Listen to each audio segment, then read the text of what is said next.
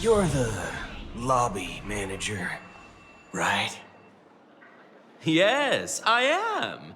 How may I assist you? We're the Nameless from the Astral Express. We wanted to check in, but there's something wrong with your system. The lady at the front desk said she would contact the manager, but now she's nowhere to be found. Now, we've been waiting here forever, without any food or water. What the fork, man? Is this how the family treats its guests? Is this your idea of street smarts? Starting an altercation? It's called standing up for your rights. I apologize for the inconvenience. Please wait while we try to contact Mr. Sunday. I'll arrange 2 premium seats in the VIP lounge so you can rest there while you wait. See? Just like that. Just don't call yourself Nameless next time. Wow, this bar's something else. Certainly worthy of the planet of festivities.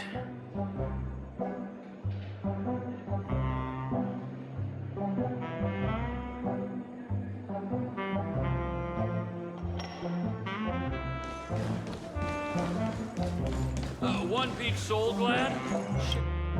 Good evening, gentlemen. Hey, I have an order for a bottle of His Donna's White Oak. Can you help us find it? Hasdana's White Oak. I think there might be a misunderstanding. We don't serve that here. Oh, no way. Are you sure you're not mistaken? If someone had reserved such a beverage, I would definitely remember it. It sells for hundreds of thousands of credits per bottle, after all. I couldn't afford to cover for such an item if it were broken or lost.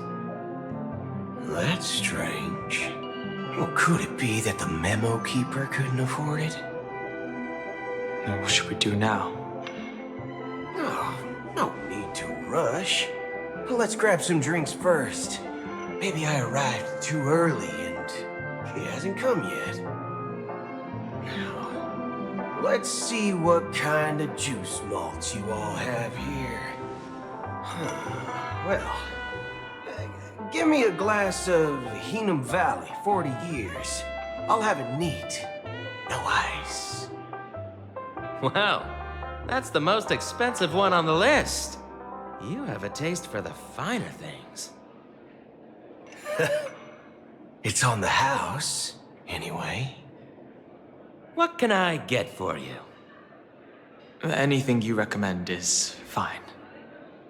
Then I would recommend today's special, Glass Village. It's classic Soul Glad mixed with Laboon juice. It's refreshing and suits your cool demeanor. Just 1 minute.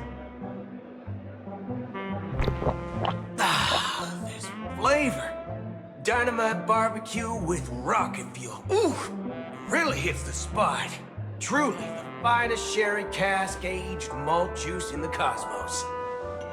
Dynamite barbecue with rocket fuel. Is that really something that humans enjoy? Hey, this guy doesn't know anything at all. As long as you're satisfied, dear guests, please enjoy. Let's give the memo keeper another half system hour. If she doesn't show up, we'll need to come up with a new plan. In the meantime, let's take stock of the situation. What do you think? The situation is unclear. Something must have happened on the planet of festivities, but the public is unaware of it. Someone in a position of power within the family must be covering it up. It's unusual for the followers of the Harmony to invite other factions, let alone the IPC and the Masked Fools. If what you said about the Emanator of the Nihility is true, the situation in Penacony is a little complicated, to say the least. Actually, there's something else I'm concerned about. Regarding Acheron. As you know, the faction that follows the path of the Hunt are some of the most dangerous folks in the cosmos to mess with. I mean, who in their right mind would impersonate the Cienjo Alliance or the Galaxy Rangers? It's like asking for a death wish. Isn't there a saying among the Cienjo people that the Rainbow Sect lets their Lux arrow do all the beating? Talking. Do all the talking. Well, you know what I mean. Even though the Galaxy Rangers have been out of sight for years, we've been keeping an eye on this region. Even the dumbest criminals know better than to mess with the Annihilation Gang, much less the Rangers. But that Acheron lady, she doesn't seem like a lunatic at all.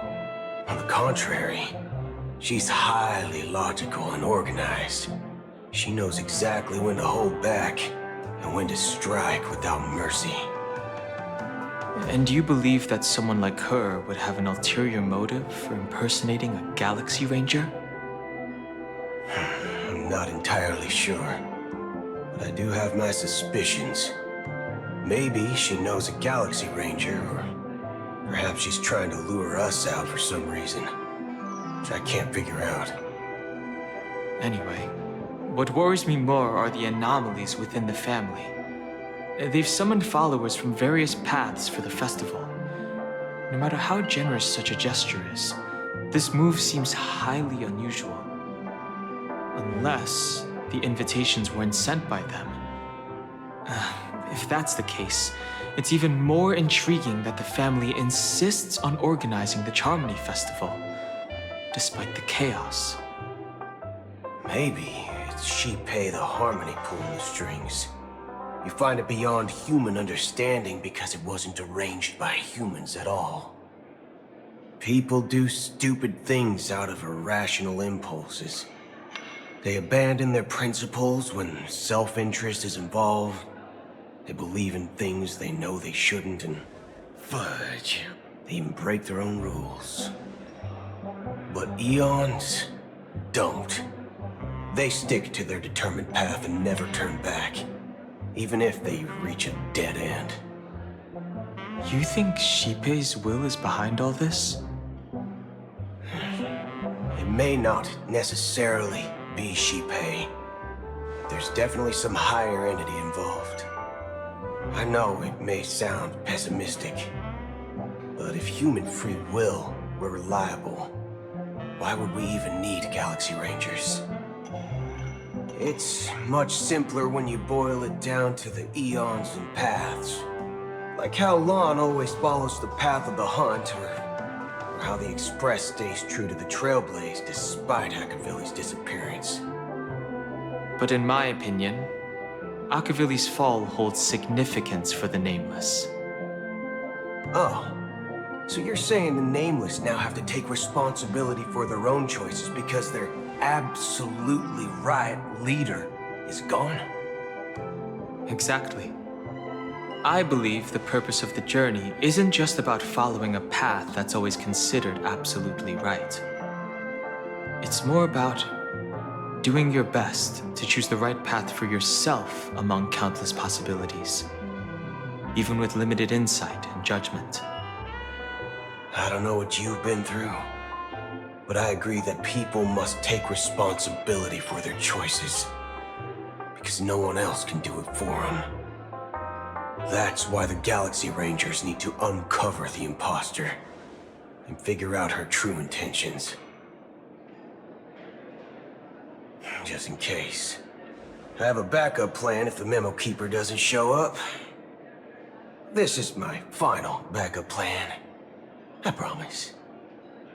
You sure have a lot of cards up your sleeve. Well, going back to my old career would make things a lot easier. By the way, when you were walking around the hotel, did you happen to see any important-looking guests? What's your plan?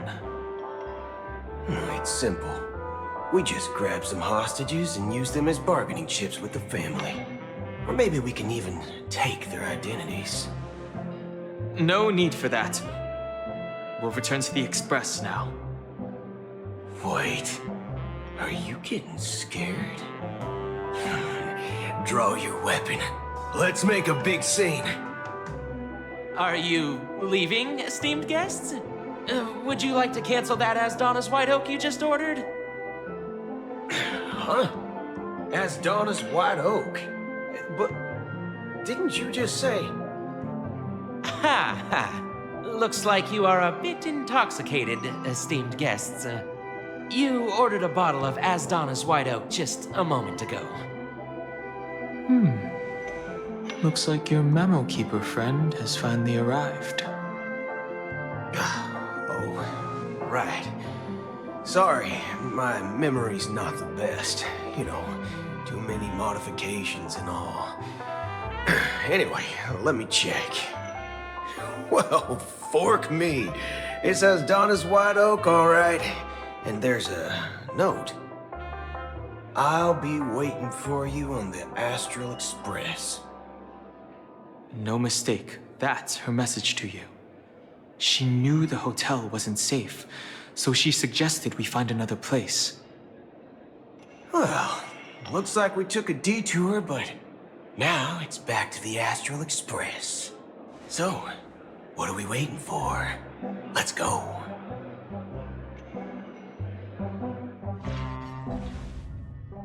You're back? Two guests just boarded saying they were looking for Boot Hill, so I told them to wait in the parlor car. Oh, just in time. 2 guests? Yeah, or 2. Look, we welcome all passengers on the Astral Express, but sneaking in like that, you have no regard for etiquette. My apologies, conductor. It was an oversight on my part. I assumed you were already acquainted with the garden. Given the chaotic situation in Penacony, the Nameless are the only ones we can truly trust right now. You are the memo keeper. Pleased to meet you, Dan Hung. I've seen you in others' memories. And as for Boot Hill, this is our first face-to-face meeting. I hope you enjoyed that bottle of Astana's White Oak. You sure have a refined taste. Finally, Memo Keeper. Well, let's cut to the chase. Spill everything you know. That's precisely what I intend to do. But before that, please allow me to introduce myself. My name is Black Swan, and I serve the Garden of Recollection as a memo keeper. As for Acheron's story, I'm sure she knows it better than I do. Greetings. I'm Acheron. What? You Garden of Recollection shirtbag! You betrayed me! I apologize, but she did that at my request. Due to certain reasons, I have been exiled by the family. Thankfully, this memo keeper came to my aid and helped me escape their surveillance unnoticed. To be honest, it was more like stalking than helping. And the process was far from unnoticed. But we did escape.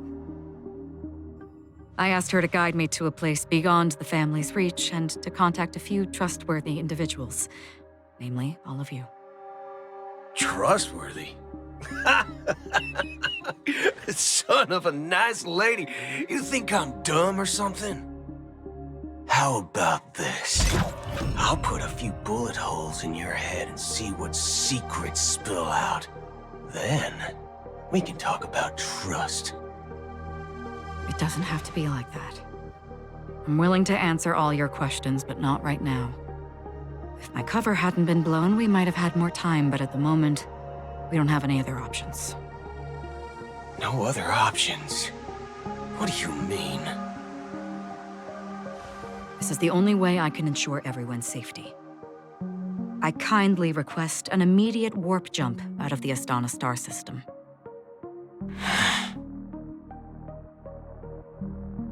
This passenger is requesting... As far as I can tell, she's not a threat and seems to be telling the truth. I've briefly traveled with your companions and know their whereabouts, Dan Heng. Please rest assured, your nameless companions are safe, but they need our help. As for Boot Hill, you may have guessed. I've been waiting for you. Galaxy Rangers are known for their elusive nature and limited contact with each other, so this was the only way I could reach out to you. Only by doing this can I find a true Galaxy Ranger and fulfill a long-standing promise. To return his relics to their rightful owner. Someone once told me that every rainfall is like a gift from the heavens, a sign of their mercy upon the world. Raindrops are said to be the tears of the gods, shed in response to the sorrows of the world. Their constant pouring is a reminder that the gods haven't abandoned us yet. So, how long has this rain been going on for? I used to believe, just like you, that it would eventually stop. Years and decades passed. And in the end, such hope faded away before the rain did. Looks like the god you mentioned doesn't exist after all.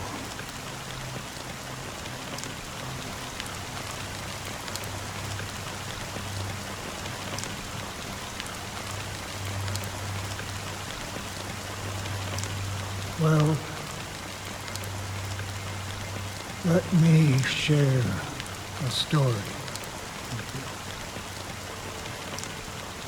you. Mortals who walk the paths are like sailors on a vast ocean, leaving behind a trail that creates countless ripples of possibilities. These ripples last longer than the fleeting lifetimes of humans. And for some, their presence leaves such a strong mark that it's reflected in the waves. Like those shadows on the ocean. Sin-thirsters, the obsessions of the Pathstriders, they emerge from the depths of IX, seeing themselves as masters of their own destiny, unknowingly repeated the actions of their past lives. They emerge from the nihility and head toward it, leading purposeless lives. However, these hollow phantoms, they were once my dear companions. A group of Galaxy Rangers. Are you watching over them? Watching over them? No. I'm guiding them toward transcendence. It was a brutal war. A crusade that shook the universe. The universe witnessed the fall of Zulo, the Lord Ravager, but it came at a price. A price so hefty that only those who were there still remember. The unwavering determination of the Hunt followers persists even in death. So someone must guide these lost souls to their life beyond. They were heroes in their time, and they shouldn't be reduced to mere puppets of nihility. As for me, I've suffered too many losses on that battlefield to advance any further. And that makes me the most fitting person to carry out this task. But you know, these sin thirsters, they're not who they used to be. Does this seem pointless to you? Well, some tasks have to be done, even if they are pointless.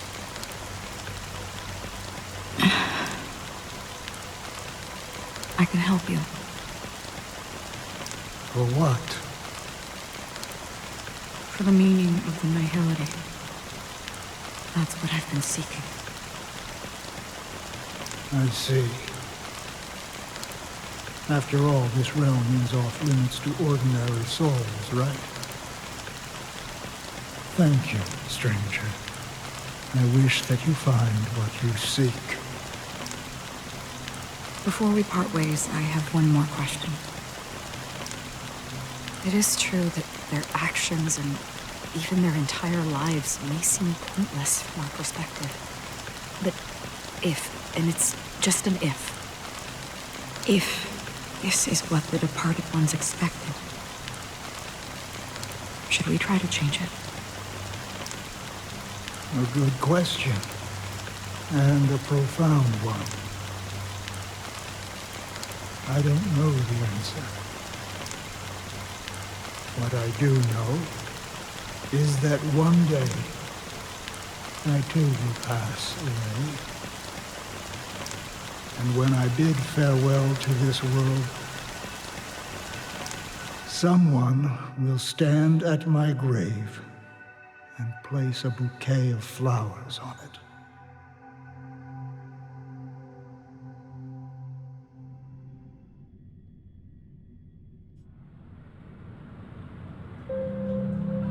When I appeared as a child, my speech, mindset, and soul reflected immaturity and innocence. As I grew into adulthood, I left behind my childlike side.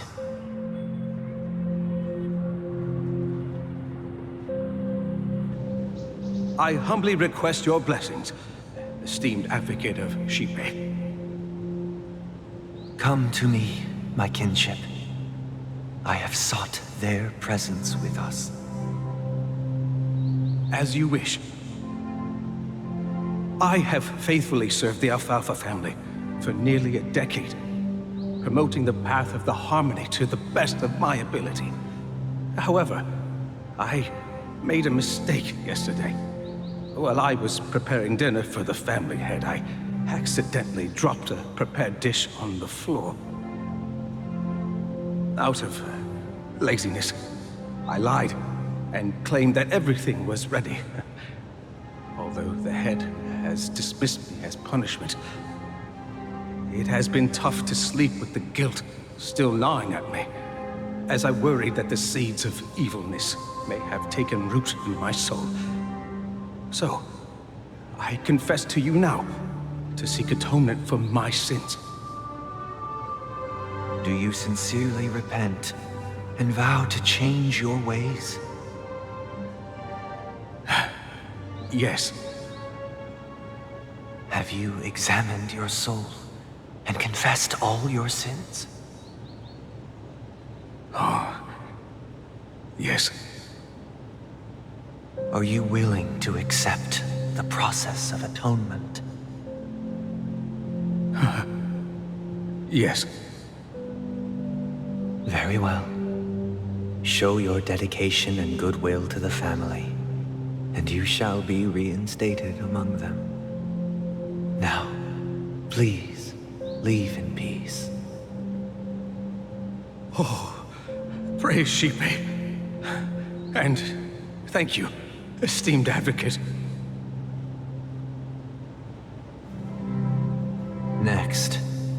Please, step forward.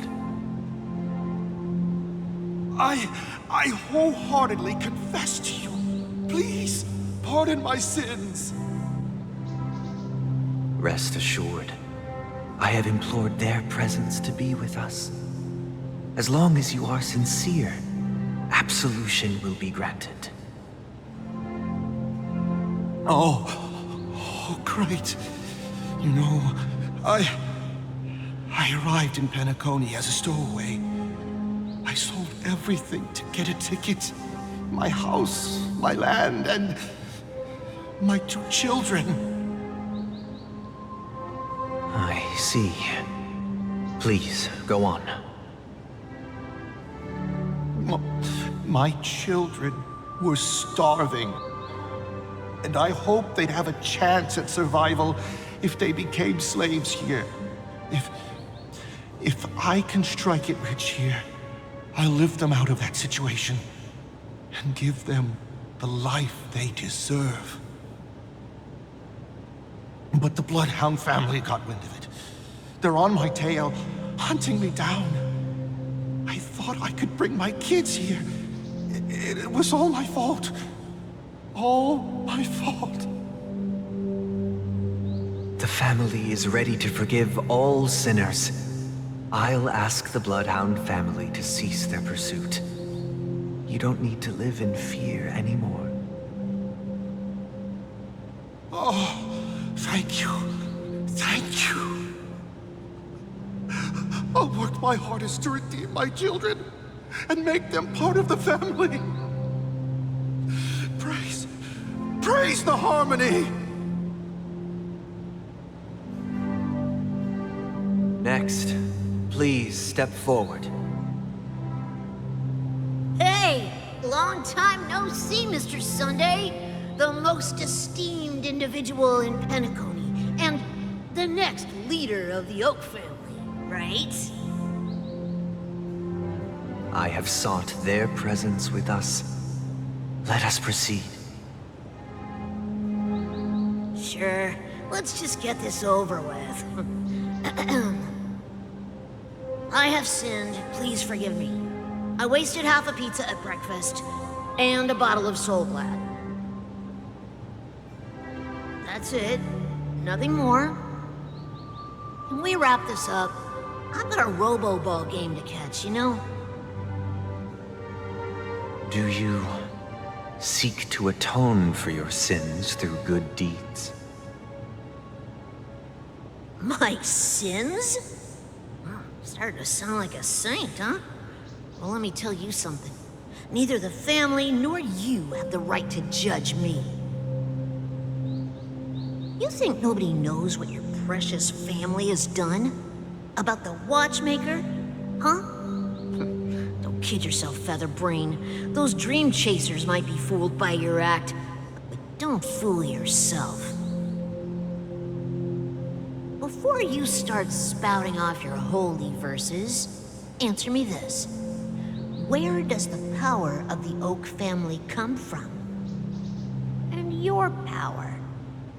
What makes you think you can sit there all high and mighty, looking down on everyone else? Well, I've spent enough time in confession today to enter the Harmony's paradise, right? Then I'll take my leave.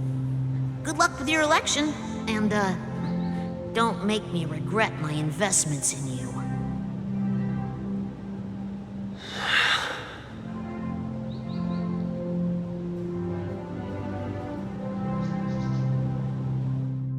Oh, revered triple-faced soul, hear my doubts. Who can judge the strong when their power hides their crimes? Who can vouch for the weak when they will pay any price to survive? Who can comfort the purest souls when even they get led astray? If the strong defending the weak is truly the foundation of paradise, then who Who is responsible for the suffering and anguish in this wretched world?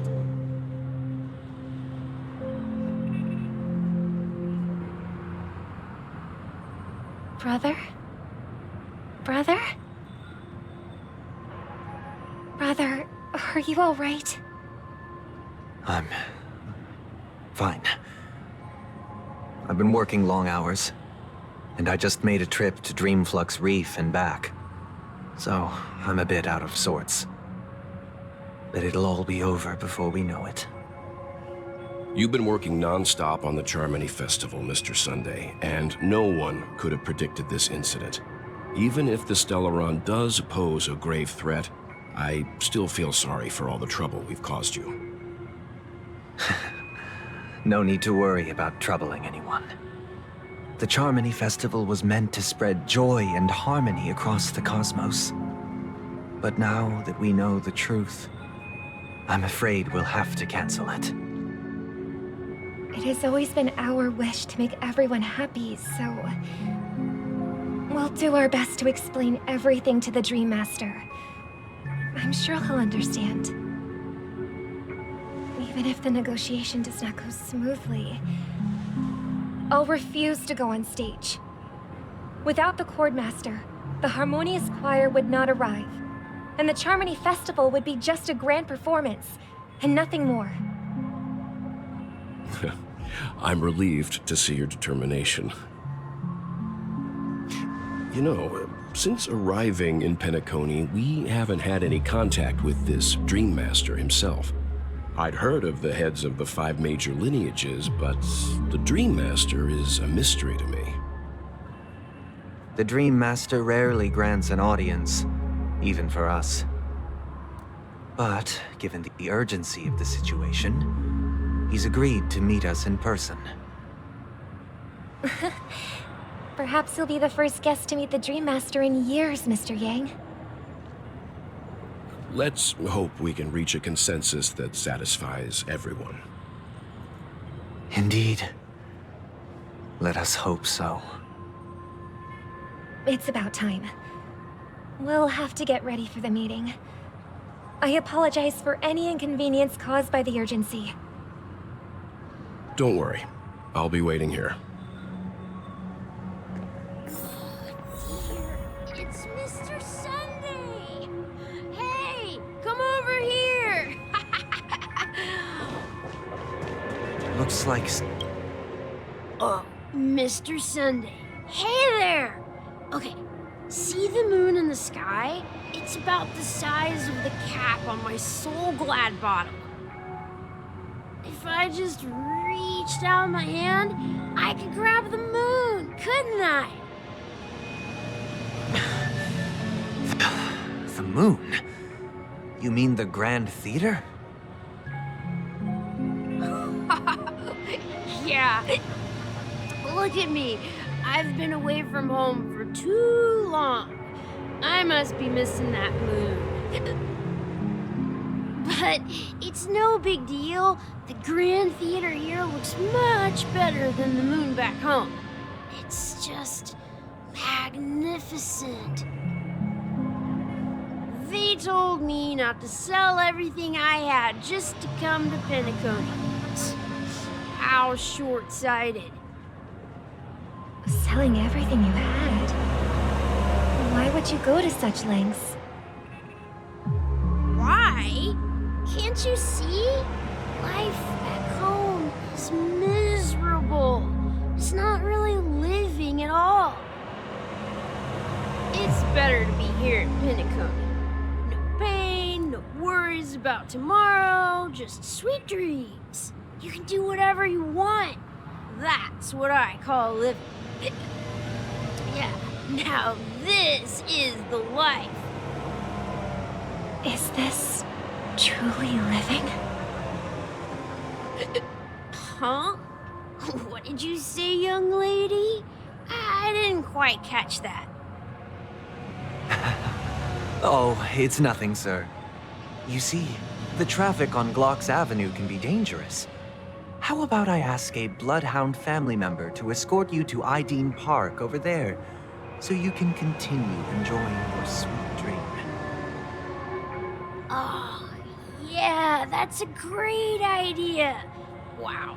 No wonder you were the leader of this sweet dream. You're totally a lifesaver. See you around, Mr. Sunday. And it was nice chatting with you.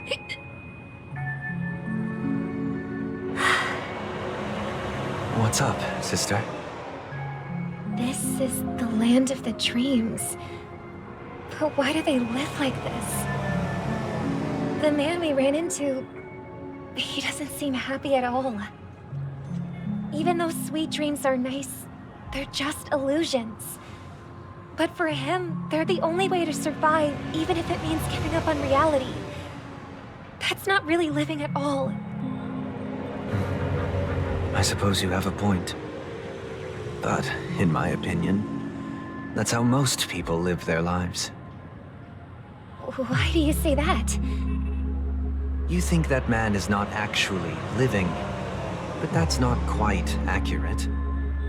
Even without Penacony, people create their own illusions called self-value.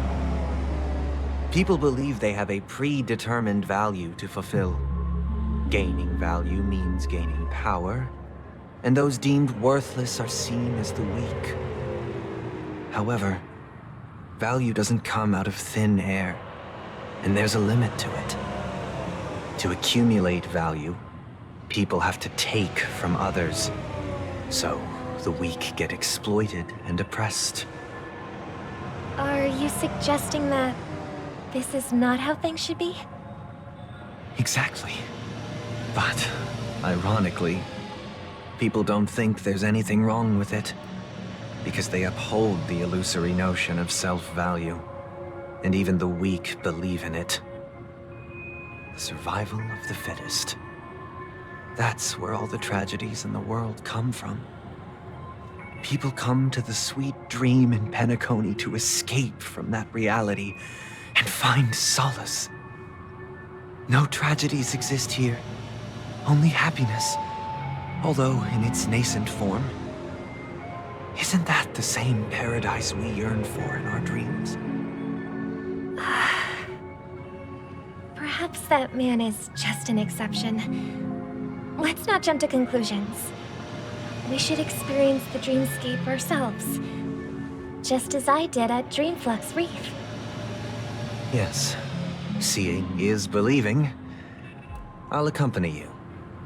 The Dream Master hasn't shown up yet, so we have some time for a stroll.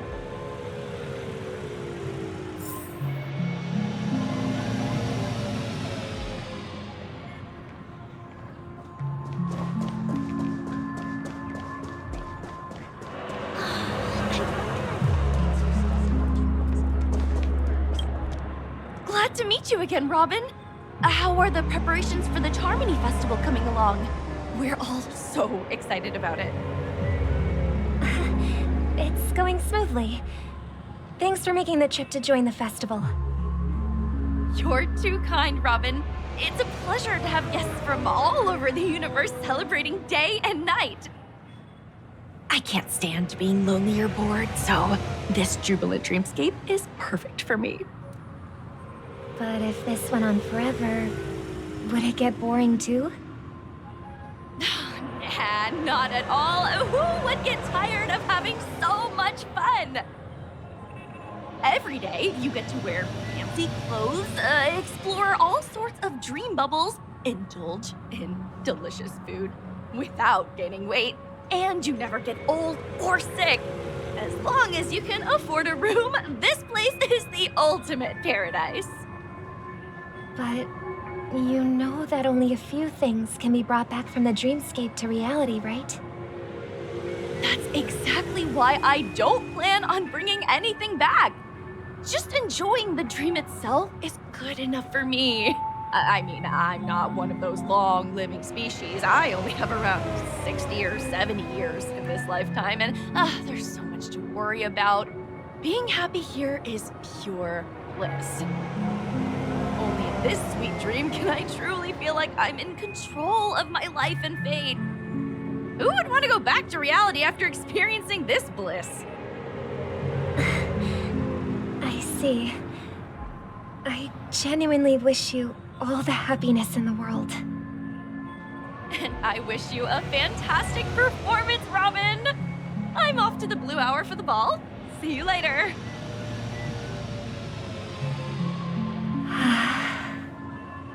Seems like that guest's perspective didn't resonate with you either.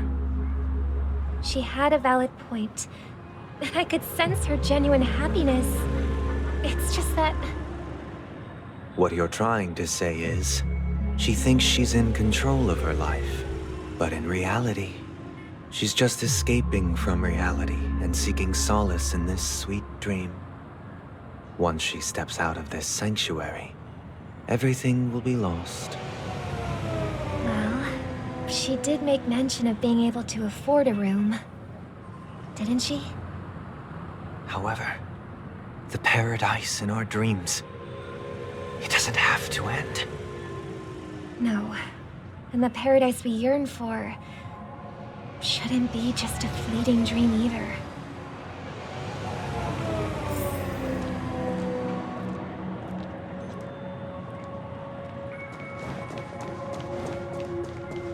Let the show begin.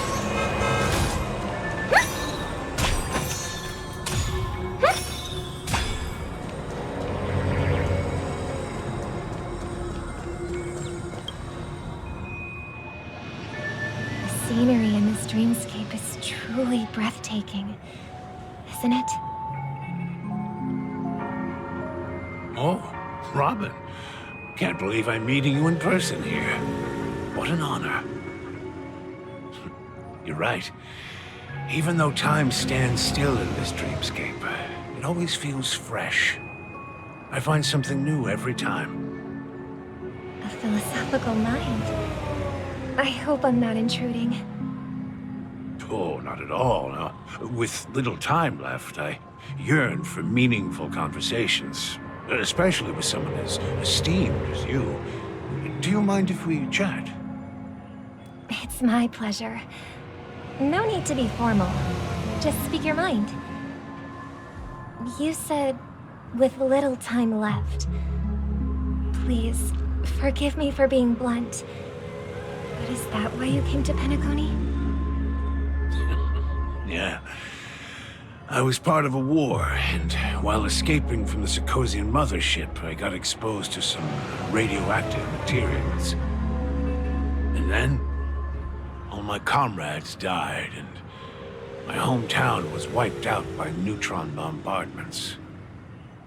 I couldn't bear to live with everything I knew gone. That's when I heard about a possible solution here, so I came. How heart-wrenching. I hope the family has been able to help you. They have, and I'm truly grateful for that.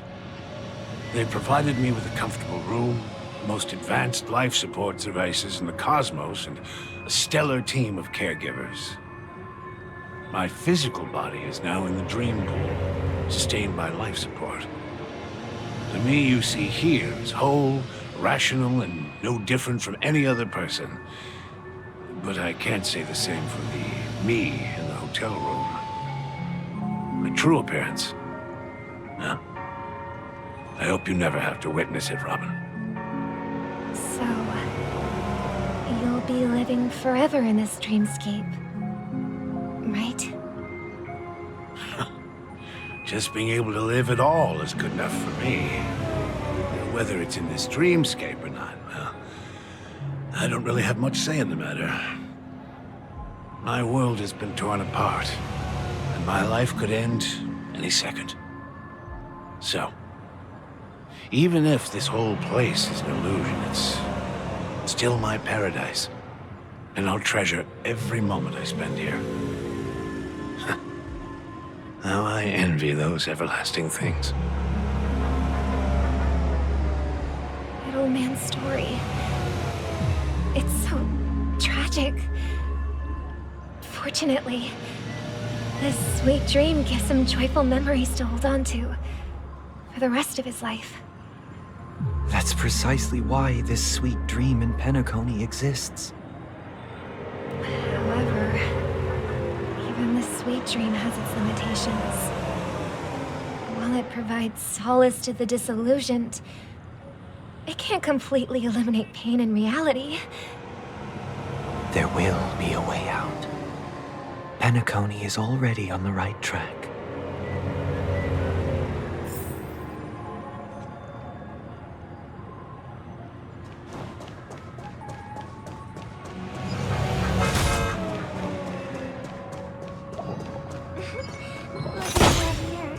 A lovely young lady. Wait, is that me? She'll begin. Brother, what a surprise to see you again. Show yourself. Your trick won't work on us. I've heard that a skilled masked fool received an invitation too. That must be you, right? Did you enjoy yourself? Barely. The people here are way too gullible. A little bait is all it takes for them to bite. And they run away at the slightest hint of danger. In other words, they're naive and cowardly. Now that you've had your fill, it'd be wise to leave before it's too late. The music of the harmony doesn't tolerate discord. What? Now that you have the real Robin, I'm useless? Oh, how disheartening. I've done so much for the family. You should be thanking me, because if it weren't for me cleaning up this mess, Penacony would still be in shambles. Don't you think? That was a personal request from the head of the Iris family, and it has nothing to do with us. Step aside and stop causing trouble for the Charmony Festival. The Charmony Festival? You think you can scare me? You think I have no idea what you're planning? I don't care what you're thinking, chicken wing boy. But I'm pretty sure our lovely Robin won't be appearing on stage. After all, you're well aware of what a sorry state this dreamscape is in under the banner of harmony. Penacony, the land of the dreams. Is this truly the paradise you desire? Stop it. What's the rush, chicken wing boy? Did I get to you? Our paradise is none of your concern, masked fool. Leave now, or the family won't tolerate you anymore. All right. I'll go. But Robin, I suggest you seriously consider this. Do you really believe those living in dreams can escape pain and find true happiness? Well, I've done my part, and now I'm simply waiting for the fireworks to begin. Here, the last 2 gifts for both of you. And don't lose them. If by some unfortunate chance the Charmony Festival starts against all odds, remember to use them during the show. And it'll be thrilling. Bang! I heard a raven cawing in the distance. It seems the Dream Master will arrive soon.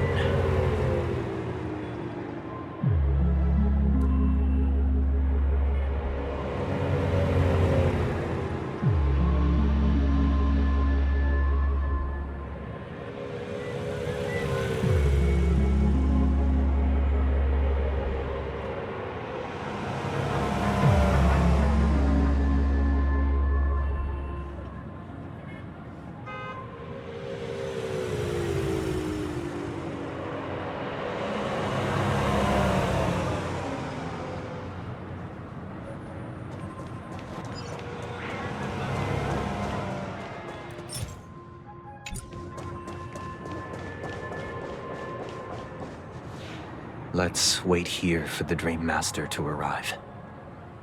Okay. By the way, brother, I heard you no longer have a sweet tooth. Back when we were kids, you used to steal my desserts. Seems like a lot has changed during my absence. What exactly happened? Well, someone has to stay awake even in this sweet dream. But that someone doesn't have to be you, or anyone in particular. You're carrying too much on your shoulders, brother. The paradise in our dreams. It shouldn't be like this. Penacony is nothing more than a dream. It can't erase the worries and pain of reality, or bring true happiness. It only offers an escape from reality. Nothing more.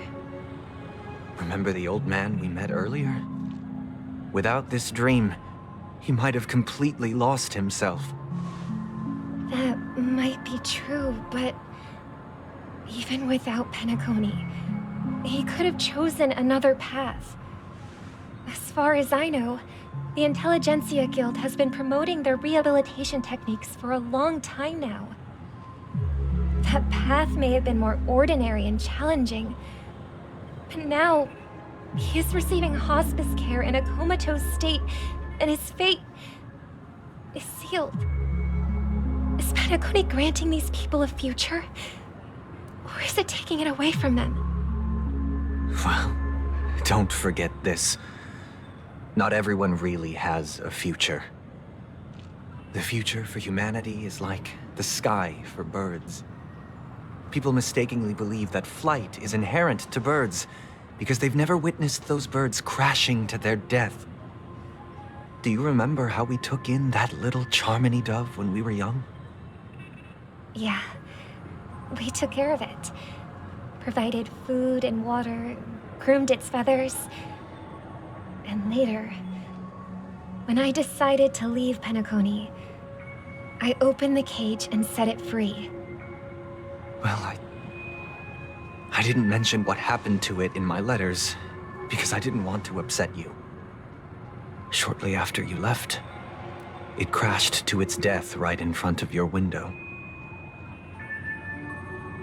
I had surmised as much. I knew you wouldn't have avoided mentioning the bird for no reason.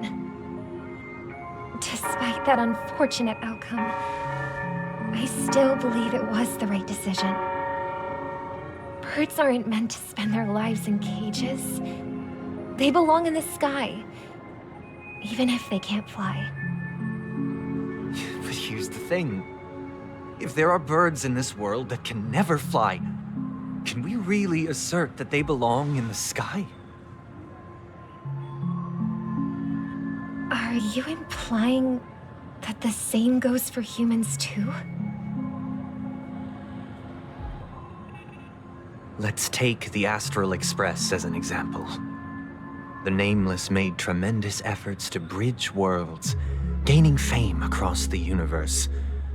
However, only a few extraordinary individuals can endure such a perilous journey. That's because the pursuit of the Trailblaze exceeds the capabilities of ordinary humans.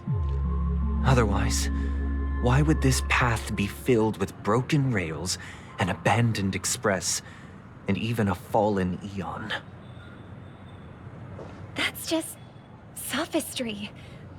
If that were true, then only the powerful would have the right to determine the future. Unfortunately, that's exactly what happens. Another name for the future is self-value. While this world has its fair share of heroes who inspire people and garner admiration for their heroic deeds, the majority of ordinary people will never become heroes in their lifetime. Some are born weak and vulnerable. Some find themselves trapped in unfortunate circumstances. Some fall victim to malice and cowardice. When it comes to survival, everyone is equal. And the weak can only watch as their value gets constantly diminished by external forces. That's why we should care for the weak and support them as if their suffering were our own. That's what the Odes of Harmony have always taught us. While While the Harmony holds noble aspirations, the strong will always be strong, and the weak will always be weak. Even in this carefree dream. Human nature contains greatness, but it also harbors inherent weaknesses that can't be eradicated. In the end, if people can't even secure their own survival, they won't care about the illusory future of equality. As long as the law of survival of the fittest prevails, there will always be fledglings crashing to their death. But if people don't live for the future, do they merely exist for survival? If even you, my brother, don't believe that the Harmony will save the weak, then which Eon can make our dreams come true?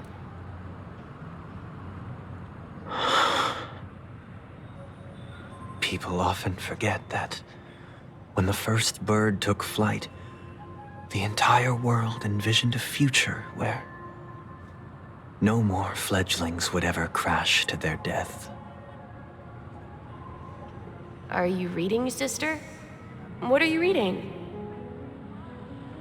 Mr. Gopherwood gave me a picture book. It's about the story of the harmonic strings. If I could become a chord master, I'd like to summon Dominicus, the harmonious choir. I want to sing with everyone and spread our wishes so that all can feel happiness and joy. I see. Then, I would summon the harmonious choir too. Don't you have a wish of your own, brother? Of course I do. It's just that it includes your wish and everyone else's. I long for a true paradise where everyone can find peace. Then, let's build a stage there and invite everyone to our performance so that both our wishes come true through the power of the harmonious choir. It's a deal then. Yeah, it's a deal.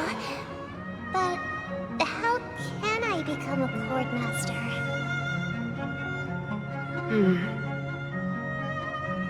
Maybe you will have to become a star first.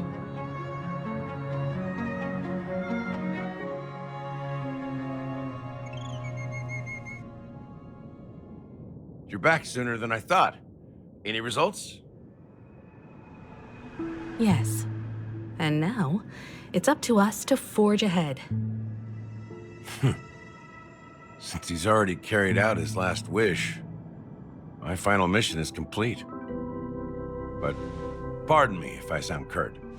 It's good to have determination. The path Mikhail left for you is not an easy one to tread. Why else would he have chosen to sleep in solitude, staking everything on some nameless in the future? But you have the numbers, and in numbers comes strength. So that might just delay your inevitable a little more. Got any more encouraging words? As I see it, relying on Welt's negotiations alone is far from enough. Regardless of whether the other party will be compliant, negotiating simply allows us to meet them as equals and won't grant us an upper hand. Penacony is our rival's home turf, and we already have very few chips left to play with.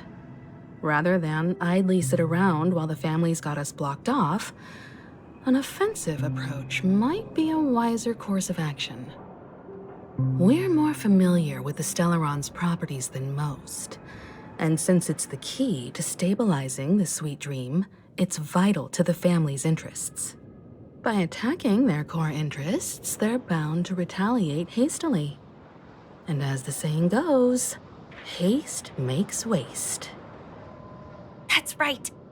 As long as we pose a threat to the Stellaron, either with words or otherwise, we have a chance at gaining the upper hand.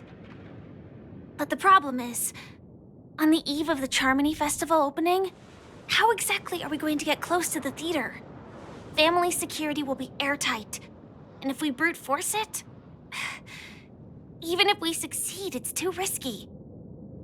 So, no one's gonna say anything? Then I'll raise my hand. I know the answer to this question.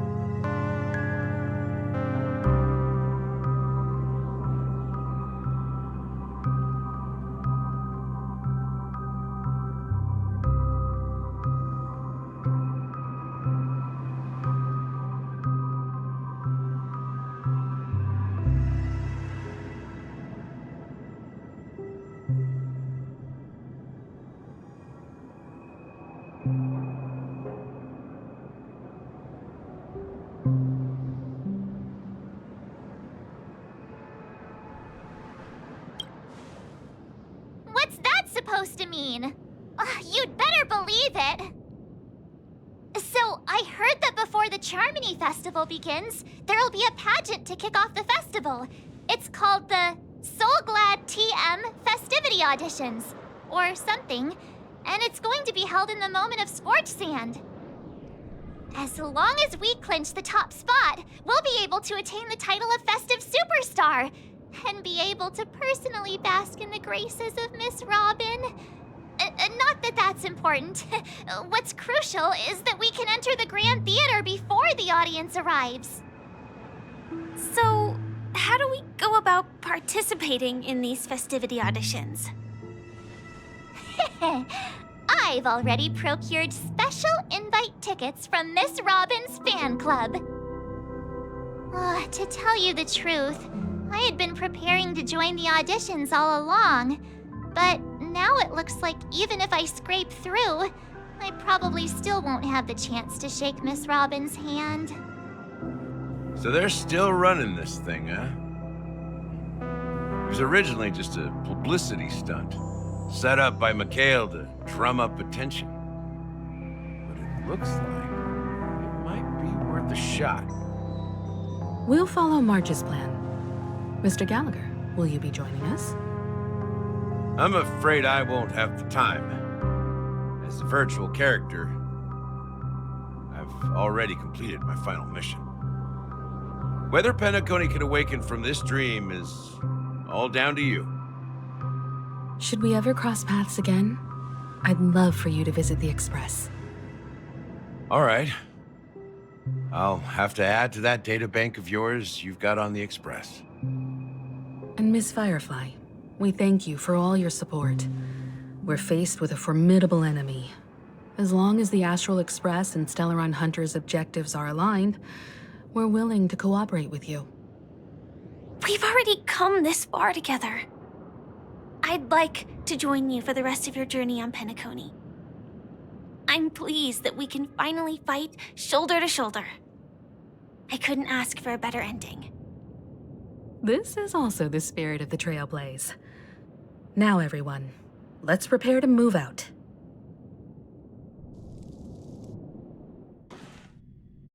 Ladies and gentlemen, welcome to Scorch Sand Hall. This is where challengers thrive and dream chasers shine, all under the watchful eye of the entire universe. If you have ambition, dreams, and the drive, dear friends, the next superstar of Penacone's Charmony Festival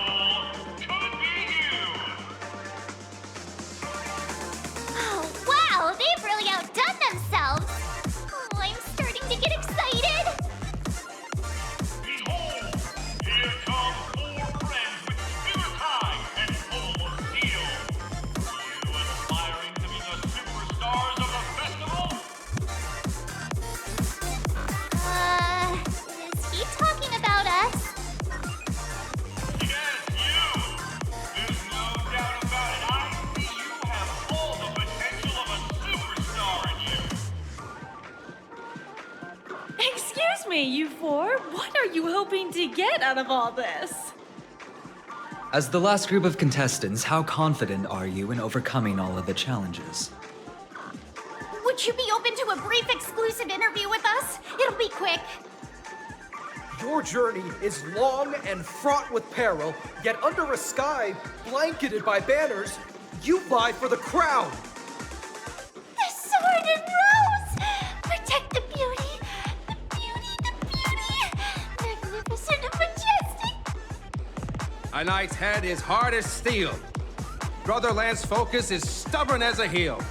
We don't all have to be winners, but if we don't have fun, we'd all be sinners.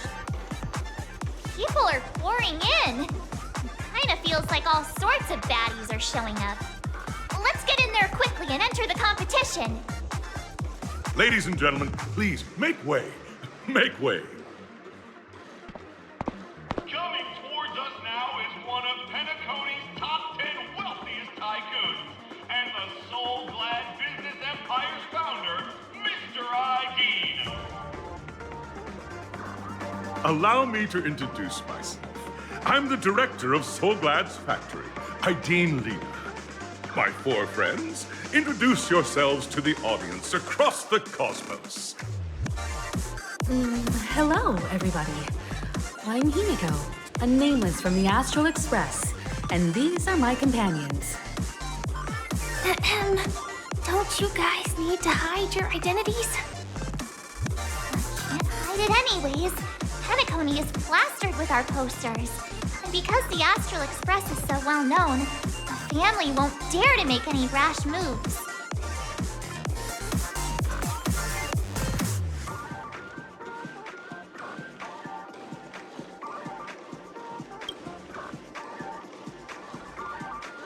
Hey, be a bit more serious. We're live on air. Hello, everyone. I'm March 7th. I'm an ordinary girl who loves adventures. Hello, everyone. I'm Firefly. I am also an ordinary girl who enjoys adventures. So it's a bunch of nameless guests. This final face-off is bound to be spectacular. Time is precious. My four friends, come with me. Grab a bottle of Soul Glad and make your dreams a blast.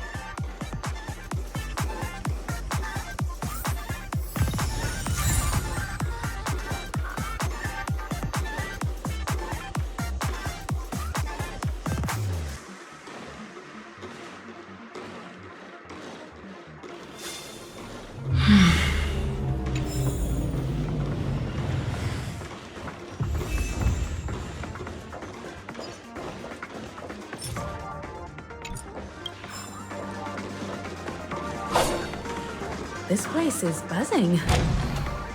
That's right. This venue is a miniature representation of that time known as the era filled with boundless possibilities.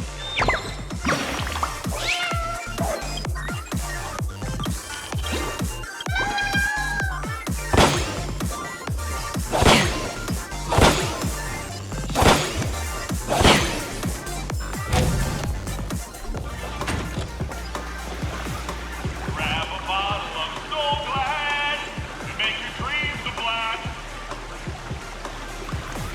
Nameless, your arrival reminds me of the grand occasion when Penacony was first established.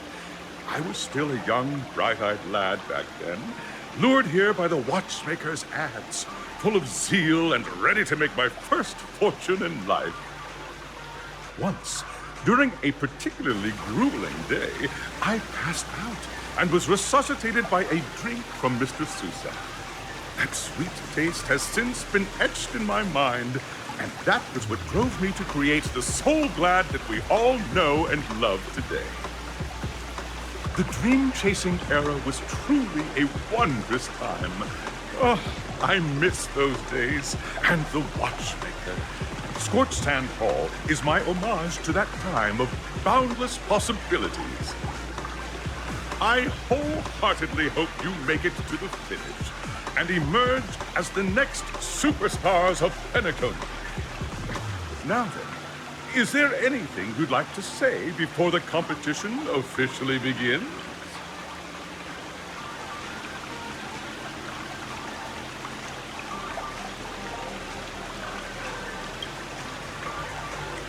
Haha! That's the trailblazing spirit. How about you, Miss March? Hello, everyone! Next up, get ready for the Mega March 7th Adventure, where I'm going to break the speed run world record! Trailblazing into the uncharted and challenging the limits.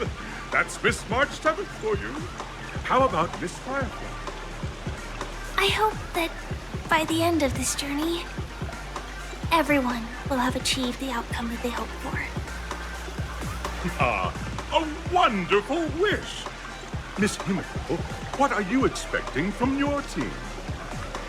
Safety first, everyone. Simple words, but full of warmth. Waiting for you are 3 stages, each connected to that era.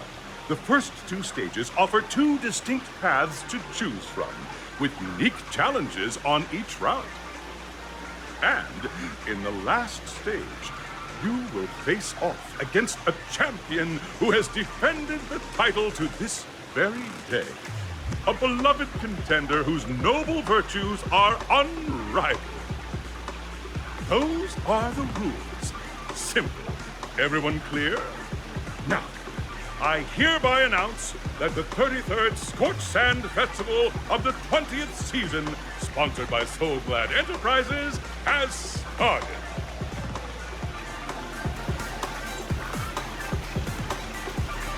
Everyone, as the Charmony Festival is drawing closer, we must reach the end as quickly as possible. Factoring in efficiency and safety, splitting up into 2 groups is the best choice. March and I haven't known Miss Firefly for too long and aren't overly familiar with her. It'd probably be better if the 2 of you paired up. Fine by me. Let's do it. All right. I don't have a problem with that.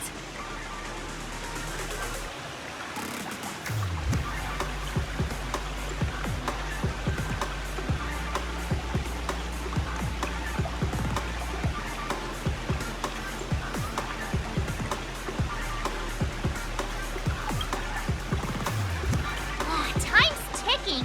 Just listen to the grown-ups. We'll split into the assigned groups then. Let's not waste time.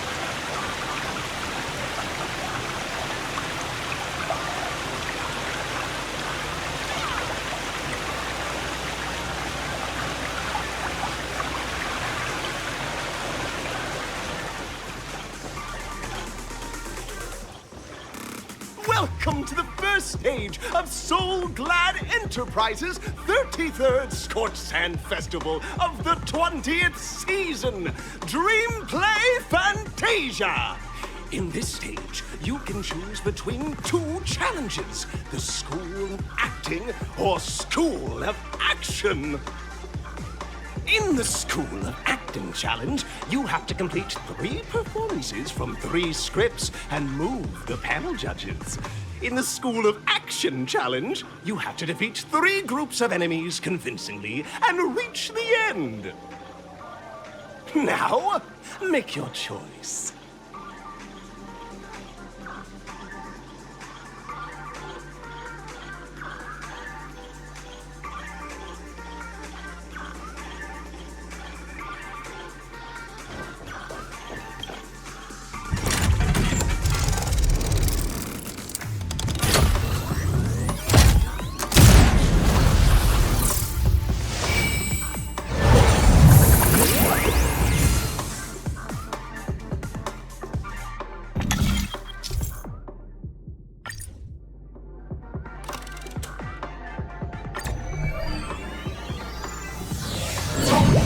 The champion's crown awaits you on the stage.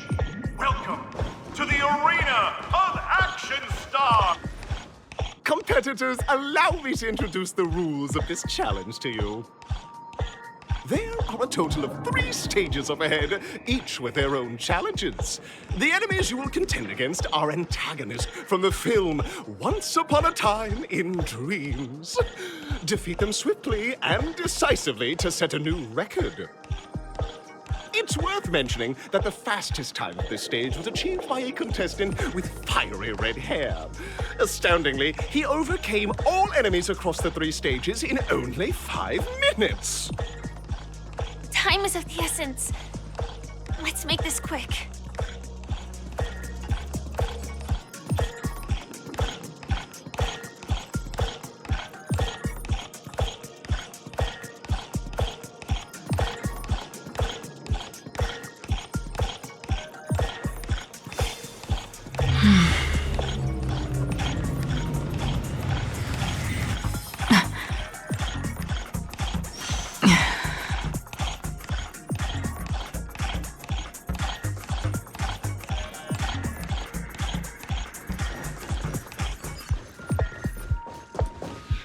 Contestants, you are about to confront the monsters of the primordial dreamscape.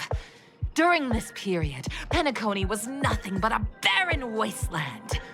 The dreamscape was fraught with strife and disorder, with memory zone memes running rampant. As dream chasers who've come to Penacony, defeating them is your first step towards success. All the Soul Glad is ours! Don't even think about plundering the Soul Glad from us!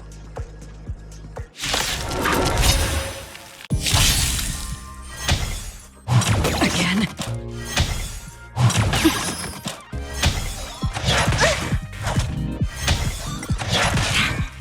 Lend me your strength. To guard and defend. Crush them. Ill fate descend. Destined for oblivion. I weep for the departed. It too shall fall.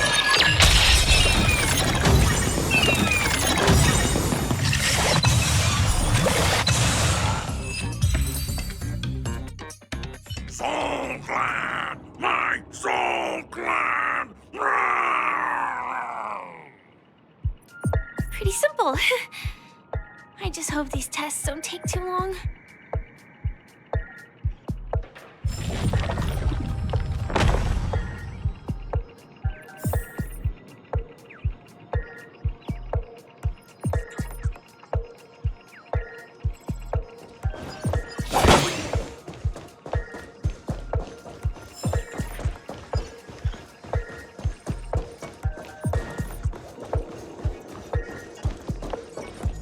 Congratulations on becoming of Dream Chasers! Answering the call from the Watchmaker, you are disappointed to learn that Penacony isn't paved with gold. Resigned to your current plight, you start from the hierarchical dredges, biding your time for a chance at success. Just as you're about to give up, a downpour sparks a business idea. You enter the umbrella business! But just as things are looking up, you encounter a competitor. Defeat them and emerge victorious from this trade war. Why is our opponent so glad? Because this is Soul Glad Enterprises' 33rd festivity auditions of the 20th season! Isn't this just product placement? To safeguard the integrity of Soul Glad, I will soar high into the sky and become its shiniest star. Whoosh!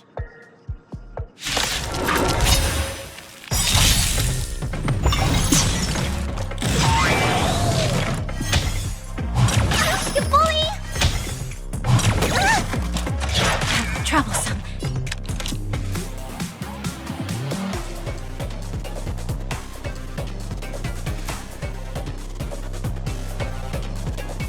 Lend me your strength. Beneath the waters lies an endless abyss. What's in your prescription? Destined for oblivion. I weep for the departed. It too shall fall.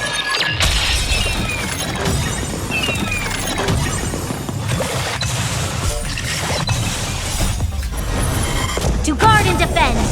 Crush them. Ill fate descends.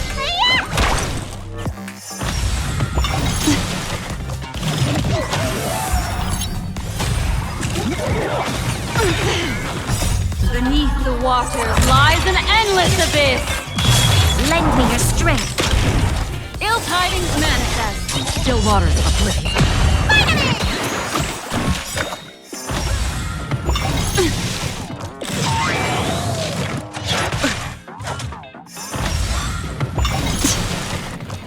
What's in your prescription?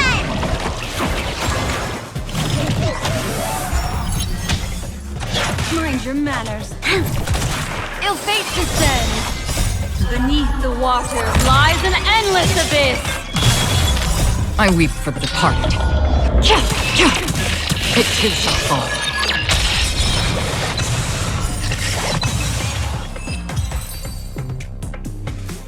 The world kisses me with pain, and I provide with Soul Glad in return. Whoosh!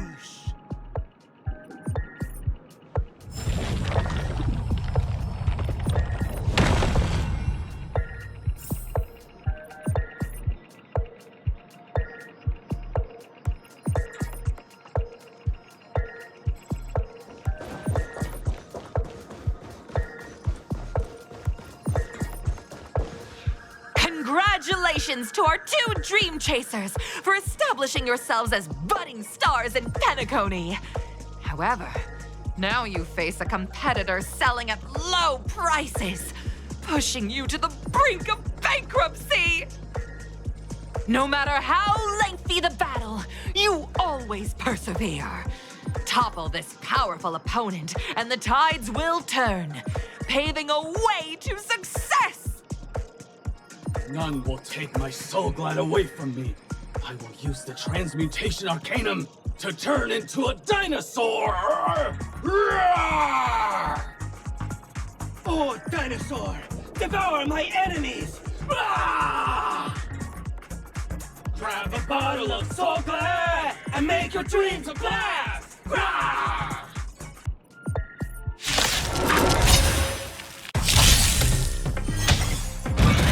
So familiar.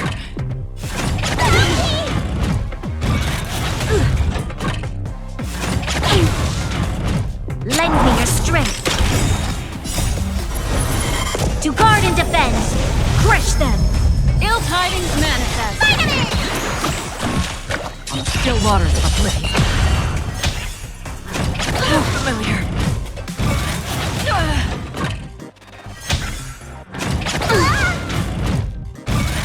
So familiar. I weep for the departed. It too shall fall.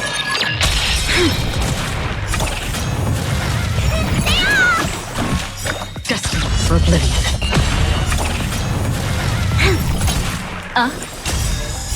Beneath the waters lies an endless abyss. Lend me your strength. Ill fate descends.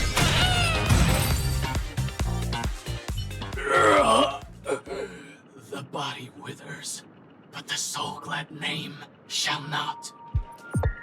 Ah! You truly are a beast! More than I can ever be. That should do it! Okay. Let's go. Mr. Yang is waiting for us. Isn't this fight way off from the actual storyline? Transforming into a dinosaur isn't imaginative enough for you? This is the sort of magic only seen on Penacony. Anyway, let's get back on track. Where were we? Oh, that's right. After an extended battle, you finally emerged victorious! But the companion who journeyed to Penacony with you chose to leave, having lost all hope. In the years that followed, you encountered each other once more on the prosperous streets of Penacony, but dared not call out to one another. Perhaps akin to the lingering regret of every dream chaser. Ah, well done! You brought to life the thrilling action scenes from Once Upon a Time in Dreams with your fighting skills. Looks like we won! Let's hurry up and get to the next stage.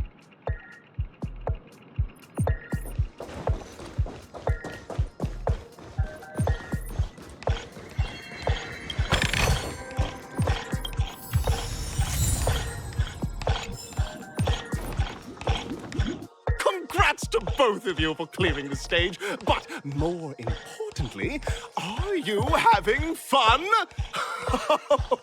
Fun is more important than success. Look at the time! You finished much faster than that red-haired contestant did. That red-haired contestant. Who is that exactly? You'll find out eventually, but only if you clear the next test first. Welcome to the second stage of the 33rd Scorched Sand Festival in the 20th season, sponsored by Soul Glad Enterprises. Gunfire time! You have the option to choose gunfire and undergo Brother Hanu's trial, or time, where you'll face Clucky's trial. And now, make your choice!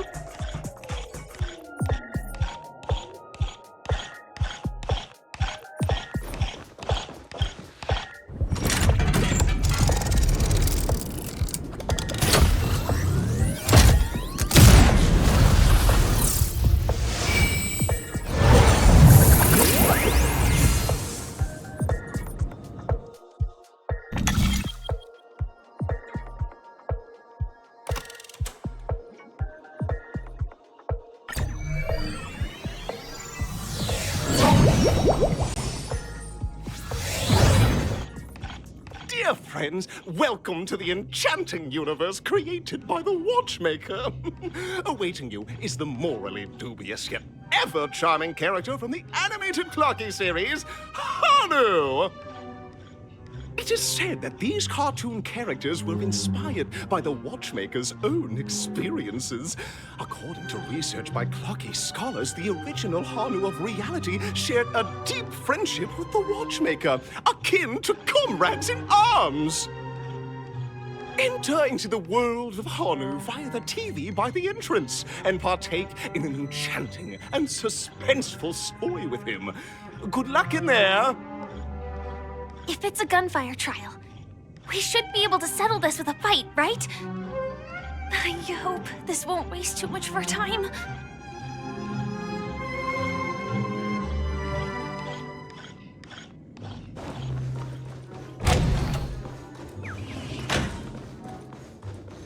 Ready?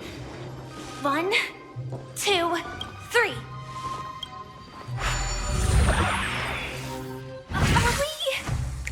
Are we both in control of this Hanu character? Very good. Looks in this Hanu's Adventure episode, alas.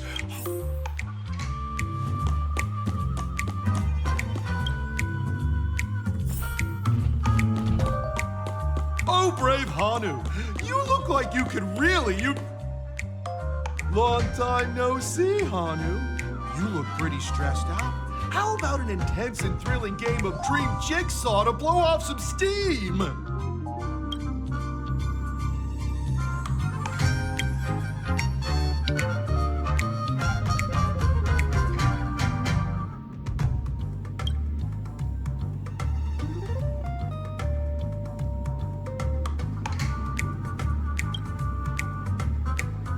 Oh my!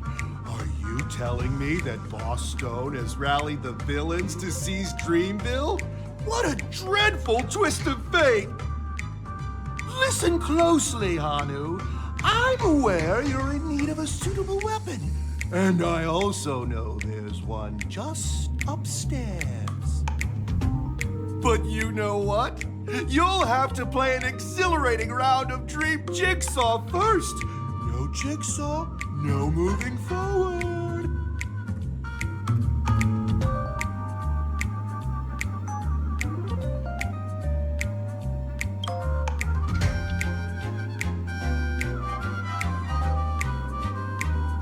Now scurry along, Hanu. But tread carefully. I can't wait. Let's stay alert and make sure those monsters don't spot us.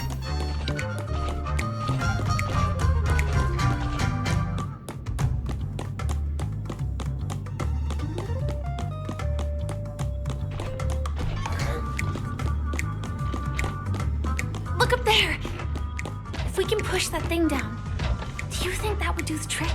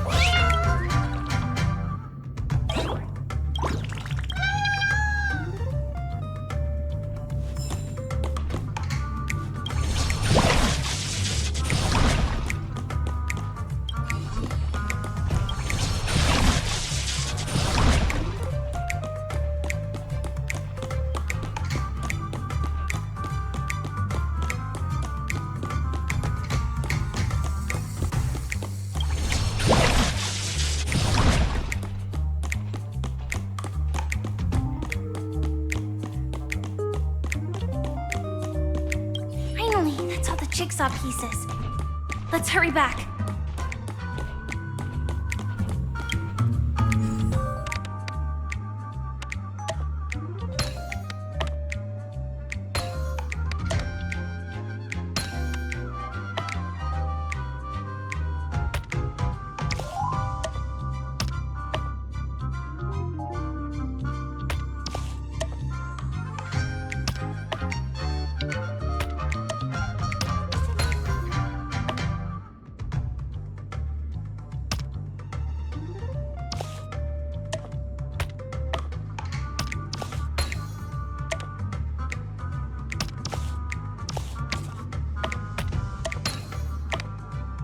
Oh my! The exquisite sensation of perfect alignment! My organizational itch has been quite thorough. Hurry now!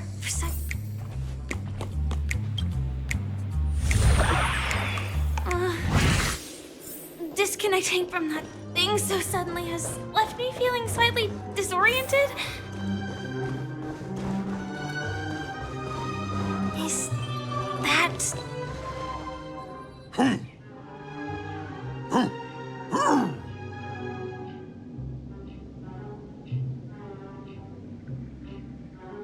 I know that this may sound like an exaggeration, but Penacony is actually in danger right now. We have to prevent it at all costs. Sooner rather than later.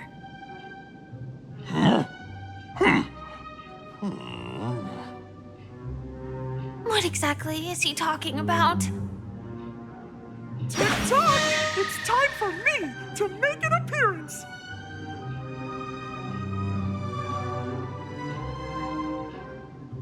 Clocky?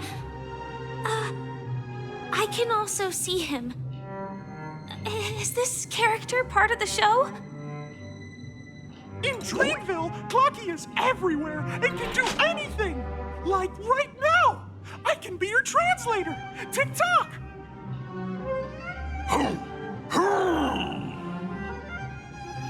Hanu says, battle! We must do battle!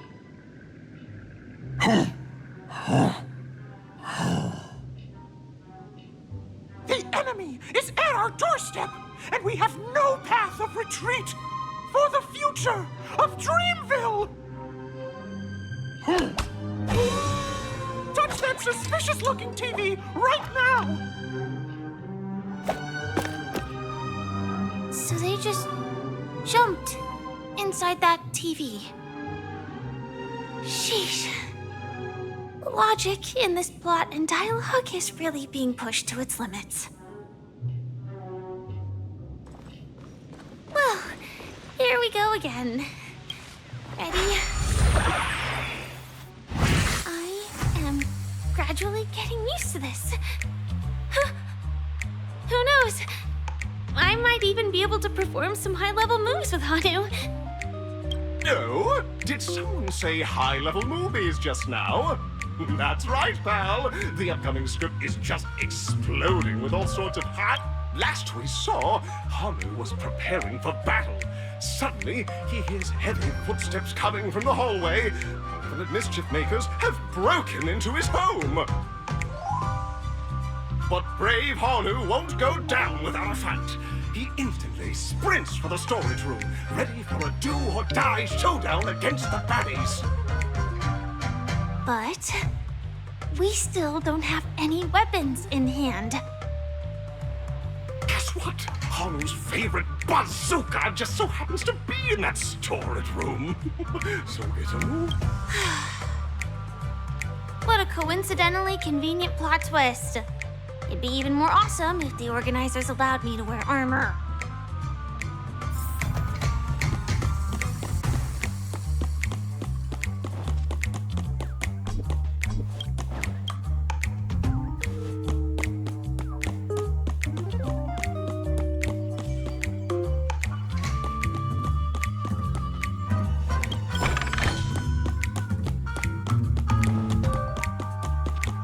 The storage room. It's behind the shelves, right?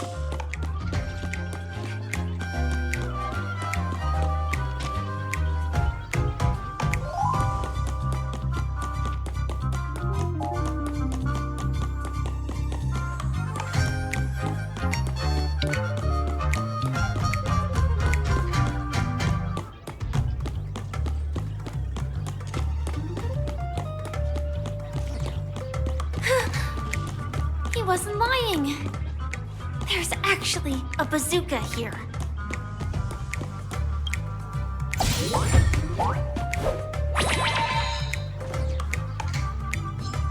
Now we should have a way of dealing with those baddies.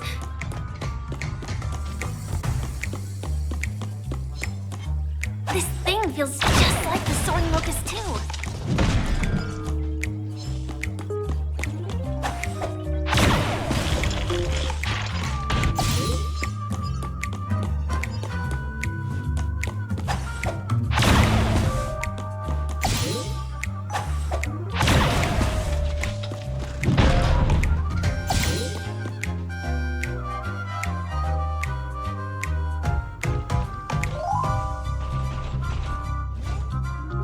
Careful. It looks like we've got more company. Get ready to fire!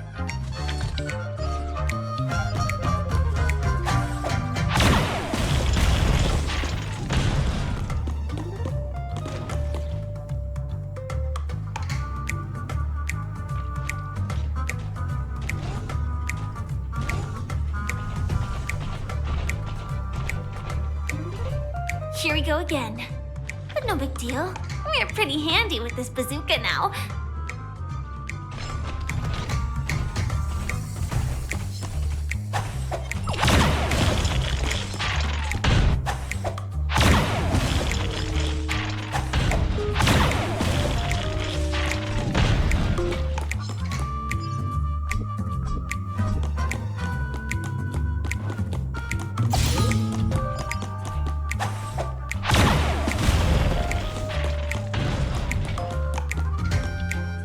Should be all of them, right? Oh my! Heart is on a string! Everyone! The stage is complete! Quickly! Head through the TV to the next stage!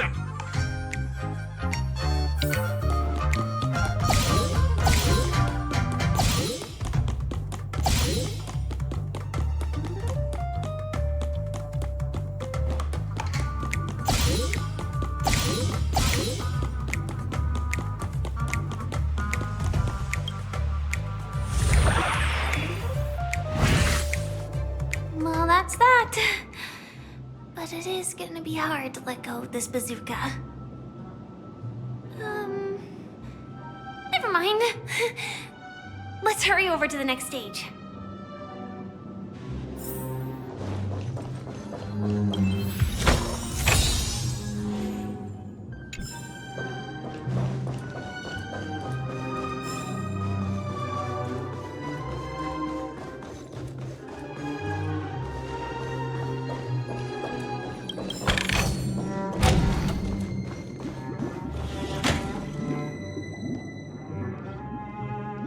Congratulations to both of you! Oh, you've overcome all obstacles and proven yourselves! But, unfortunately, there is only one who can be Penacony's festive superstar. In the final stage, you will face the defending champion. If you fail, you will lose the opportunity to become the festive superstar. Welcome to the 33rd Scorched Sand Festival's third stage in the 20th season, sponsored by Soul Glad Enterprises, Superstar Showdown!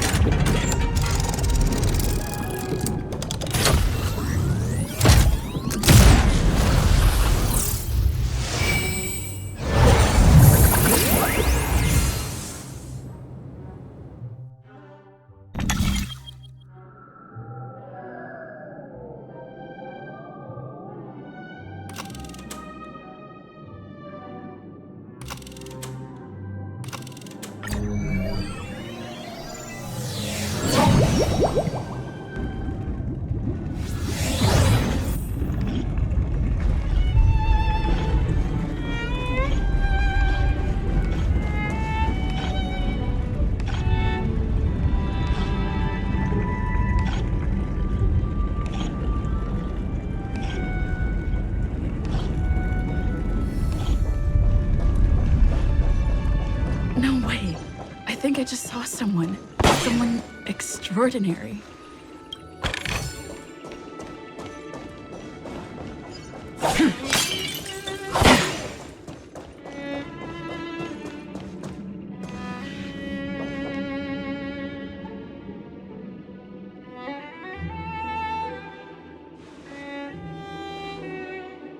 Are you a Knight of Beauty?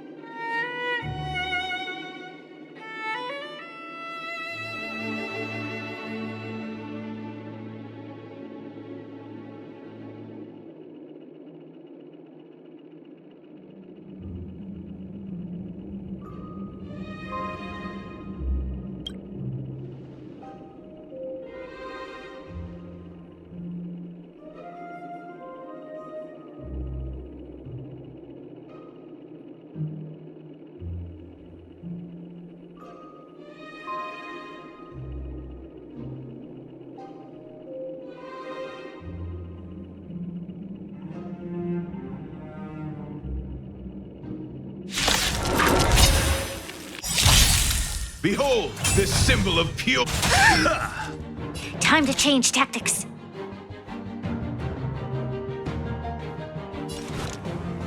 Lend me your strength. What do you want to know? We've entered the storm.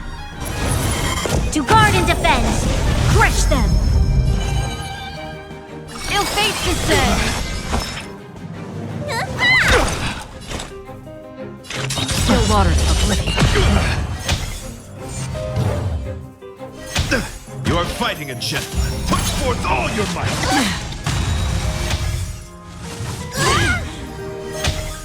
Mind your manners. Confess. Retribution will find you.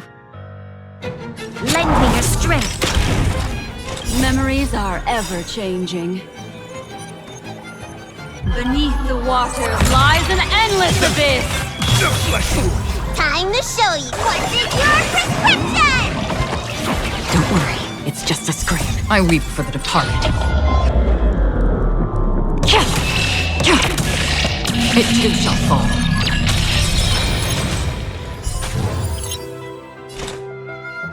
Destined for oblivion. Ill tidings manifest. Bear witness to...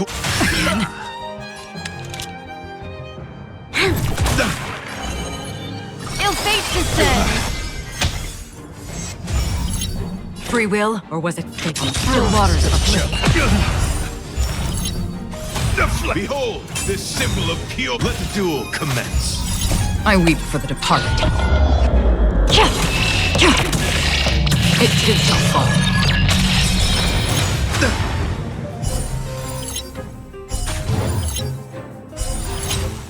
Need a doctor?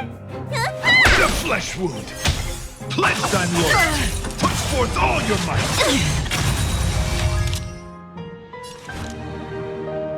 Lend me your strength. Another We've journey. entered the storm. To guard and defend! Crush them! Destined for oblivion. Destiny isn't... Let me tend your wounds! Memories are ever changing. Beneath the waters lies an endless abyss. Destiny's hand has truly blessed me. Time to show you! What's in your prescription? Destiny's hand has truly blessed again. You'll pay for this. Rise to the challenge. Still waters of oblivion. Bear witness to... You are fighting a gentleman. Rise to the challenge. This battle is unavoidable.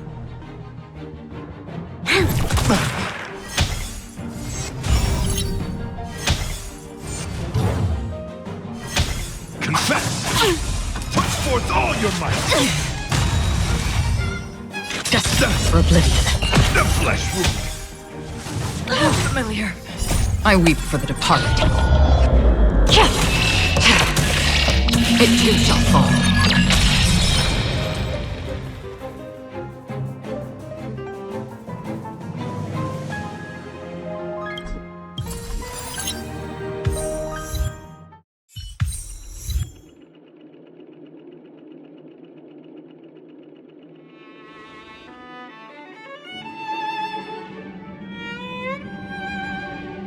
We don't have much time. May fate allow us to meet again, Night of Beauty. In that case, let's make our way to the end. Penacony's really thronging with talent. I hope we make it in time.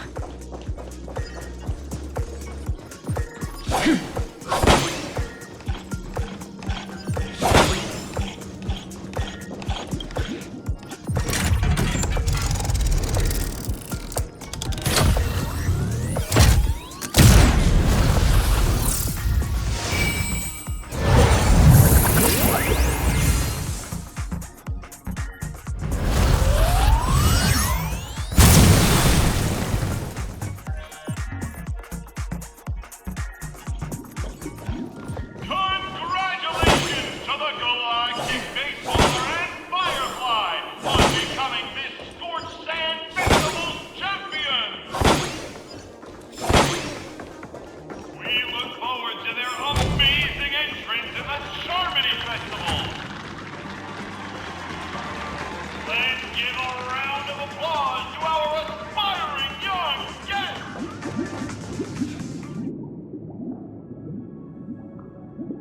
Congratulations to the both of you on becoming the festive superstars of this year's Charmony Festival. Before entering the Grand Theater, I, on behalf of the organizers, extend my sincere congratulations to you, wishing you joy under their radiance.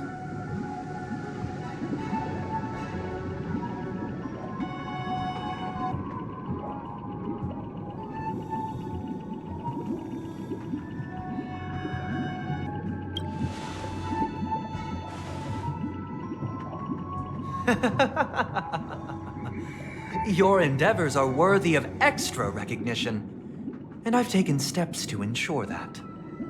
However, this reward is not a material one, but rather the opportunity for an open and honest communication between us.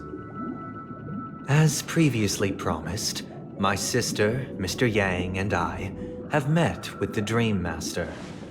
We delved into the truth about Penacony and its Stellaron, and have come to a consensus. Both I and the Oak family cannot acquiesce to your request. Just as expected. We acknowledge the perspective of you, Nameless. Penacony does require change, but not as you propose. The planet of festivities cannot and will not revert to a place characterized by chaos, disorder, or anarchy. Through your journey of overcoming obstacles, you must have glimpsed the essence of that era. The vulnerable ruthlessly eliminated, equality non-existent, common folk living precarious lives, eking out a dreary existence. Ultimately, only heroes like yourselves manage to achieve success. But I would dare ask, if you did not possess the special status of having a Stellaron, and you were but an anonymous and frail member among the masses, which Penacony would you prefer? A dystopia for the survival of the fittest, or a sweet dream paradise for all?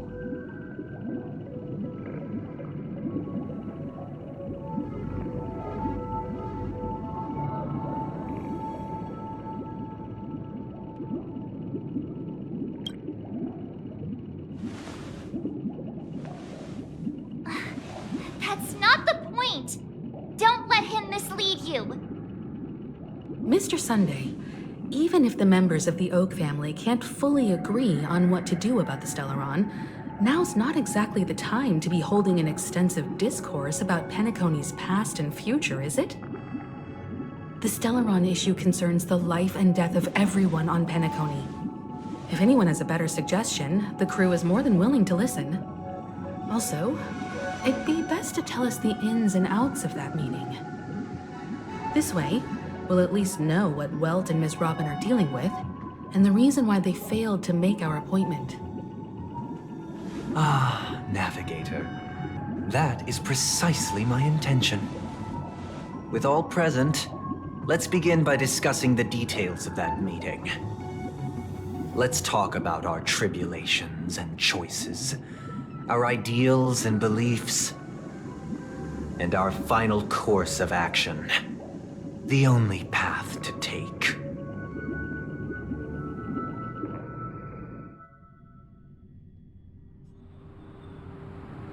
You mean to say that for the longest time, there have been scoundrels who would use the Charmony Festival that I have bequeathed to the masses as a tool to realize their ambition? Indeed, Dream Master. Once the Charmony Festival begins, the Stellaron's powers, along with the song, will be broadcast across the entire planet of Penacony. And then everyone in their dreams will be unable to awaken. This is indeed surprising to me. The dreamscape is maintained by the collective effort of the 5 families.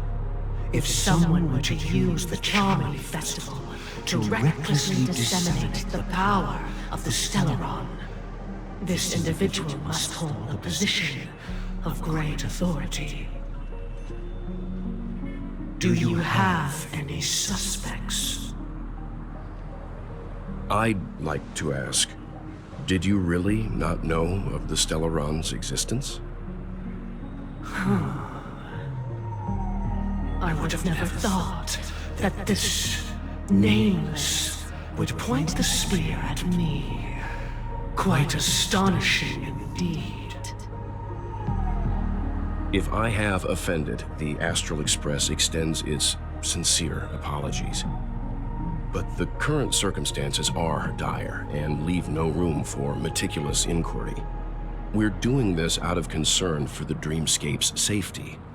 So, if you could, please alleviate our concerns. Dream Master, it's just to prove that the Charmony Festival has nothing to do with the Stellaron. If we're being overly cautious, I will return to the stage to offer tribute in song, just per the arrangement.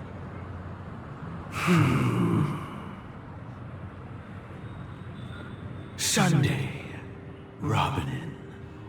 I've watched you two grow up and know your dispositions like the back of my hand. Both of you, right now, can surely be lauded as their most devout advocates. I already know your resolve. The magnitude of this matter is enormous and cannot be taken lightly. Since Mr. Yang has asked with such earnestness, I will personally respond in kind. If there is a need, the entire Oak family will be mobilized to heed your call.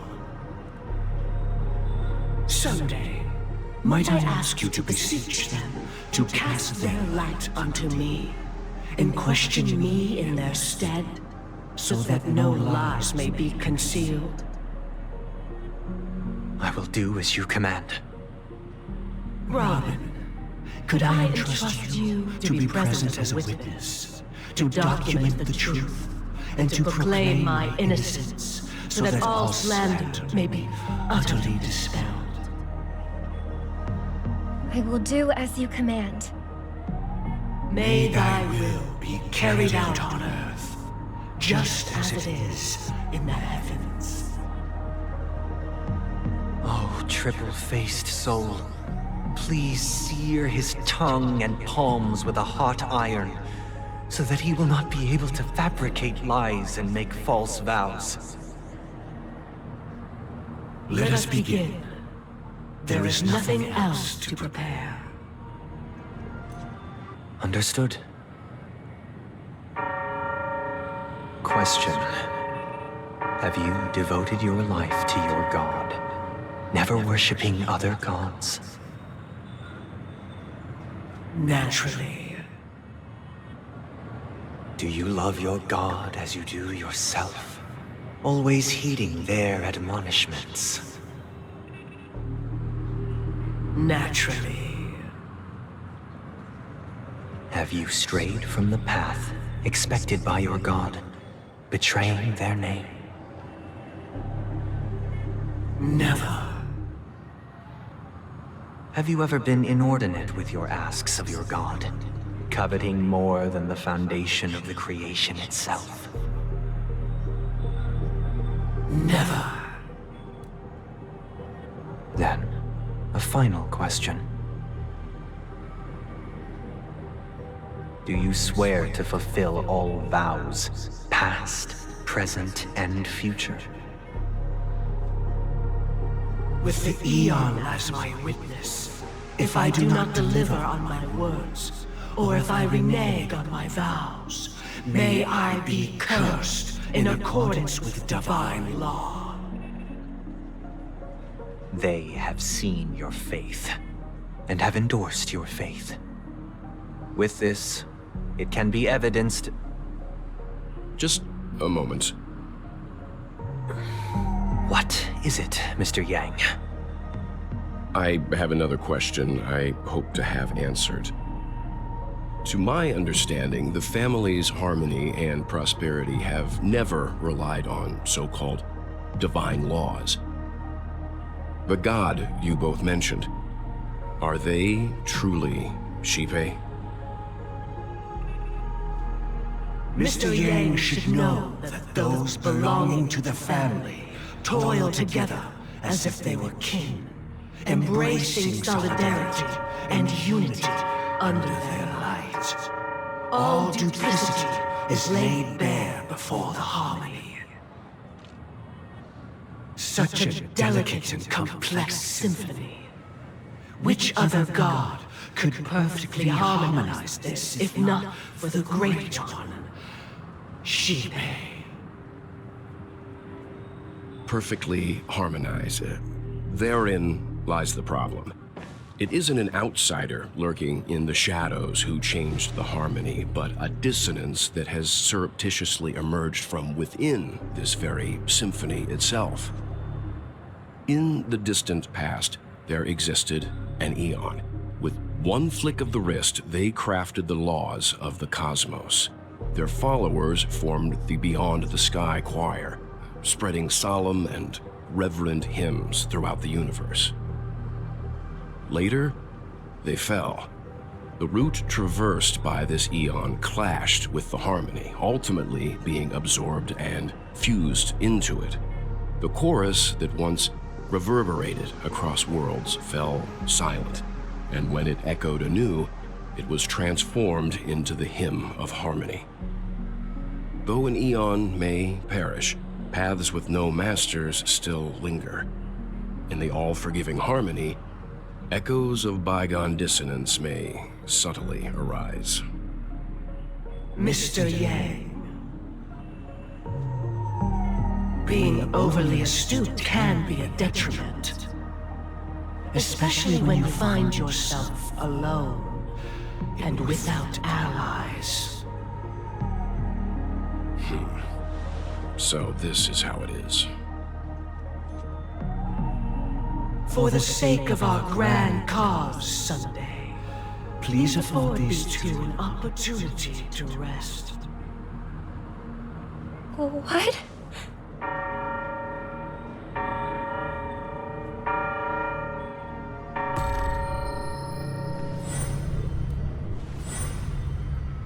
Sorry, Robin. It's just you. I did not wish for you to know this. It's a pity that things have turned out this way. So, this is the true reason I can't sing? The shadow that envelops Penacony is actually... We were never children of the harmony. Our ideal paradise could not have been crafted by Xipe. True bliss can only be guaranteed by the one who transcends the many.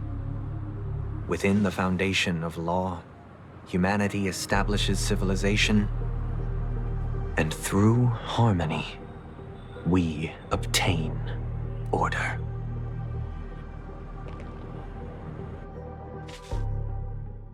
Unbelievable. To think that there would be remnants of the Order on Penacony. What have you done with Mr. Yang and Miss Robin? Don't worry. I just gave them some time alone to ponder their fates. You should know that these actions make you an enemy of the Astral Express. Should we need to stand against the Nameless, it would only be myself and the Oak family involved. But we haven't reached that point yet, have we? Your efforts for the justice of Penacony are evident to everyone, and have been widely observed.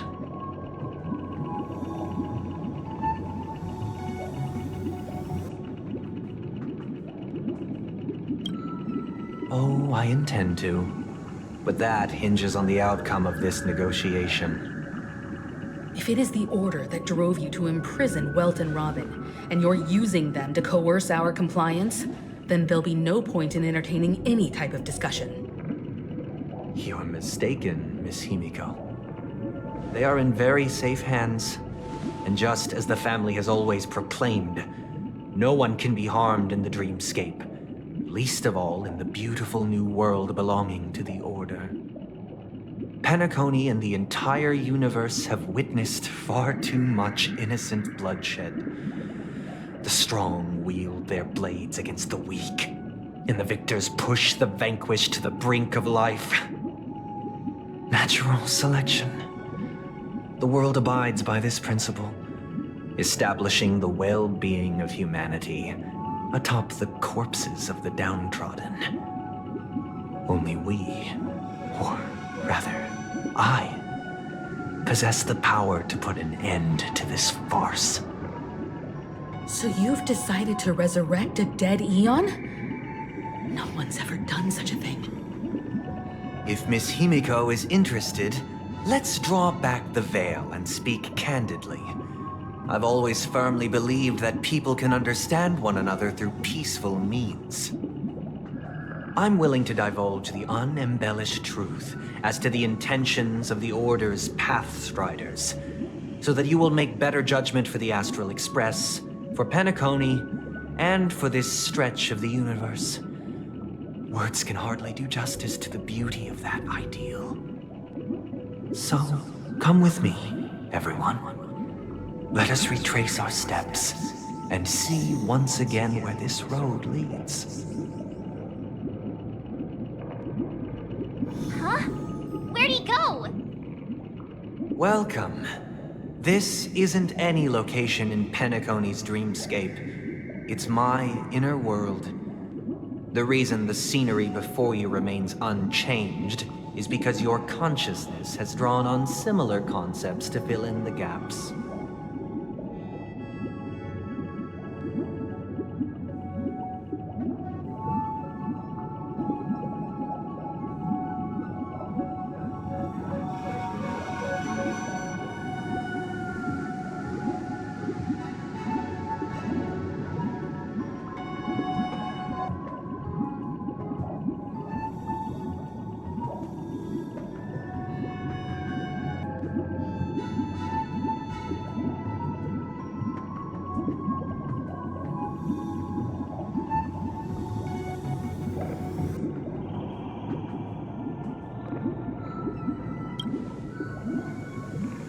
That means...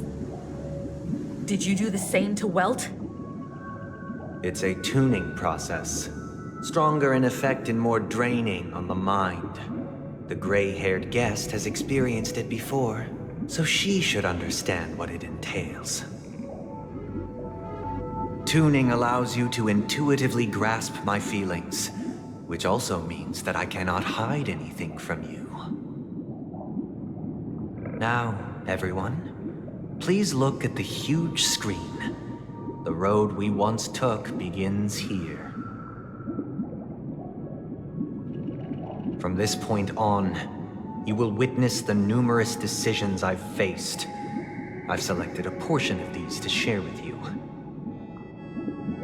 I believe after going through similar predicaments, you'll be able to better understand my thoughts.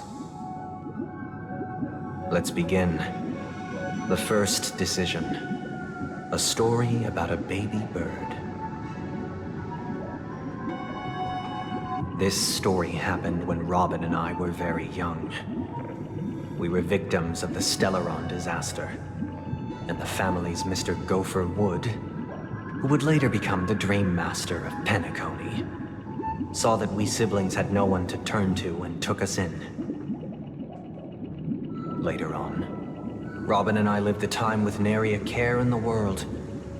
One day, after dinner, while my younger sister and I were lounging about in Mr. Gopher Wood's yard, we spotted a fledgling Charmony dove all on its own. That baby bird was tiny. It didn't even have all of its feathers, and it couldn't sing. When we found it, it was already on its last breath, having fallen into a shrub, probably abandoned by its parents. We decided to build a nest for it right there and then. However, thinking back, that winter was unusually cold, with fierce winds at night in the yard, not to mention the many poisonous bugs and wild beasts in the vicinity. It was clear that if we left the fledgling in the yard, it stood no chance of surviving until spring. So, I suggested we take it inside, place it on the shelf by the window, and asked the adults to fashion a cage for it. We decided that when it regained its strength enough to spread its wings, we would release it back into the wild. The tragic part, something that we'd never considered, was that this bird's fate had already been determined long before this moment. Its destiny was determined by our momentary win. Now, I pass the power of choice to you all. Faced with this situation, what choice would you make?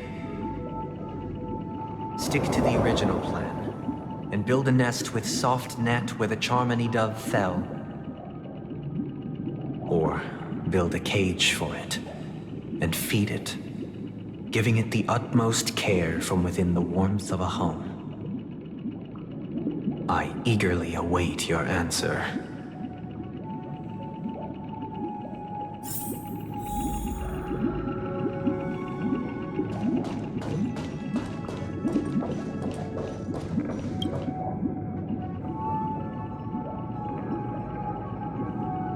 Interesting.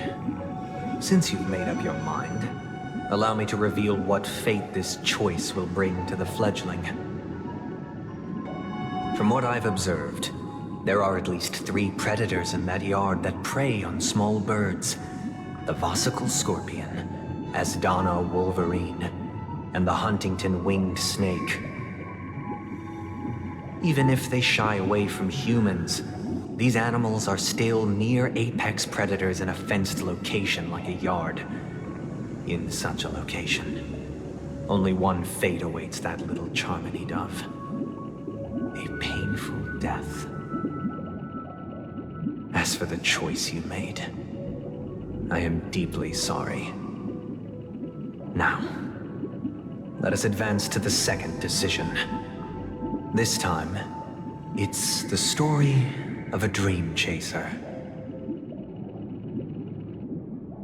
This story happened when I was appointed as Bronze Melodia, a position exclusive to the Oak family, charged with listening to the problems and vexations of Dreamscape residents, and providing them with the relevant guidance. It was during that period that I had the opportunity to hear voices from all corners of the Dreamscape. Joy, sorrow, arrogance, regret. The complex tapestry of human nature that formed the world. And I was fortunate to catch a glimpse of it. He was a dream chaser, and an illegal stowaway. Just like the rest of them, he came to Penacony in search of a better life, except that, to most people, the price he paid, I suppose you could say it was everything. He told me, I sold everything I could at home. The house, the land, even his 2 children. He said he could not afford to raise them, and that at least they could eat if they lived as slaves. He had a plan in place. He would buy back his children once he had made his fortune, and enjoy Penacony's beautiful dream with them. Alas, his plan to smuggle himself was somewhat clumsy, and he was sniffed out by those pig-headed hounds. After hearing the Dream Chaser's story, I immediately appealed to the Bloodhound family to cease their pursuit. That way, at least he could live peacefully. But I was still too naive to the ways of the world. I did not anticipate that what I thought was a kind gesture would later lead to dire consequences. I'll tell you the outcome soon. For now, I'd like you all to make a choice. Will you do as I did and try to convince the Bloodhound family to stop their pursuit so that the Dream Chaser may live peacefully and realize his wishes? Or will you remain silent, leaving him to languish while the hounds are hot on his heels until his inevitable judgment arrives? I look forward to everyone's decisions. Who knows? Perhaps they might even alter the outcome of this tragedy.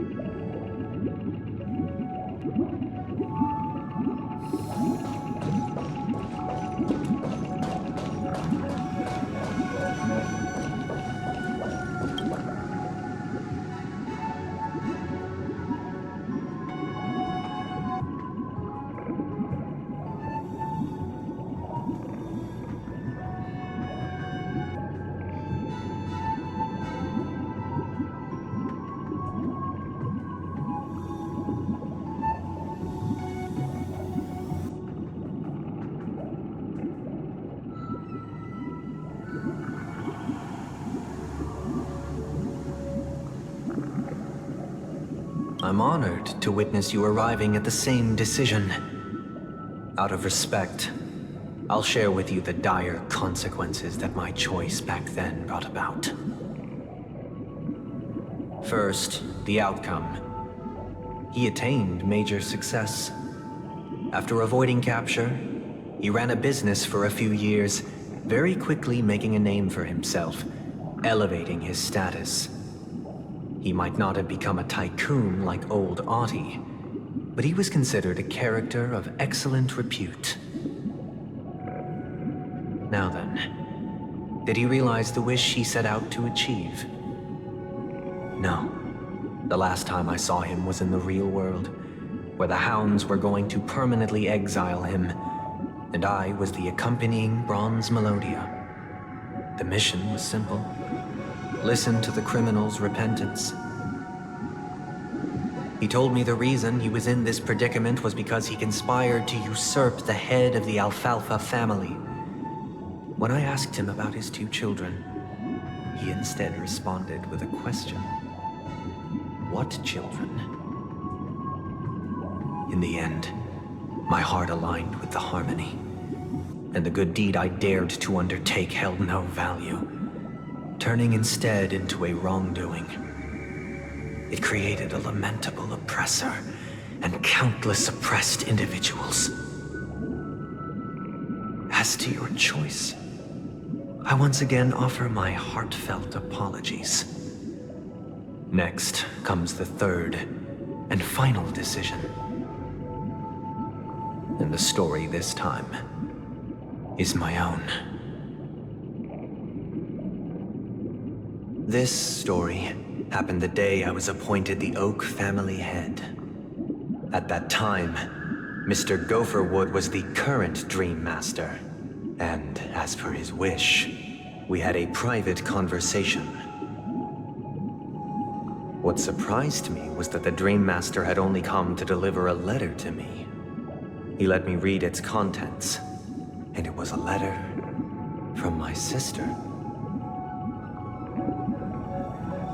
The letter contained the usual pleasantries, anecdotes from her travels, nothing out of the ordinary. Just as I started wondering how this letter related to our discussion, the Dream Master began to speak. Do you know who wrote this letter? My sister, of course. But why would you personally visit me to hand me a letter from my sister containing mere trivialities? To help you grasp the full scope of this issue. Do you know where Robin is at this moment? From what the letter indicates, she must be in Caspelina 8, correct? She's touring there right now.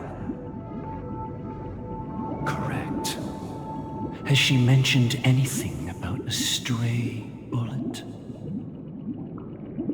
A stray bullet? What? A war has broken out on that planet. It is because of this very reason that Robin chose this destination. To spread the word of the Harmony. And to save the lives of that planet. She personally made for the front lines. She hoped to ease the people's suffering with song, and was willing to brave mortal danger to deliver the IPC's medical supplies. Unfortunately, stray bullets show no such compassion. Is she all right? If the operation was successful, she should probably be recovering in the field hospital.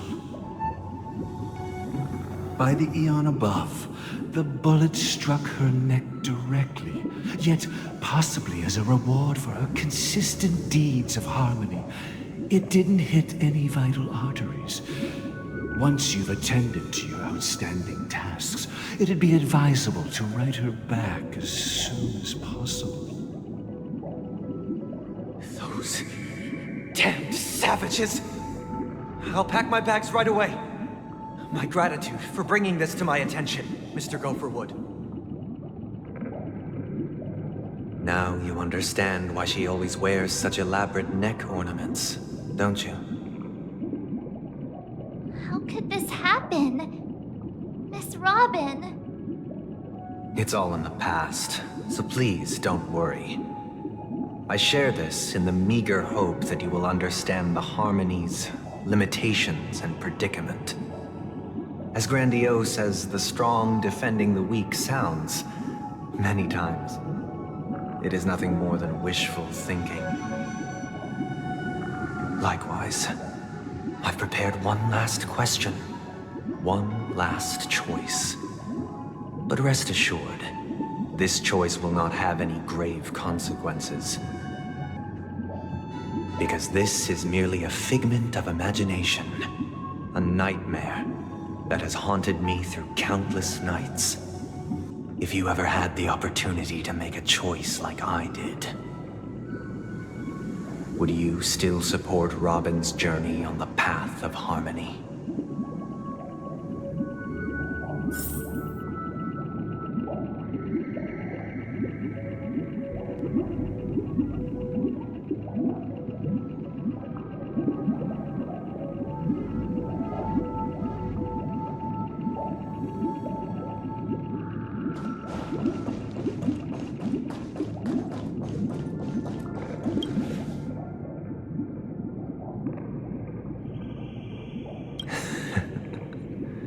I see.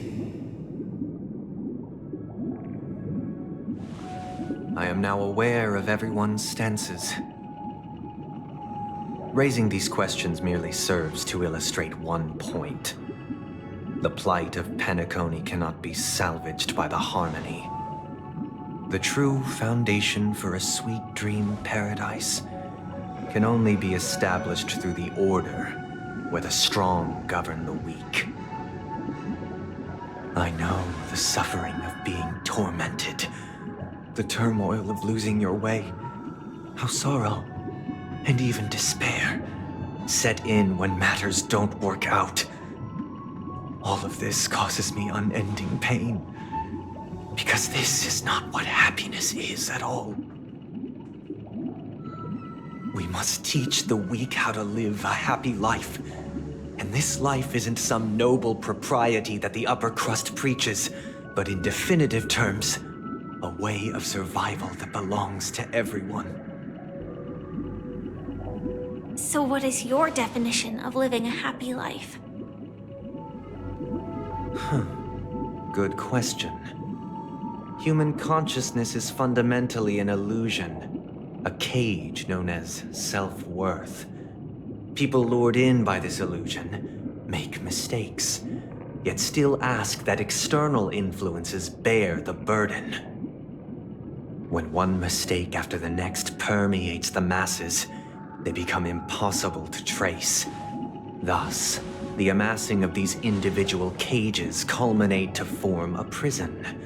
A place dictated only by the rule of survival of the fittest. Nature is always accompanied by predation and sacrifice. Its antithesis is known as order. That is what I want to do. Unite people's happiness under the banner of order. They won't need to make bitter choices any longer, nor face the weaknesses of humanity. They can cast aside their primal instincts to build a haven for mankind. Simply describing thoughts is far too abstract, so allow me to provide a simple example. As you all may know, there are societal norms like weekends and long weekends that exist on some worlds. During these hard-earned rest days, people are given the chance to extricate themselves from the stresses of everyday life, allowing a certain tranquility to return to their souls. And it is only on these days that people do not have to adhere to the law where the strong prey on the weak. They can live out their lives happily during these brief intermissions. It's just a pity that 2 or 3 days are still too fleeting compared to the span of a lifetime. From where I stand, society's ideal system should be 7 rest days. Following Sunday, there should ensue a second, a third, and indeed an infinite procession of Sundays. This should be the face of the new world. Idyllic, eternal, peaceful days. And thus, every person can return to their base selves in this utopia. Some gaze in reverence at the stars, pouring their whole beings into calculating the distance between us and the isolated world of Pagana. Meanwhile, some seek refuge in quiet corners, holding one another, unencumbered by the chains of unwelcome obligations. There would be no need to bear the hardships of reality. Only in this way can humanity face the inevitable end with the purest of spirit, living a life of dignity. This is what it is to live in bliss. Miss Firefly, you who are stricken with entropy loss syndrome, you of all would surely understand this.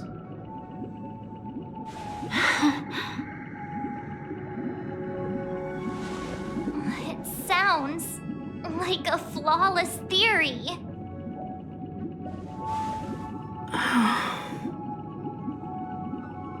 But what is the price to attain all this? The cost is minute, merely a personal and eternal sacrifice. If this paradise is to be maintained for everyone, someone must remain trapped in solitary awakening until the end of the cosmos. Awakening. Which means that this so-called paradise is still a dream. Stepping into this paradise means forsaking reality, correct? It is not forsaking, but transcending. Flesh, blood, sorrow, weakness. If the physical is the root of spiritual suffering, it is only logical that we defeat it. But in this supposed bliss, people won't have defeated their demons. The chance to overcome their tribulations would be forever lost to them. In other words, it is an escape. That's another way of understanding it. But there is no shame in escape. On the contrary, the seeds of escape exist in everyone's hearts. Don't you agree, Miss Firefly? And as to why we sleep, it is because we are afraid to awaken from our dreams. But this is not in conflict with the grand plan. Only in acknowledging this can we truly understand the frailty of human nature, and from there, show compassion and protection.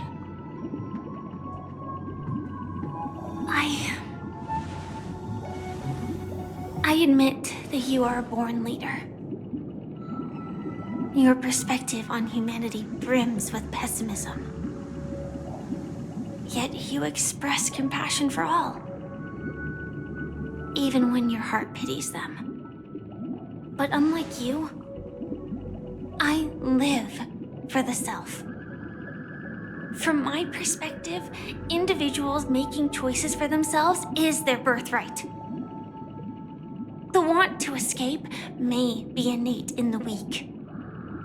But whether they are weak or not, it is not up to another to decide. Perhaps in your mind, you also view me as weak?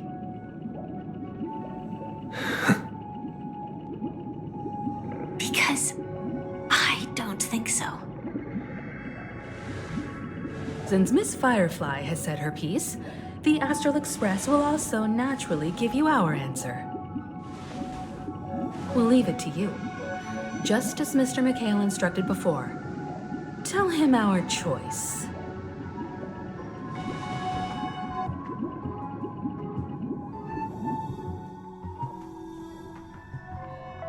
What is this place? Does this place ring any bells, Misha? I don't know, but I feel a sense of déjà vu. What is this place? It's the realm within a dream bubble. This was left to the Astral Express by a nameless, but weirdly, when we entered it, it was completely empty. Dr. Edward from the Dreamscape sales store told me that dreams are formed from memories, and a dream bubble can't take shape if its core is empty. So I thought you might be able to help us in unraveling this mystery, Misha. As a hotel doorman, you know Penacony best among us. I don't know much about dream bubbles, but if you want to figure out what this mansion is, I'll do my best. I'm counting on you then. Himeko, I still don't get it. Why were you so sure that Misha had a connection with this dream bubble? I wasn't sure. It was just a hunch. But since Misha feels familiar with this place, my hunch might be correct.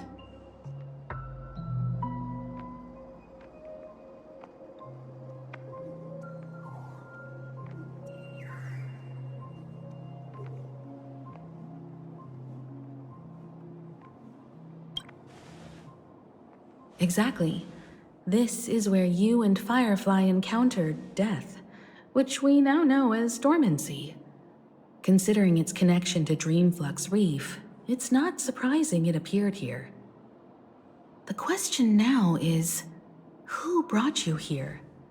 Based on the clues we have so far, it's unlikely to be that masked fool. So identifying them is crucial to us. We're drawing closer to the truth once more. Let's give Misha some time, as I believe he'll unveil the secret of this dream bubble. All right, but there are doors all over the place. Which one should we choose? Do you have any idea, Misha? I guess... maybe this way?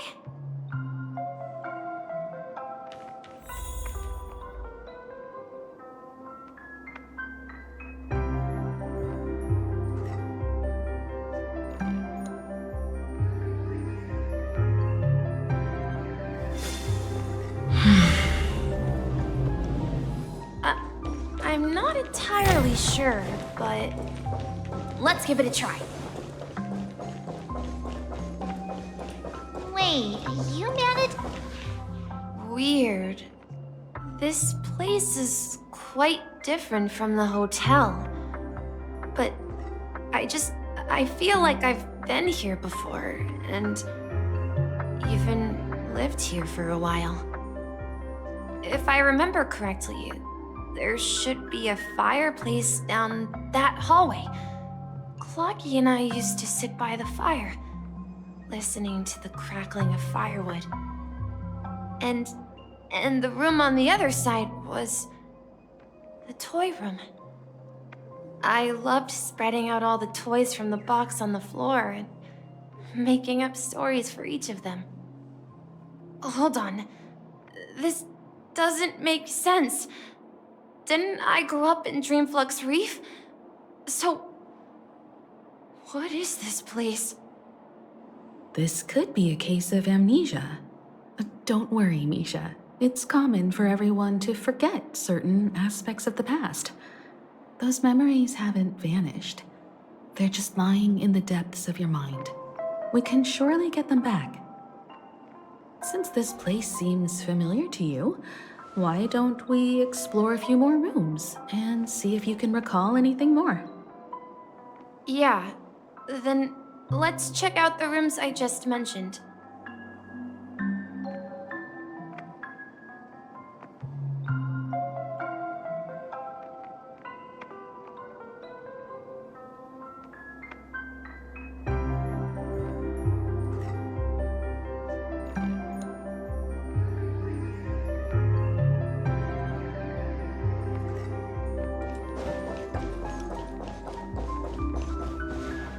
Mikhail, that's the name.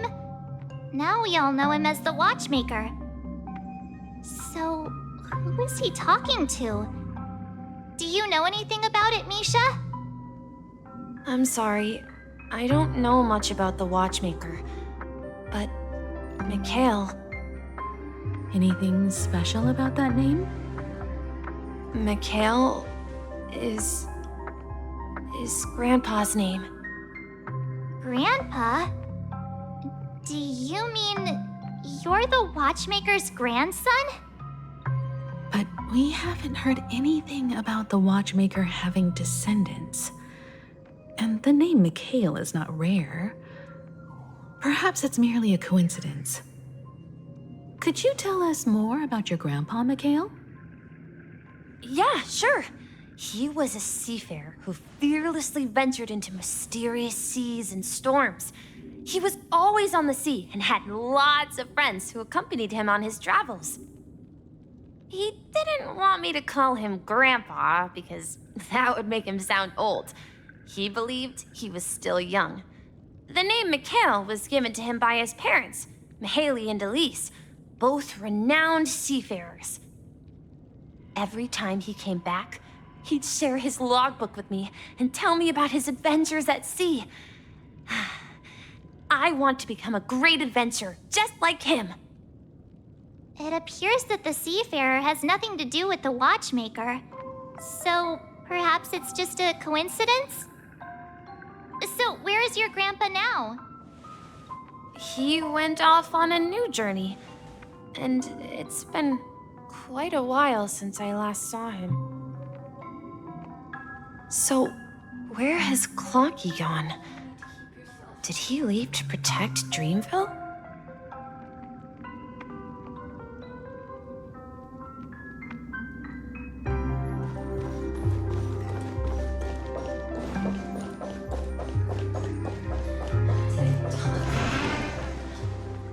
I heard some noises from the room. Origami Bird? That's a friend of mine. You and Origami Bird are friends? Yeah. It's a member of the Compass crew, just like Clocky and Miss Mirror. And there's more than just one Origami Bird. They are a big family with lots of brothers and sisters who look the same. They follow Miss Mirror's orders and handle all sorts of jobs on the ship. They're the best sailors. Sailors? Can origami birds be sailors? Could you tell us more about the compass, Misha?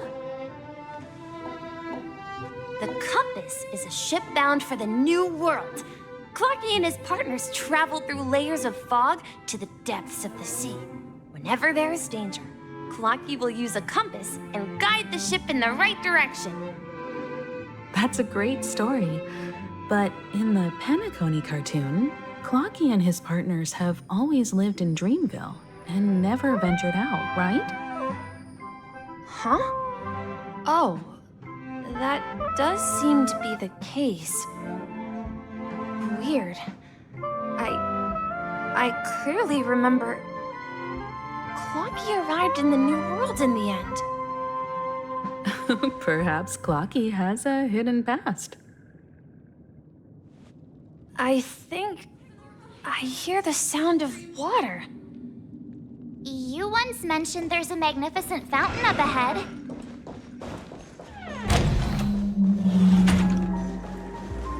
Look, there it is! The water resembles a precious jewel embedded in the dreams of all seafarers. Every time I gaze at the shimmering lights beneath the waves, it feels as though I'm back in this place, standing by your side. Have you recalled anything, Misha? Yeah, I saw these sentences in Grandpa's logbook.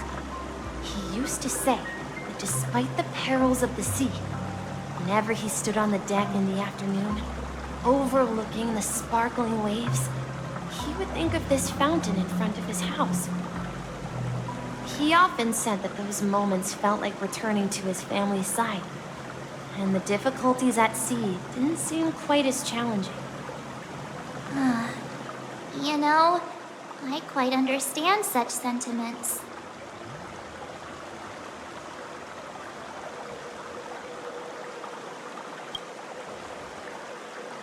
I'm not an elder. I was just being a bit sentimental. Perhaps every adventurer far from home carries a fountain within their soul. Even though the other side of the sea remains shrouded in the unknown, the fountain in front of his house serves as a compass, leading him back to his cherished ones. Yeah, while Grandpa was at home, we would stand by the fountain and place the compass, a toy boat that I made, into the pool. Back then, I would ask him when I could go on adventures like him, and he would always laugh and say I was still too young. It seems this Mikhail is truly a seafarer and has nothing to do with the watchmaker. Yeah. Based on Misha's recollections, the scenes in the dream bubble appear to be his childhood memories. But this raises more questions. According to Misha, he was clearly born on an oceanic planet and led an ordinary life, with no connection to Penacony at all. Could this be some sort of metaphor? Perhaps the sea refers to the memory zone. I'm sorry. I don't know, but my memories keep pouring out uncontrollably, like water flowing from a fountain. Perhaps I'll remember more things if we go further.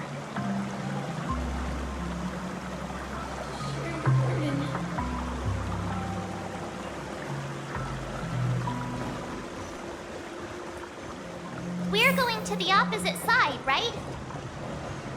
No, we should turn left here. Huh? Something feels different about this place. Up ahead is Grandpa's study. The atmosphere in this room feels totally different. Misha! You finally come! Clarky, you're here! Huh. Yeah. This is the room where we first met each other. Are those books on the bookshelf logbooks left behind by that seafarer? Yeah. Whenever he came back, he placed a logbook on the bookshelf in his room. They contain records of his expeditions to every corner of the world. He described our world as a fountain. At some point, the sea started to gradually swallow up the land where people lived. To ensure that everyone had land to settle on, he had to continue exploring the sea and search for the source of the rising seawater. On that day, he called me to his study, telling me that he was embarking on another journey. However, I could sense the gravity in his expression. It was the same look I had seen on my father's face before his final voyage. I asked him if I could go with him, but he said that my adventure lay elsewhere and told me to stay home and patiently await a certain sound at the door. What sound? He told me about a vast ocean in the sky. An ocean of stars.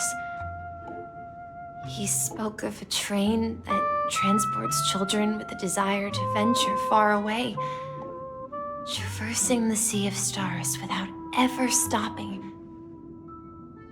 He said that he knew the crew on the train, and that he had asked them to take me along. He said the journey I had always dreamed of would start there. A train? Could it be? It's the Astral Express. I remember now. Grandpa's friends are a group of nameless who came to this world to resolve a disaster caused by a star. Then, he gave his pocket watch to me. It was his cherished treasure, appearing in every one of his adventure tales. He explained that difficult times were ahead, but assured me that the watch would guide me. He said, as long as I kept moving forward, I'd eventually reach my desired destination. And then, it was as if I heard the distant sound of a train whistle, echoing throughout the room. Exactly, Misha! And then we followed that whistle, didn't we? Yeah. I think I can still find the way we took back then.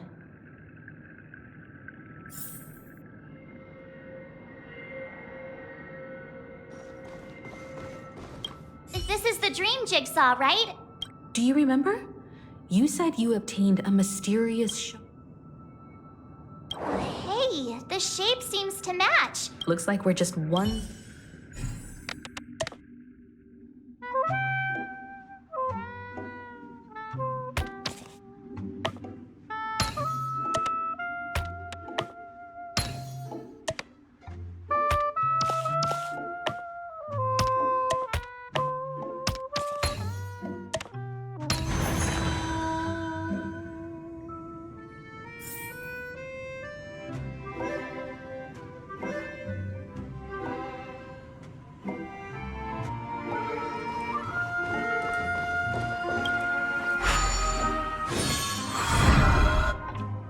This is it.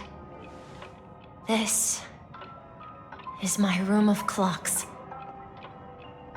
While I spent my time waiting for Grandpa to return from his voyage, Walter gave me this workshop, and it became my secret base.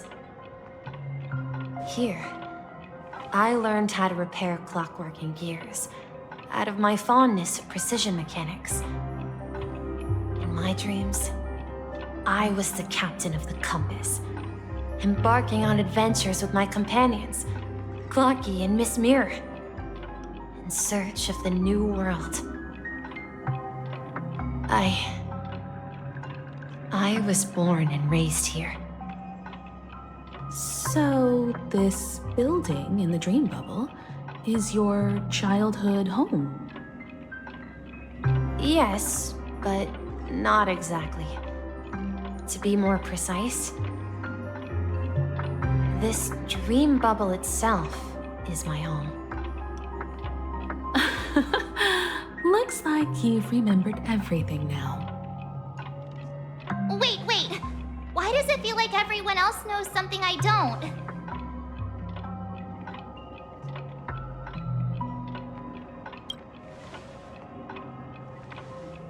Marge, do you remember when she mentioned the clocky that only she could see? Yeah, the little guy here, right? But we all saw him in Dreamflux Reef, right? And Mr. Yang even greeted him.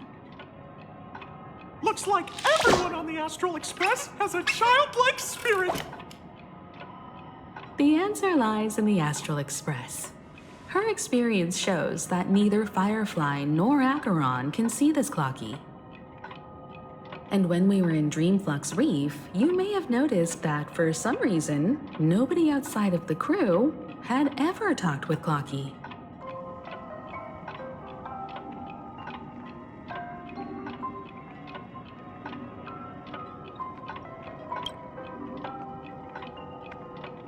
A mimetic life that can only be seen by a select few. It's just like a hidden message left by someone for the nameless. But Misha can see Clocky too, right? They even grew up together. But Misha hasn't started the way of the Trailblaze yet. That's the key to the mystery, March. Now take a moment to recall. Have you ever seen anyone outside of the crew interact with Misha? Wait. No way! That's the answer, March 7th. This dream bubble is the place where I was born. And I'm a dweller in this dream. Just like a memory zone meme. I should have stayed here and waited for you. But when reality and memories merged, I unconsciously pushed open that door and left the bubble with Clocky. So it's not that the Watchmaker's dream bubble is empty, but rather the stuff inside ran away? And the whistle you heard was the sound of the Express arriving at Penacony? That's one way to see it, but I believe there's a longer story behind all this. It's best for Misha himself to explain all the details. How about we start with your name? Now, should we call you Misha, or...? Thank you all for helping me rediscover my true self. Now, please allow me to reintroduce myself. I was born on Lushaka, in the Presmere system, adopted by seafarers Mikhail and Char. They gave me a treasure, a name that carried their hopes. Mikhail Char Legwork, or simply Misha. If you prefer, you can call me by a more familiar name. The Watchmaker. So, you're the Watchmaker himself? Unfortunately, that legendary figure is no more. I am only a reflection of his life. As for the child who has been with you, he's the innocent protagonist of Misha's childhood dream. Friend of Clocky. A young apprentice, and a future mechanic on the Express. And this also marks the beginning of his journey, devoted to the Trailblaze. At the end of the journey, I left this little flame, which I so cherished, in my deepest dreams. hoping to pass it on to the nameless of future generations. However, he somehow left the dream bubble and forgot all about his task. I apologize for all the confusion this caused. Because he was born with a desire to trailblaze, wasn't he? I don't think Misha has forgotten his role as a guide. He remembered it, and that's why he mistakenly appeared as a hotel doorman in her dream from the very beginning. The one who brought our unconscious friend here must have been Misha. If that's the case, we encountered the Watchmaker's legacy from the beginning, didn't we? Well, I have a sarcastic friend who says I always take big detours and end up back where I started. Perhaps that's what every nameless has to go through. But in the end, you found me. I'm sure you're all wondering what my legacy is. I believe my hound has mentioned the Stellaron and my wealth. If I may apologize, the Stellaron part is real. As for my wealth, however, it's nothing more than a baseless rumor. I left my homeland as a child and embarked on the journey of Trailblaze. I traveled to various planets until finally reaching Esdana, where my friends and I built the original Penacony and fought for its future ever since.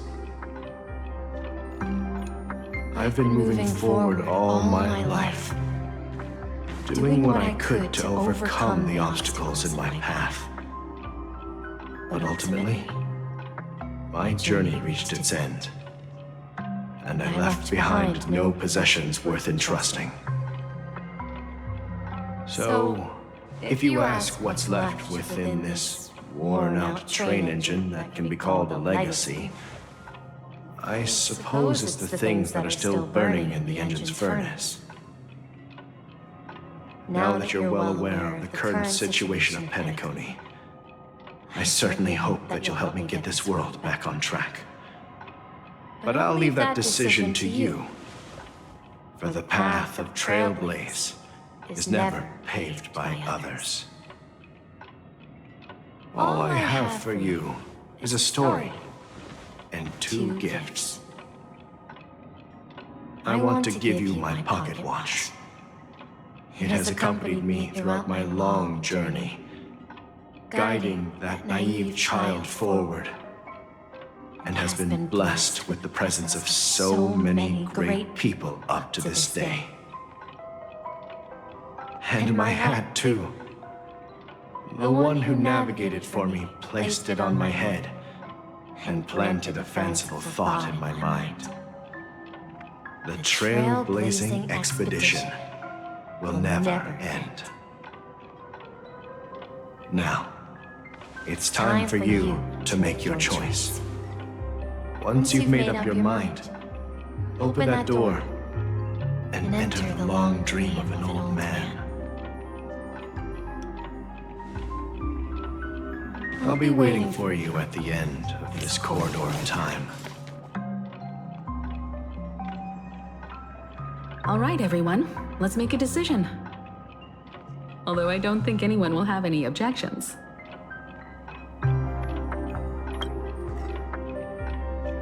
Come on, stop joking at a moment like this. We've come this far. Surely there's no other option than moving forward. In that case, the vote stands at 2-1. Then let's proceed together to the end of this stream and tell Mikhail our decision.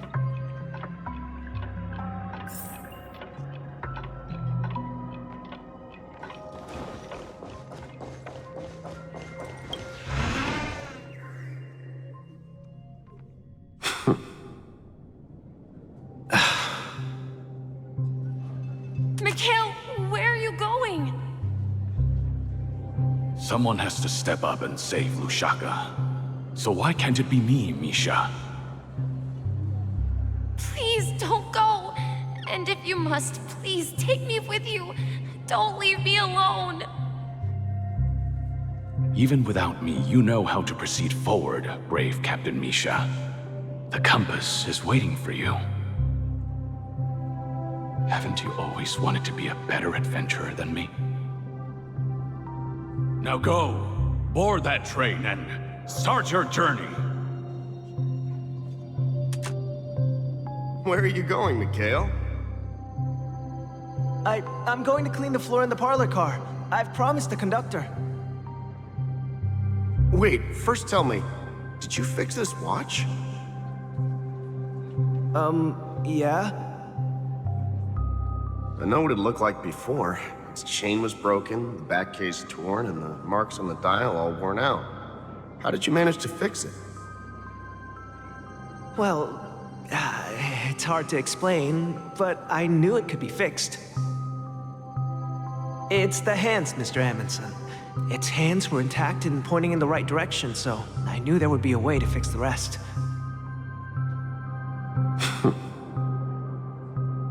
I see. You'll work with me from now on. Haven't you always wanted to tinker with this train? You're its mechanic now. As for the conductor, I'll do the talking. But I only know how to fix watches. Don't worry. You've got what it takes. I'll teach you what you need to know. Where are you going, legwork? It's time to head to our next stop.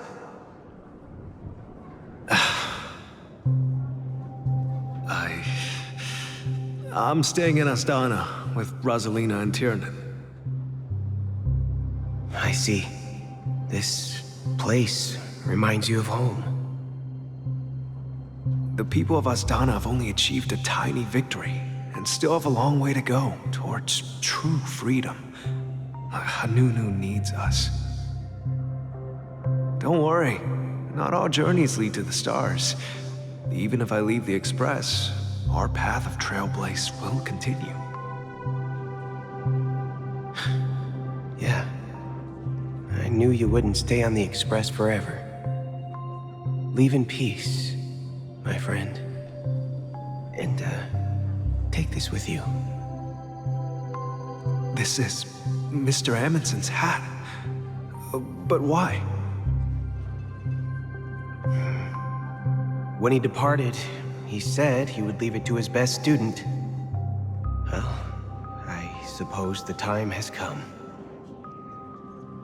Farewell, legwork. Take care of Tiernan and Rosalina.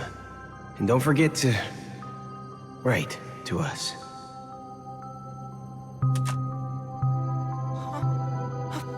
Where are you going, watchmaker? Don't worry, Micah. Just going on a little trip. Someone has to be at the forefront of the interstellar frontier, and I'm the only former nameless in Penacony. So why can't it be me? Because you're all we have! Have you forgotten about Tiernan? The cosmos is way more dangerous now. What will happen to Penacony if we lose you too? But what will happen to Penacony if we don't find a way out? Tiernan. How could I ever forget him? I've spent countless sleepless nights asking myself why I didn't go with him back then. We Nameless won't stop. Don't worry, Micah. It's just a matter of getting back to my old profession. Just wait for me to come back. But if, and it's a big if I don't come back in one piece, then you'll become the next watchmaker. Where are you going, old man? Oh, you're here. Answer my question. What are you up to? Relax, Gallagher. I just came up with a great idea. Wanna hear it? Oh, come on! Aren't all your ideas just ways to get yourself killed? I may be blunt here, but you're the last remaining hero in Penacony. If you die too, the secret of the Stellaron will go to the grave with you. Yes, I'm afraid there's no way out in Penacony, so I'll have to consider alternatives beyond Asdana. We'll organize a festival using the Watchmaker's legacy as a facade, and send invitations to the entire cosmos to gather people here. So, a desperate struggle against the family? Desperate? Don't we have you here, my friend? This task is challenging, but what hasn't been challenging for us along the way? Well, whatever you do, remember, make sure to send an invitation to the Astral Express. Misha! Where are you going? Oh, it's you, Clocky. Take me to Dreamflux Reef. Last night, I had a long dream about the day we met. I want to write down that dream. Write it down? Why? Oh, so I won't forget it. Do you remember how you got your name, Clocky? Of course! You told me that when you were a kid, you lived in a room full of clocks. Those wall clocks and pocket watches grew up with you and were your best friends. Yes, but what I didn't mention was there's a funny misunderstanding behind it. I was a kid, and there was always a special pocket watch in my memories. It was with my grandpa, guiding him on his sea voyages and leading the way in his every adventure story. I wanted to have a pocket watch like that too. And that's when you appeared in my dreams. Yeah. Every night, we boarded the compass and set sail together. But you know what? It wasn't until the day my grandpa gave it to me that I realized it wasn't a pocket watch at all. It was a compass. So, your name should have been Compassy. And the Watchmaker is just a nameless.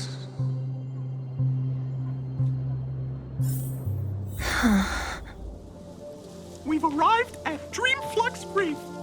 So, where to next? You know, Clocky, I don't think I'll be going anywhere else. Please, wait a sec! Please, wait a sec!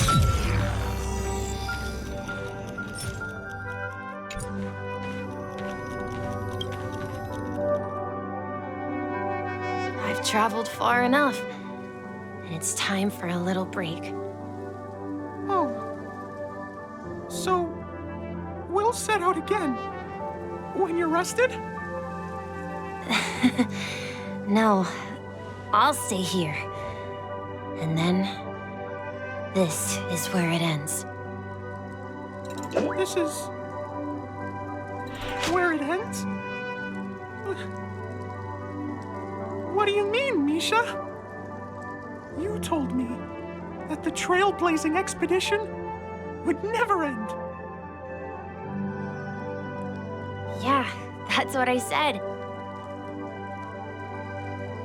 So now, it's up to you to decide your next destination. My next destination? What What's that supposed to be? I've been following you. Misha? You're acting weird today. If you're feeling down, we can just do what we usually do. With the clockwork. No, I'm not feeling down. As for clockwork, yeah, it resolves all problems in this dream. So, do you know what clockwork actually is? I'm not quite sure. Well, everyone gets lost at times. They may hesitate and doubt which way to go. That happens in this dreamscape and beyond. But don't worry. Everyone goes through moments of uncertainty and hesitation. Eventually, they gather the courage to make bold decisions.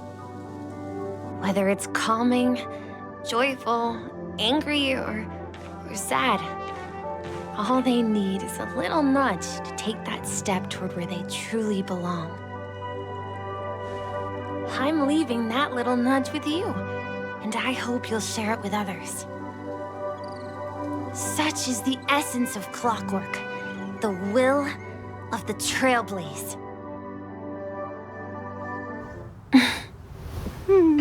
Clocky's hands spin around non-stop, indicating confusion, frustration, and weakness. But ultimately, people still need to move forward. Just like your hands, always pointing ahead. This is where my journey ends. From now on, it is your path to walk. Trailblazing means taking paths your predecessors forswore and venturing even further. The Penacony in Mikhail's dreams does not belong to order.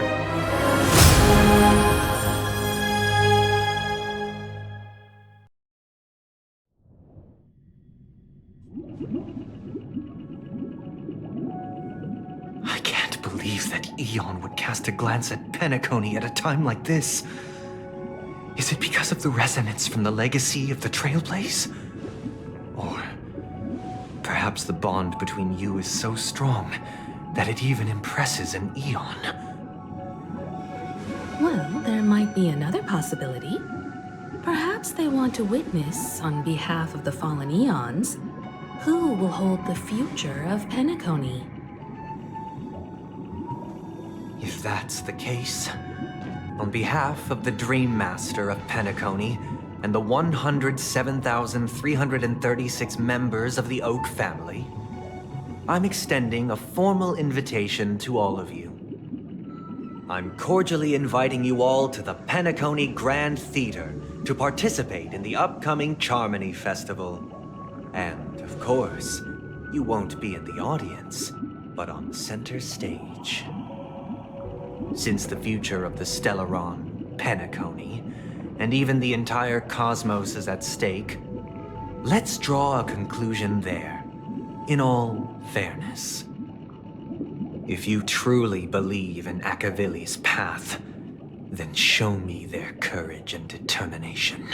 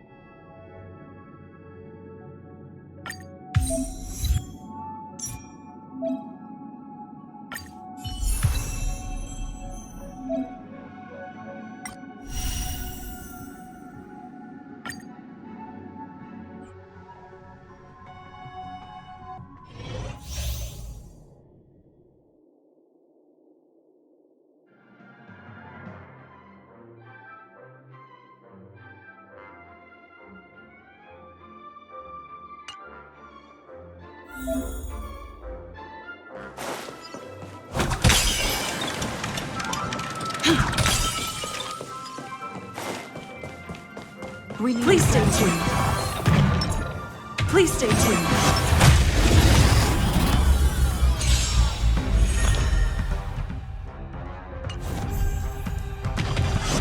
It's nothing. Confidence. Time to test our rapport. Let's improvise. It's time. Step up, let's see. Enemy targets detected. Do you admit this crime? Enemy data secured. Net markers activated. Time for a good old counterattack.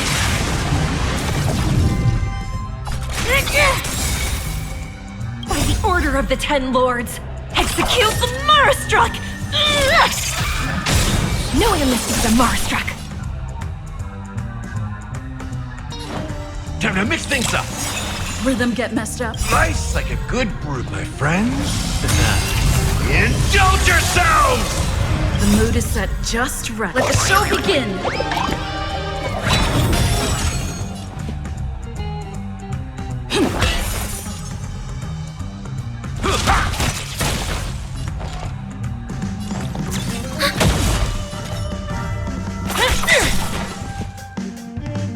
Dreams do come true. Commencing support. Ready for another? In the mood for another beating?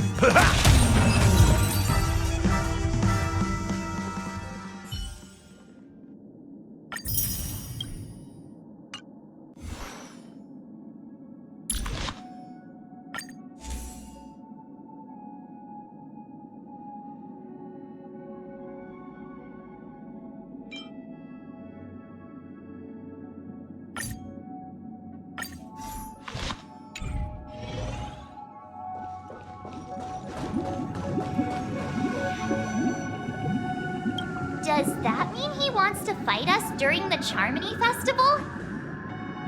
I'm afraid so.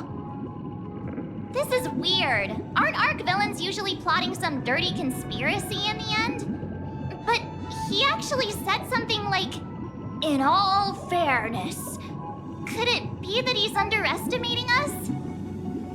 Well, in my opinion, Sunday is deeply committed to his own philosophy and genuinely wants to prove that the Order is right. I sensed a strong conviction and a desire for dominance in him. Maybe he won't accept the outcome unless he wins fair and square. That's why he'll give it his all in the upcoming battle.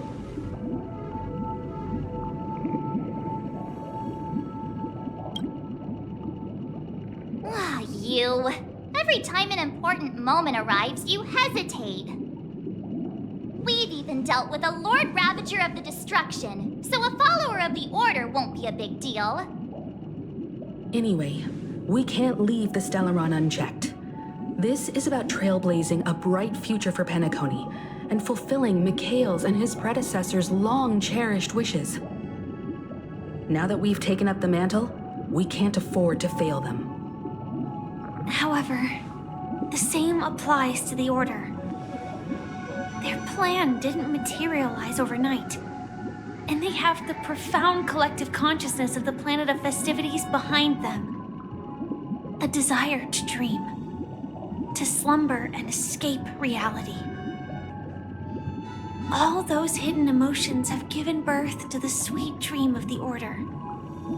They've harnessed the will of an entire planet to create an Eon. This confrontation is far more complicated than a simple power struggle. To secure Penacony's future, fighting on the stage alone is not enough. What do you mean? Are you not coming with us? I believe Firefly is trying to say that she's heading off to another battle.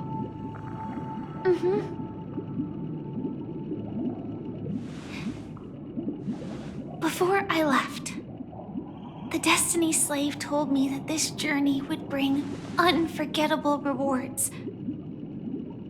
Even though the script he gave me only had a few lines, I couldn't ignore them. Because one of the lines said, "I'll experience death 3 times in the land of the dreams." 3 times? be serious, right?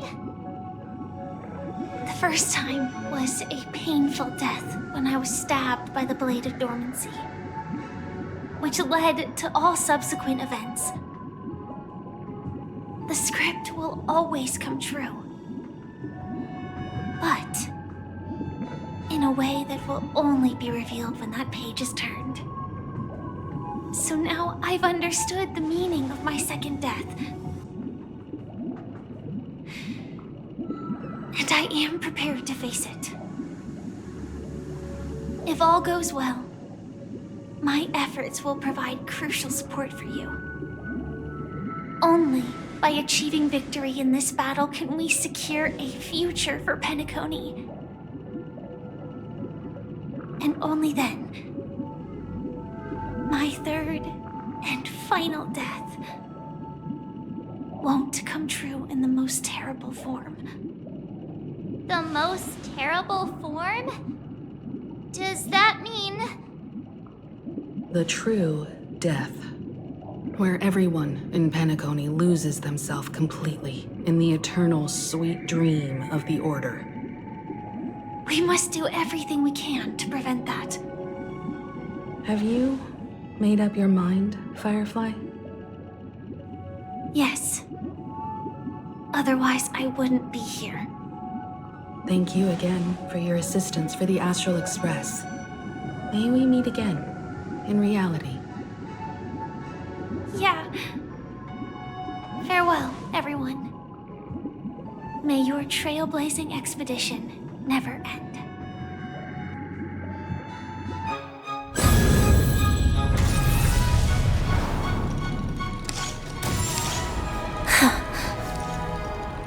I dreamed of a scorched earth. Everyone, are you ready?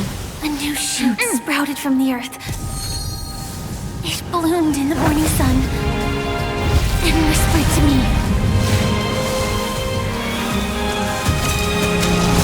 Like fireflies to a flame, life begets death. May we meet again in reality.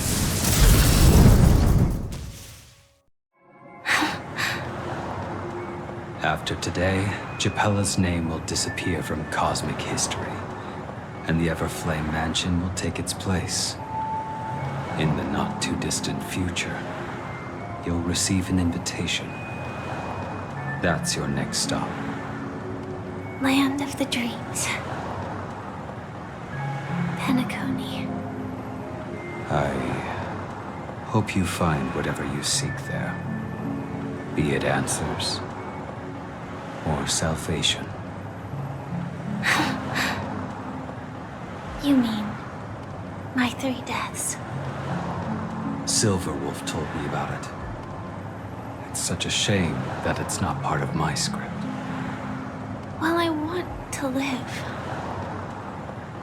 I'm never afraid of death. The opposite of death is eternal life, and that's something I'll never desire. People die, and I am no exception. Death is like a script, a fate that cannot be defied. But that's exactly why we have to choose where we want to rest forever. Do you exist just to perish? Are you not the same, Blade?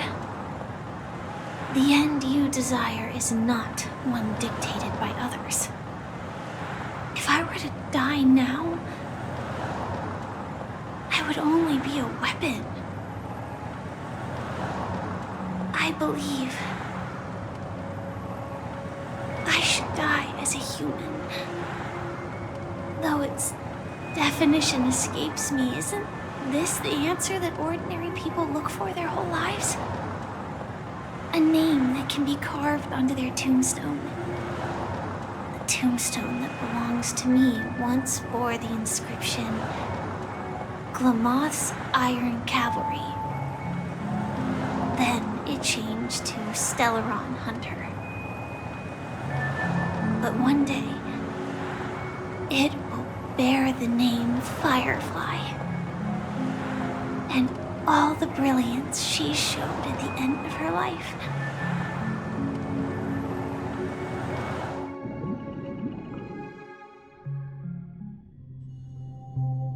That's quite unexpected, old man. Who would have thought your crazy plan would actually work? Do all you nameless fools just act on a whim? I can sense that this false sweet dream is coming to an end. The nameless may be young, but they had the ability to achieve this goal. Just like you did in your time. It's a shame you won't be able to see it firsthand. Maybe I won't either. Once something fictional is seen through, it ceases to exist. Yeah, not just those nameless. Even Mr. Wings is just like you. Stubborn, won't listen or give up, no matter what. Well, fate is unpredictable, I guess. If we weren't bound by those cursed paths, maybe we could have had some good talks. But in the end, we managed to do it. And now we can find solace. Remember how those idiots cursed us? They said, "Go to hell, you worthless traitors." Well, I don't know if they really meant it, but if longing for freedom means going to hell, then I'll be joining you soon, you fool. Let's get together and have supper again in hell. Oh, I almost forgot. There's one more thing. Here's to you. A glass of hello and goodbye, Trailblazer. To the imperfect tomorrow.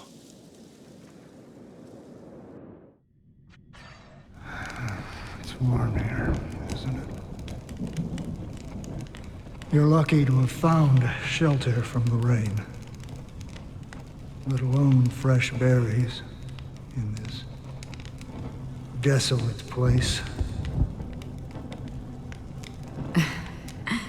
I was just following the scent of life. It's particularly strong in a place like this. It's a shame these berries don't have much flavor. Seriously? In case you didn't know, this fruit is pretty juicy. The only downside is that when you chew it, it becomes extremely spicy.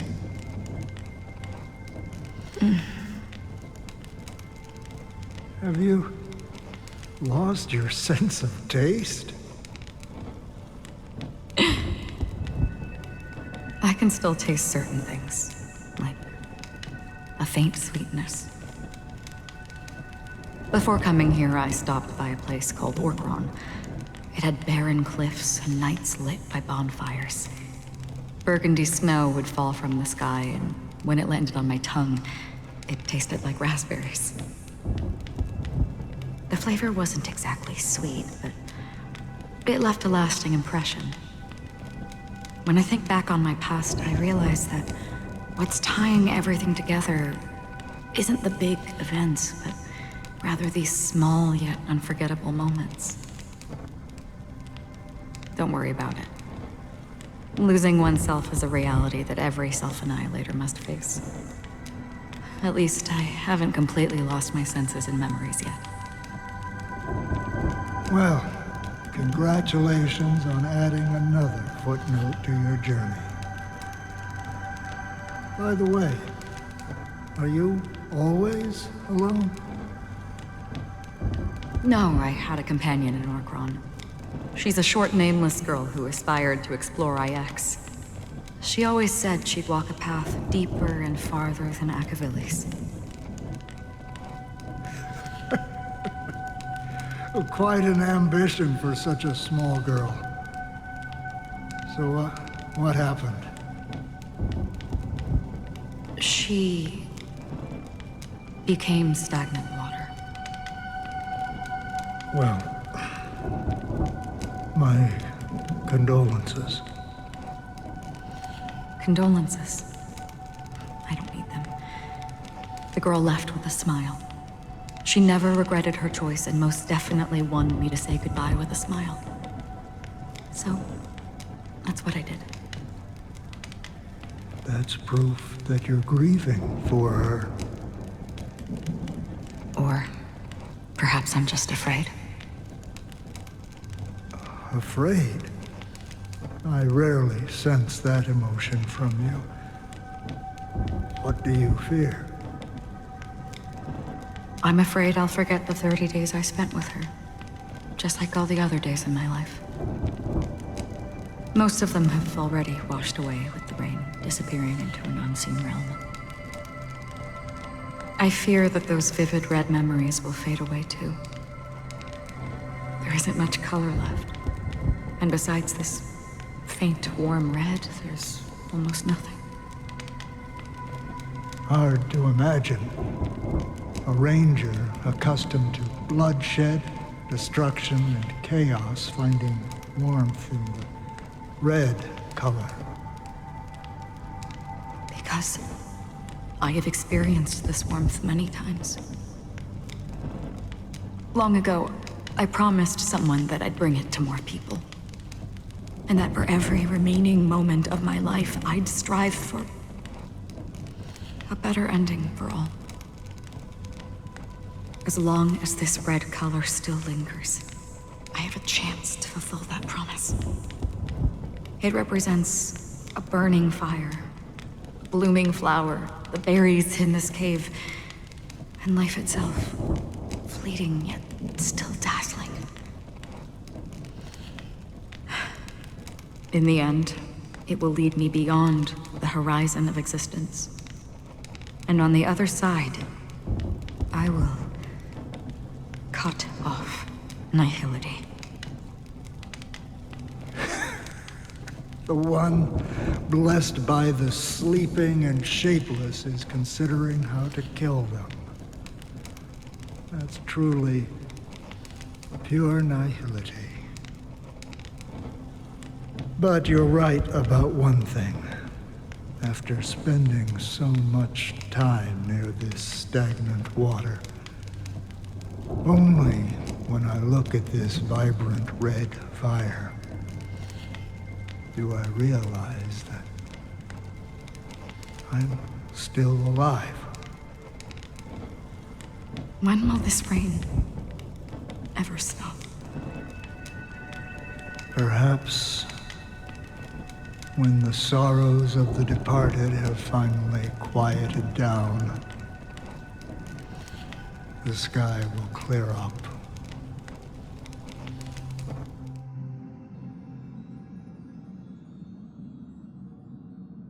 Have you heard of a planet named Biari Scamandros, Don Hung? It's one of the Paradise Kingdoms under the influence of the Harmony. A sought-after wonderland for the inhabitants of the Dardanu Major and Minor systems. Half an Amber Era ago, the family held an unprecedented festival there. And after that, everyone on the planet became part of the family. Do you think the same thing will happen on Penacony? Yes. Or how else can we explain it? The family deliberately used the Watchmaker's invitation to keep all the Pathstriders here, but banished the Emanator of the Nihility. Because of the nihility, I'm rarely affected by the power of other paths, but somehow I can unconsciously infiltrate them. Maybe that's the risk they're trying to avoid. I would disagree. Biari Scamandros is not part of the credit system or connected to the Silver Rail. It's nothing more than a remote civilization sheltered by the Harmony. But Penacony is different. If the family messes with Penacony, that would be like declaring war on almost half of the factions in the cosmos. They have no reason to do that. No, they don't. If they truly serve the Harmony, that is. What do you mean? The path in Penacony is impure. The harmony here has impurities. Do you remember the ancient swarm disaster? Tazerond, the propagation, brought endless havoc to the universe, and it eventually evolved into a fierce battle among all eons.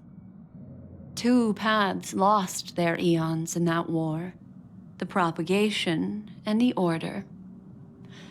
Coincidentally, their downfall is related to a certain eon. Shipe, the harmony. Legend has it that they participated in the crusade against the Imperator Insectorum and devoured Anna the Order for unknown reasons. Holy forgaroni. So you're saying that the 2 leaderless paths are working behind the scenes? But I don't see any descendants of the propagation in Penacony. Could it be that the remnants of Beyond the Sky Choir are hiding within the family, trying to resurrect a fallen eon? I can't say for sure, but they're definitely planning something for the Charmony Festival. This is getting way too complicated. Is this why you want us to leave Astana right away? Are you giving up? The Charmony Festival will start soon. There's one thing that I need to confirm no matter what. A warp jump is the best way to do so. Time is running out. I have another plan.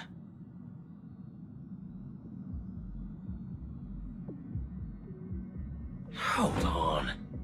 Are you thinking of using the Jade Abacus of Allying Oath? Exactly. The assistance from the Lawful Cloud Knights would be enough. Think it over carefully. You can only use that once in your lifetime. I have considered it thoroughly. My companions are...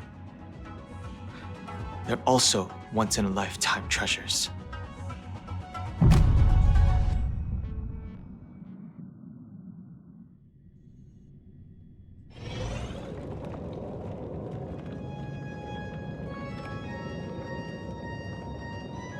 Are you the only one here, my child?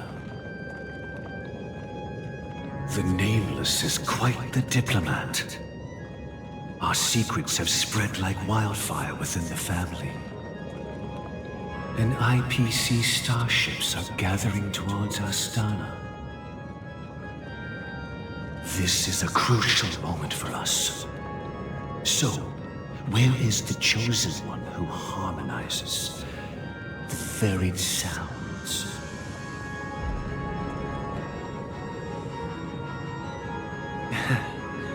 What do you mean, Master? I'm right here in front of you, aren't I? You know, she was supposed to be the star of the Charmony Festival in our plan. But the plan has changed. As her brother, I know she doesn't want to sing for the Order, so I'll take her place. You've always been wise beyond your years. I'm sure you understand the consequences of your choice. If you consider this a betrayal, well, there can't be 2 suns in the sky. I'll step up and take down the other sun if necessary. Do you believe in karma? If karma exists, then everyone has their own karma. You have yours, and I have mine. And my karma has nothing to do with you, Mr. Gopherwood.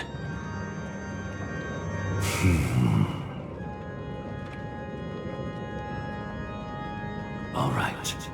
Since you're willing to sacrifice yourself for her, I'll grant your wish. Well, the compromise came sooner than expected. Why? You and your sister were born as twins of the Order. And one of you is destined to follow this path to the end.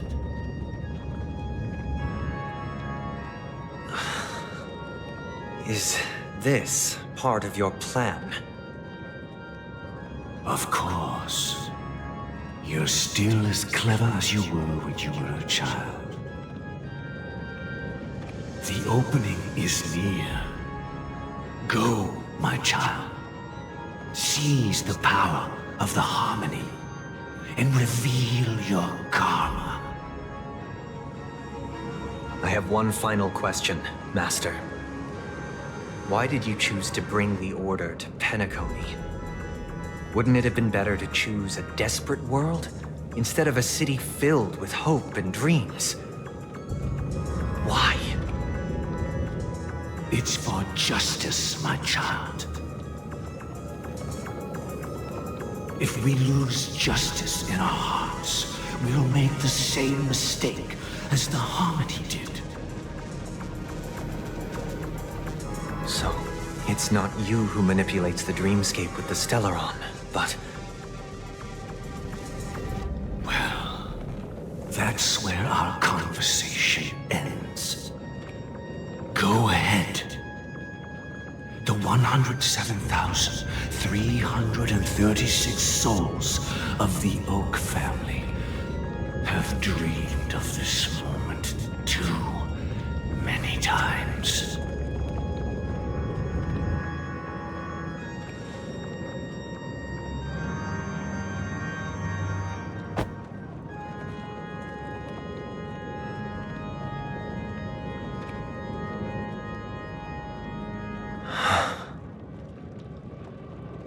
I shall ascend to the heavens, becoming the scorching sun. Bathed in my light, my people shall flourish, while all evil shall be eradicated.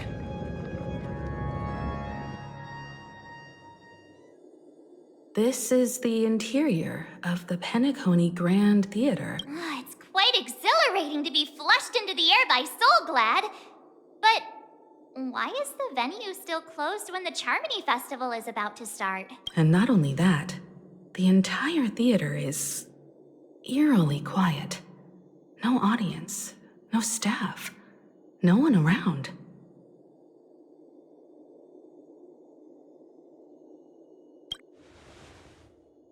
Yeah, I wonder how many tickets... Hey, that's not what we should be concerned about! Let's explore around. Be careful, everyone.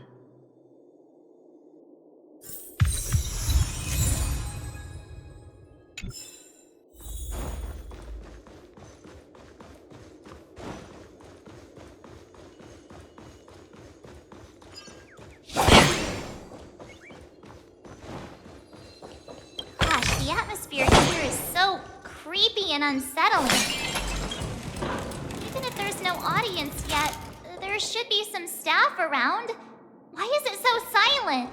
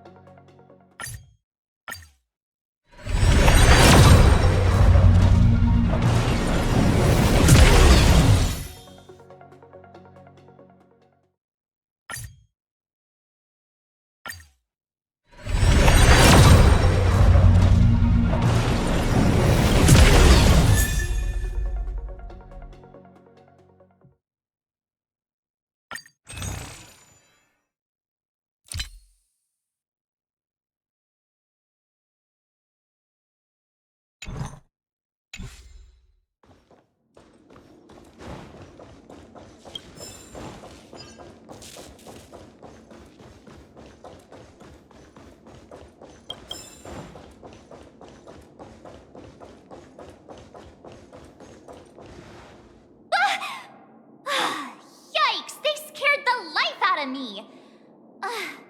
Why are there so many puppets at the ticket office?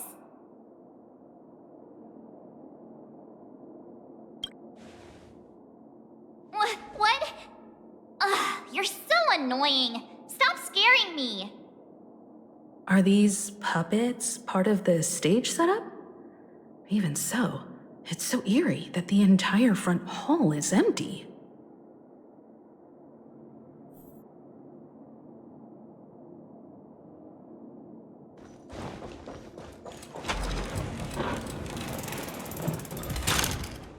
Something feels off. We're in the right place, right? There's no other grand theater in the dreamscape. So Sunday's messing with us? He said we'd have a final showdown on the stage, but why is there no one here? My apologies for the delay, March 7th. You scared me. Where are you now? I'm waiting for you behind the curtain. Following the Asdana tradition, I invite you to enjoy a stage play in 3 acts before the festival begins. History is a mirror reflecting the universe's true essence. Let's use this opportunity to delve into the rich history of Penacony and the eons. Within it, naturally, the future takes shape. Let us commence with the dawning of the world. After the Dusk Wars, darkness veiled the sky, and chaos consumed the earth. Enna the Order emerged, destined to restore all existence. That marked the first day.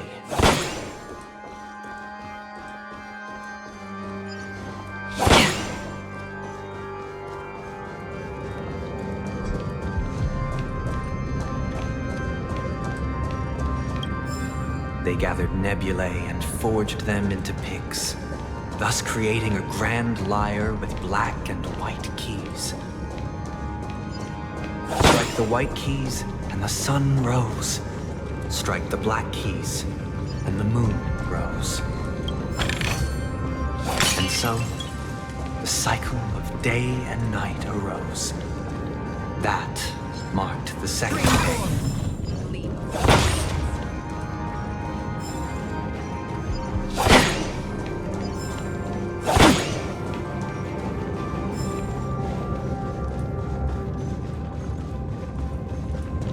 The puppets are gathering around the frame. Are they expecting us to enter?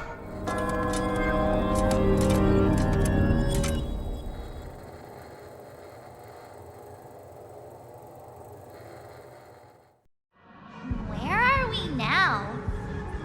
The atmosphere here looks similar to Sunday's inner world. Perhaps this so-called stage play is created with his abilities. This act is named Ode to Prisoner. Given the atmosphere here, I believe it's about Penacony's past. I thought things were finally looking up as I managed to dodge prison during my recent trailblazing expeditions. But now it looks like I'll be back behind bars again. I genuinely wish to avoid a violent clash with my esteemed guests from afar. Therefore, I've arranged 3 acts before the situation becomes irreparable. Where shall we start our narrative? Well, let's start with the time when Penacony was still a frontier prison.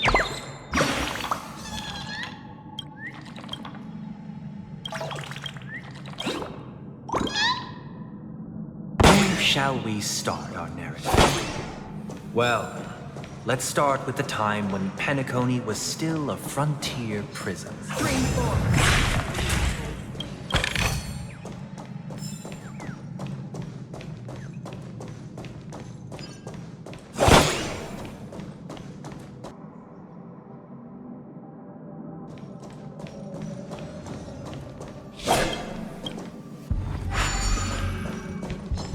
forks gleam the gold blades.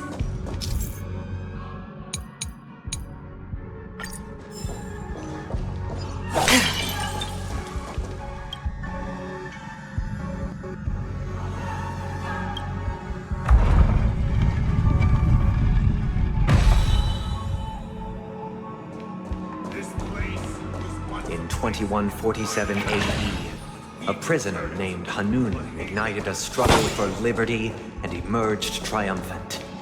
IPC referred to it as the War of the Frontier, while the Asdanians dubbed it the War of Independence.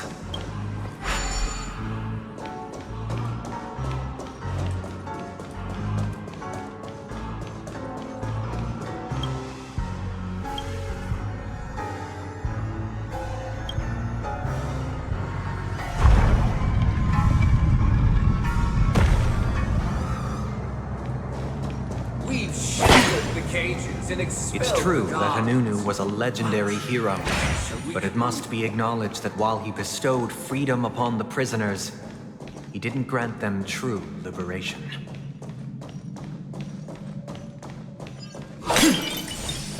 Thank you for staying here, honorable travelers. The three nameless stayed on the planet, endeavoring to spread the tenets of Trailblaze throughout the frontier prison. Alas, their efforts proved futile.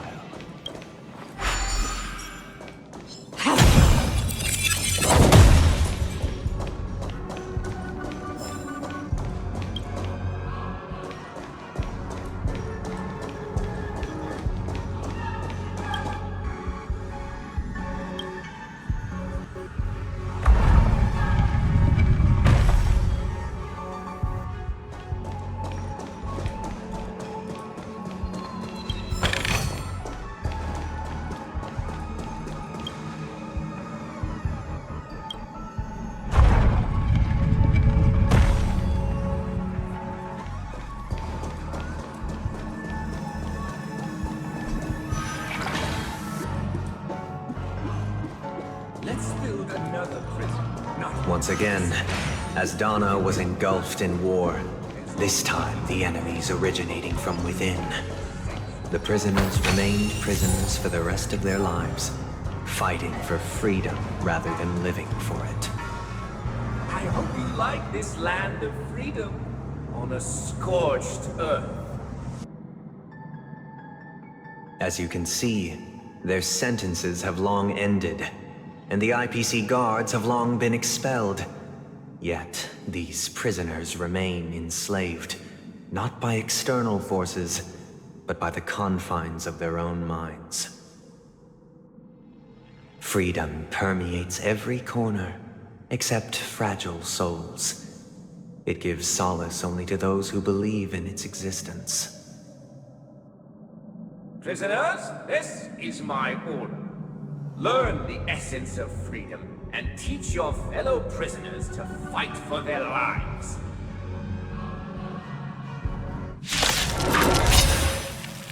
Hey! Why do we have to fight while enjoying the show? For I desire not only your enjoyment, but also your assistance. To guard and defend! Crush them! Ill tidings manifest. Beneath the waters lies an endless abyss! On still waters of oblivion, I weep for the departed. It too shall fall. Unfamiliar. What is your prescription? Lend me your strength. Destined for oblivion.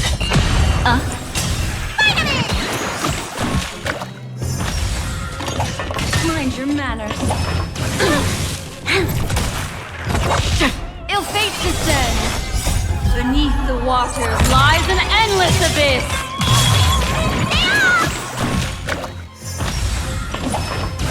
Retribution will find you. To guard and defend! Crush them! On still waters of oblivion. I weep for the departed. It too shall fall.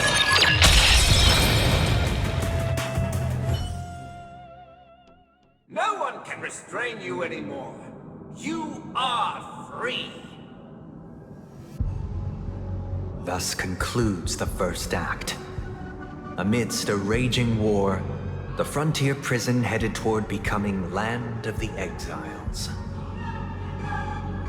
This must be how Penacony was constructed. With the aid of outsiders, the prisoners were finally liberated and established the Land of the Exiles. However, it appears that Sunday aims to convey the spiritual plight of the prisoners more than the physical aspects of imprisonment. This show is a bit too literary for my taste. But the battle part is quite easy to understand. Anyway, we've arrived at the exit. Let's go!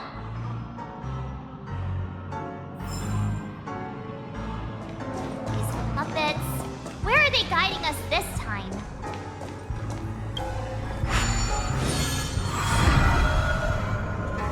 They transmuted streams of stars into inked nibs, creating symbols to be pronounced and counted. They molded stardust into flowing rivers, assigning the righteous upstream and the unjust downstream. Thus, all things were marked, and the world learned to discern between good and evil. That marked the third and fourth days.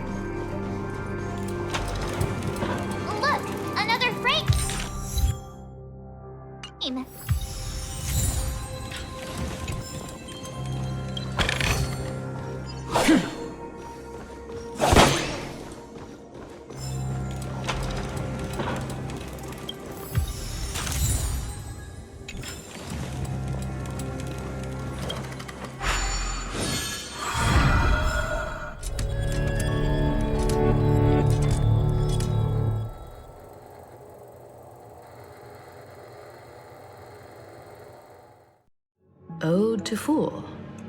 This must be the second act. The surroundings are different from before. The stage decorations look a bit tidier now. Behold the ensuing tale, a struggle for power. Penacony witnessed the ascent of the 7 major Gleam of old blades. tree, grass, flower, bird, beast, fruit, and insect. Peace never truly graced land the leader of the Alfalfa family sought to defect to the IPC, trading freedom for survival. However, his eldest son slew him in the name of righteousness and ascended as the new family head.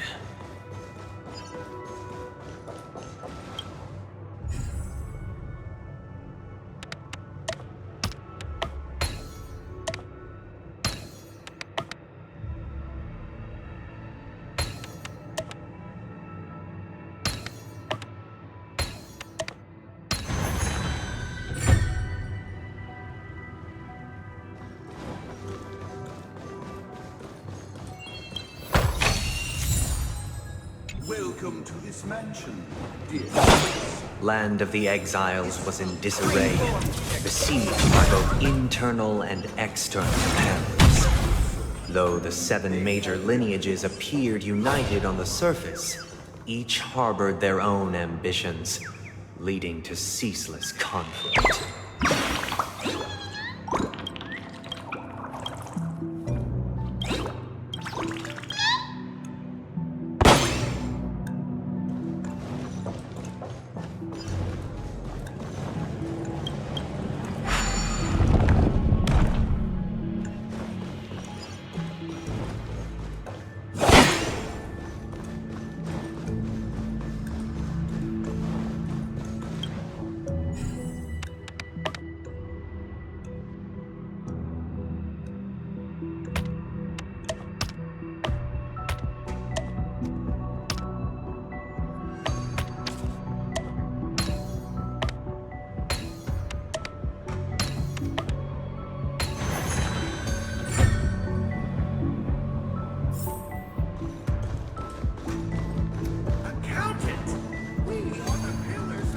The Black Plum family was the first to fall.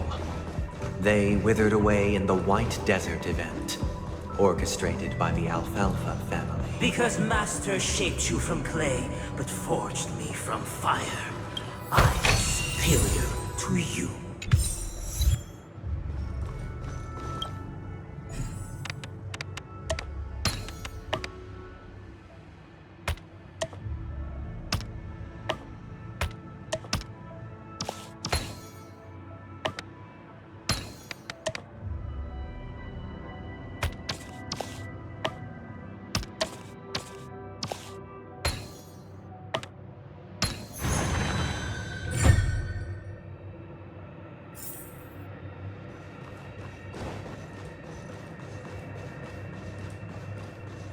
Those who dance with these are bound to... The Lamp Moth family endeavored to extend the silver rail left by the Express, only to be eradicated by the remnants of the Swarm, leaving nothing in the unforgiving cosmos.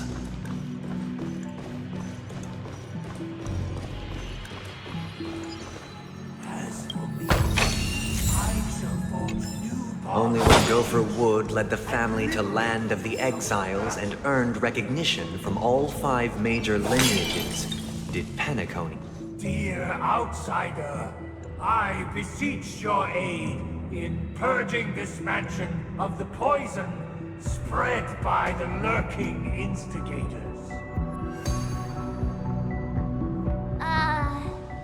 You want us to help you? What do you need? I wish they could regain their reason and cast away the shackles of hypocrisy. This is the second act. Looks like it's about Penacony's journey to becoming the Land of the Dreams, during which the family plays a crucial role. But this new master seems like a bad guy to me, don't you think? Perhaps this is the truth Sunday is trying to express, if you read between the lines. The Harmony changed Penacony just as the guards once did. Looks like we've gotta help those guys kneeling down over there calm down a bit, right?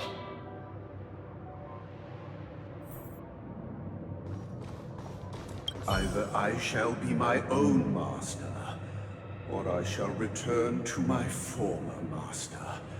I shall not submit to a new master under any circumstances.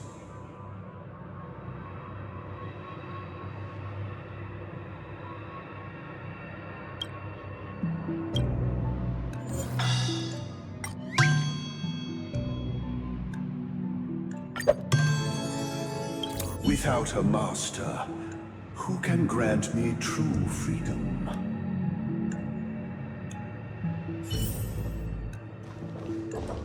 Master is no longer here. I thought I'd be free, but I'm not. Now, without my master's command, I'll have to seek guidance from the blind.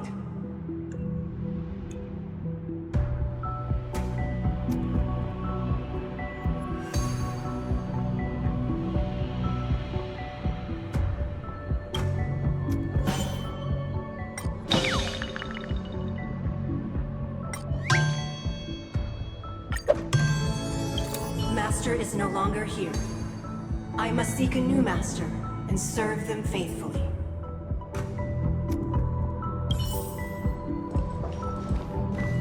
Once, I stood as the most loyal guard among all the servants. Now, with my master banished, it's my right to assume control of his dominion.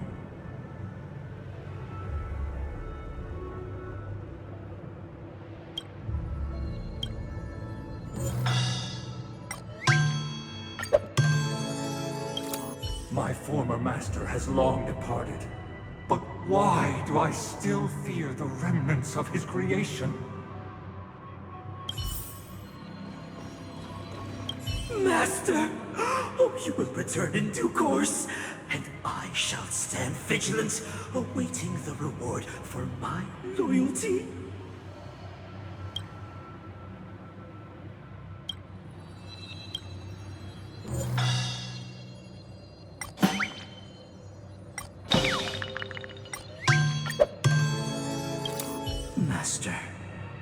Now that you have gone, I shall wait no longer for my reward. I shall seize what is rightfully mine.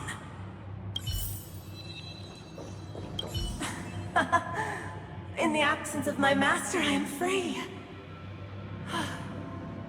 But without their guidance, for whom shall I sing?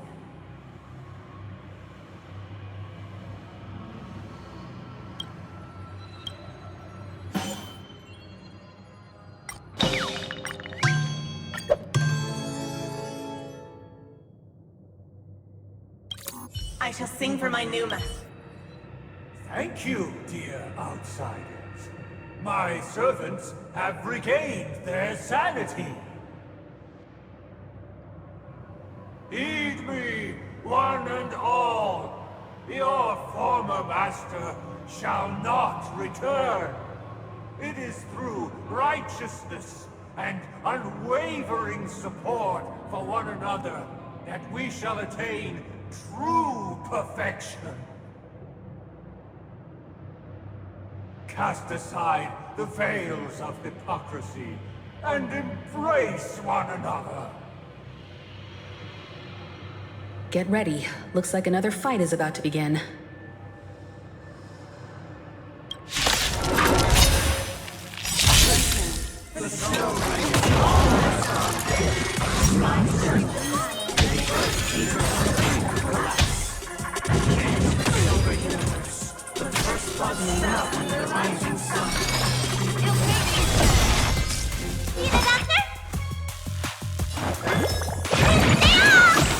Destiny's hand has truly blessed me. Destined for oblivion. You'll pay for this.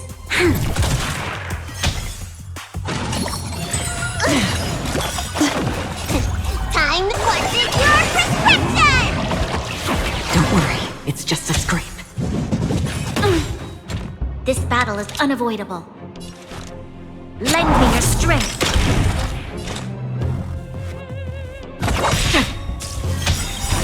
I weep for the departed. It too shall fall. Destiny's memories are ever beneath the waters lies an endless abyss.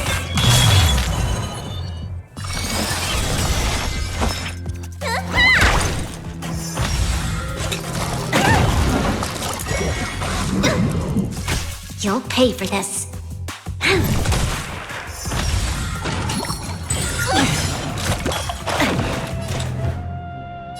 Still waters of oblivion. What do you want to know?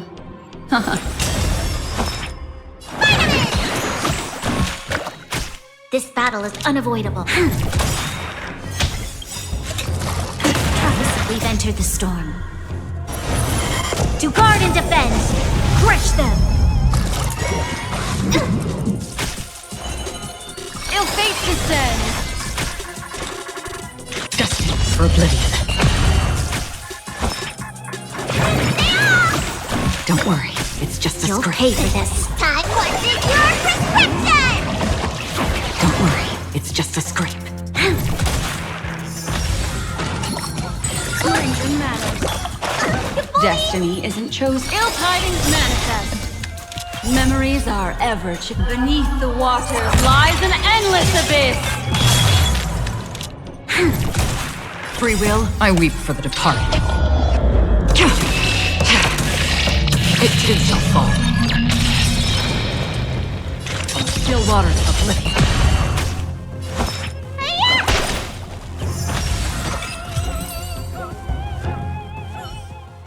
Alas, they remain but slaves till the very end, with the illusion of freedom. Thus concludes the second act. Amidst an illusory harmony, Land of the Exiles charted its course toward becoming the planet of festivities. This is how Penacony fell under the family's control.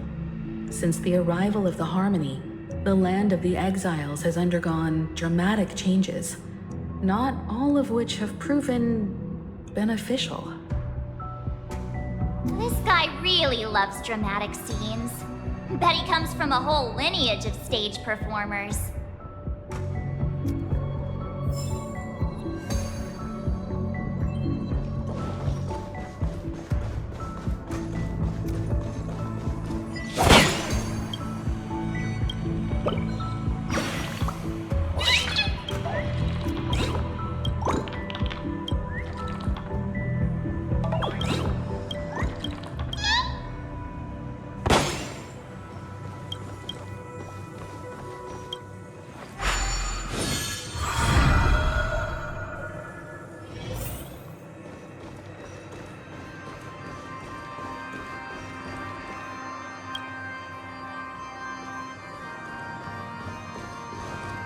They used the planetary rings to establish the law, forging a code of conduct among the masses. A grand lyre with black and white keys served as an instrument, while symbols of articulation and numerical notation took the form of musical notes. The downward flowing river became a melody, and the canon of law dictated the form. Thus, all mortals found their unique place within this symphony. That marked the 5th and 6th days.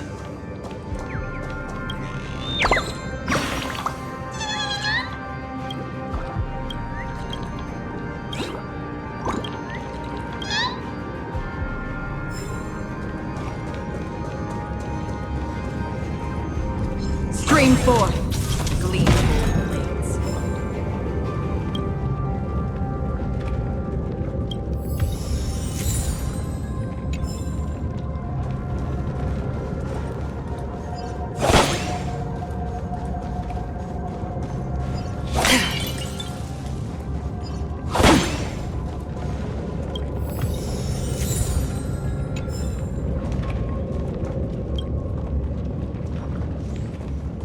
This guy is really into these puppets.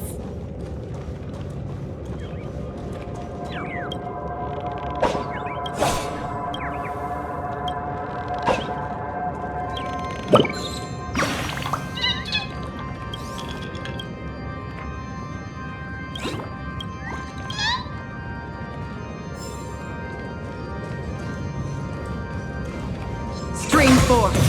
Gleam of old times.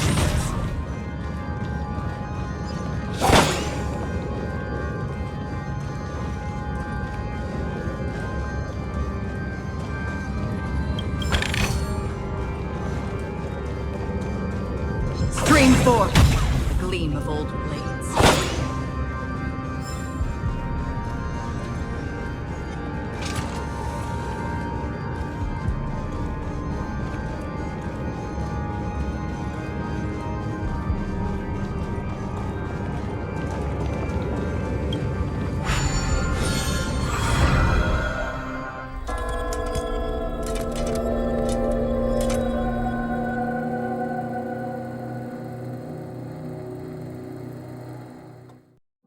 Oh, I get it now. The last scene is all about singing the praises of the Order. And the atmosphere here is completely different from the previous two scenes.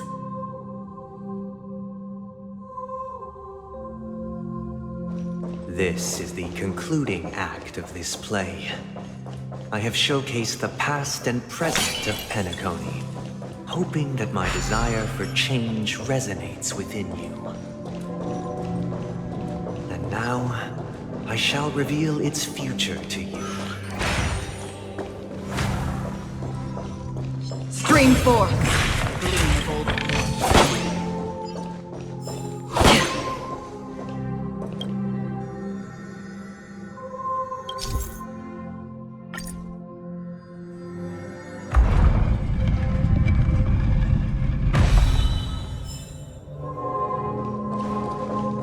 Stream 4.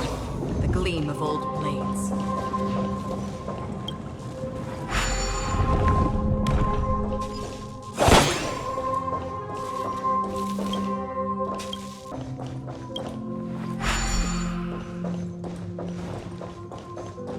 Stream 4. Gleam.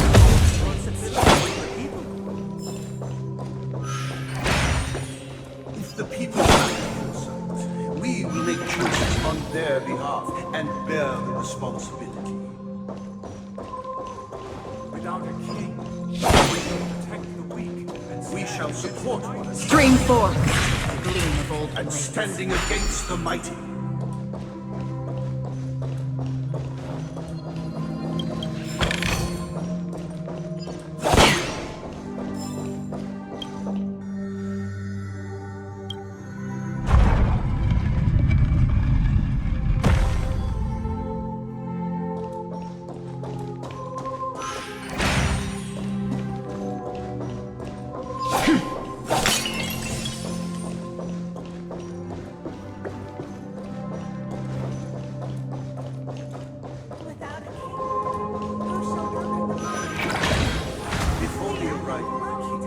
Everything followed its natural course, and so it shall continue. We no longer have need for a king, for we have become kings of all things.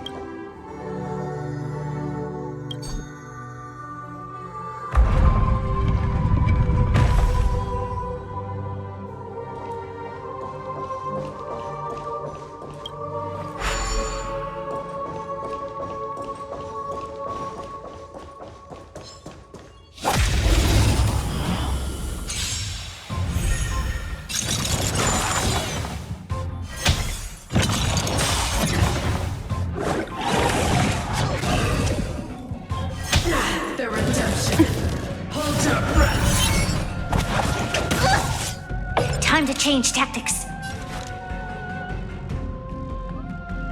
Lend me your strength. Destiny isn't chosen. Ill tidings manifest.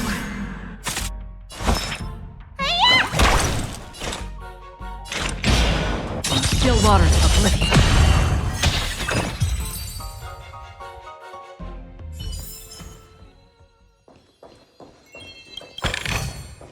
Seek, and you will find.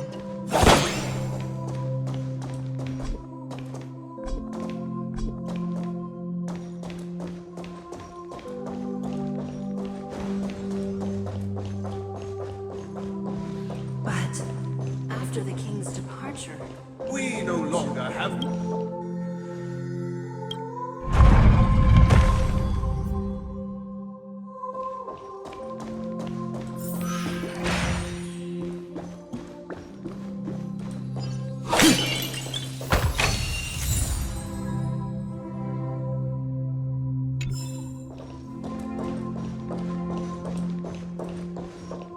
Hey, aren't we supposed to kick off a short story and have a fight here just like we did in the previous acts? Why aren't any of these puppets saying anything?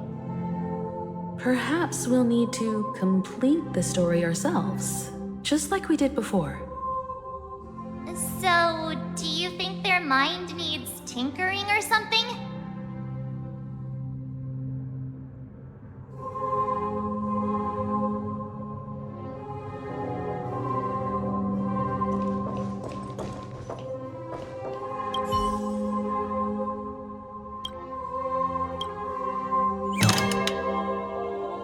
Farewell, former king.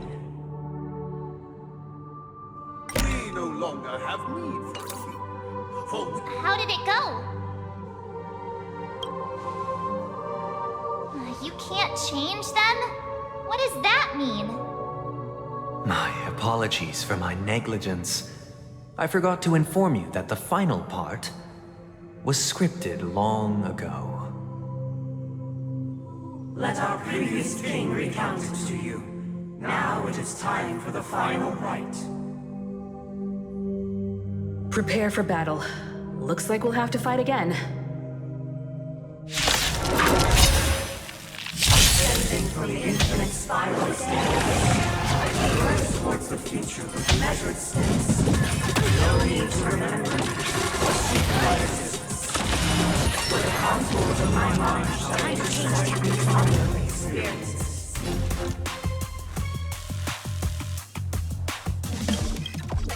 Lend me your strength. Free will, or was it fate? We've entered the storm. To guard and defend! Crush them! Still waters of oblivion.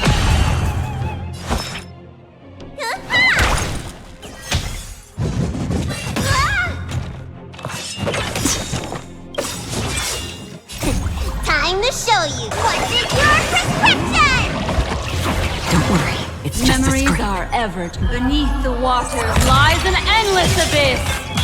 This battle is unavoidable. Lend me your strength. Another journey begins. Destined for oblivion. I weep for the departed. It too shall fall. Let me tend your wounds.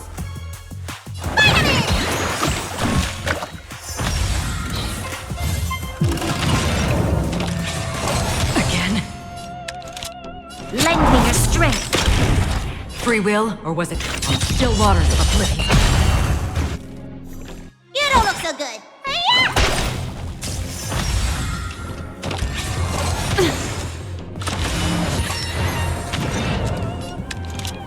Lend me your strength. Another journey begins. We've entered the storm. To guard and defend. Crush them. Ill tidings manifest. You bully! You'll pay for this. Destined for oblivion. Memories are ever changed. Beneath the waters lies an endless abyss. I weep for the departed. It too shall fall.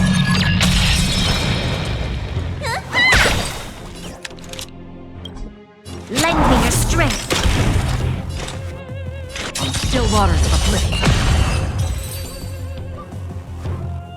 In the hushed expanse of a nocturnal reverie, I leave faint traces behind. No need to remember me, or to recall the essence of dreams. What is mine shall wane, while you shall transcend its delicate nature. This is the final scene. It's much more straightforward. He wants to expel the Harmony and establish an empire based on the Order. Let's go.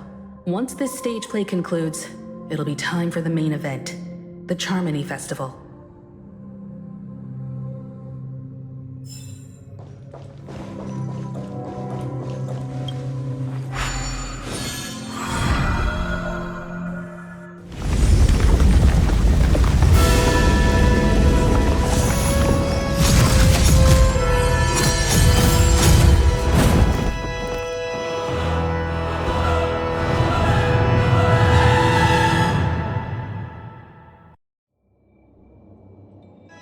They imbued the world with meaning, perfecting all things in the heavens and on earth. Then, they rested from the labors of creation. Yet, all beings cried out to Enna. Under the banner of the Order, you have defined all things in the cosmos. But this made us realize that we are but puppets in your hands. Thus, on that day, all beings united and cast the Eon into the abyss of oblivion. This Grand Theater looks totally different.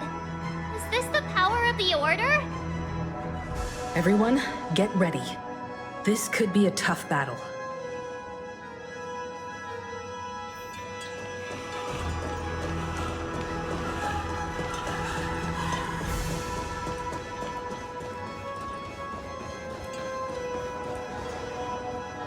That marked the 7th day. Cheers and chants reverberated in the The stars shine bright. Praise the Great One. The Order is there. The Order is there. The Order is there.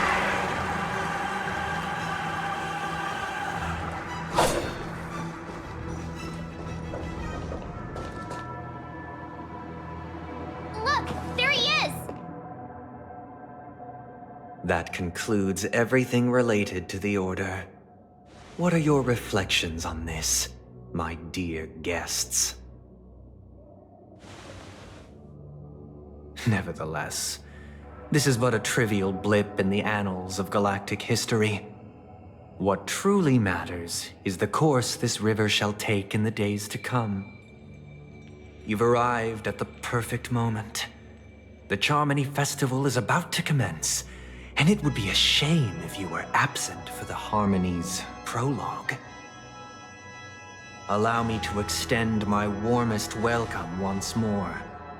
Welcome to Penacony Theater, the very core of the Sweet Dream, the abode of the Stellaron, the grand stage of the Charmony Festival, and the very place where the future of Penacony shall be determined through conflict.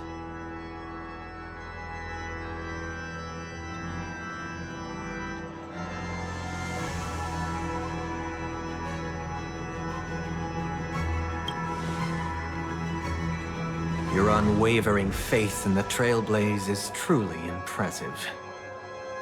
True goodness can only be achieved through faith. Allow me to point out that falling into a permanent slumber is not happiness, especially when those people are driven by someone else's will in their sleep. Do you still believe that the Order only seeks to control the universe as their puppet, Himiko? No matter how perfect your vision of paradise may be, a cage remains a cage. People will never achieve true happiness in a world like that. They would just be toys for the Eon. It seems you have misunderstood my intentions. Allow me to clarify. My desire is not to resurrect a fallen Eon, or become one myself. My sole objective is to create a paradise free from Eons, where the Order ensures the dignity and happiness of all humanity. A paradise exclusive to us human beings. That's not the case. If people are to live with dignity, there must be nothing and no one above them. In your so-called paradise, you would be the one reigning supreme. Looks like we won't be able to convince each other. Now that our conflict has been destined, let's unveil our paths and reveal to the universe the true path. However, before the prelude to the future begins, please take a moment to ponder the questions I've posed. Is darkness equal to daylight? Are sinners equal to the righteous?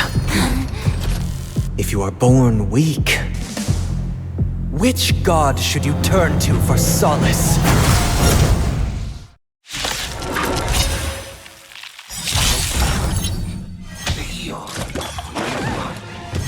Under the banner. All things in the cosmos. Time to change tactics.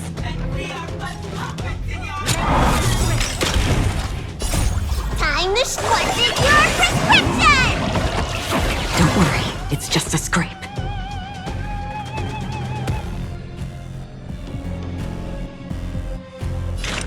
Still waters of oblivion. Ill fate descends!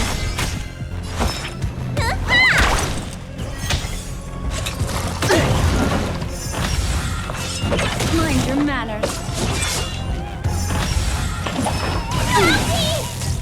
You'll pay for this. We've entered the storm. To guard and defend, crush them! Ill tidings manifest. Beneath the water lies an endless abyss. I weep for the departed. It too shall fall. Destined for oblivion. You don't look so good.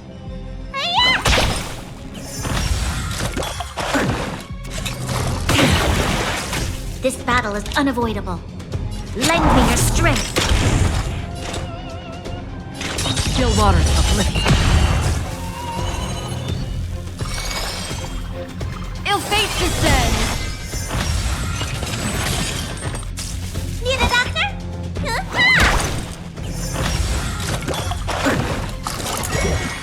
Again.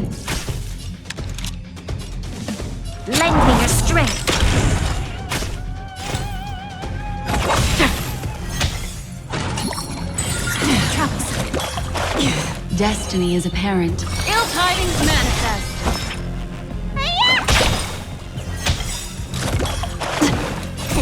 Time to show you what's in your prescription!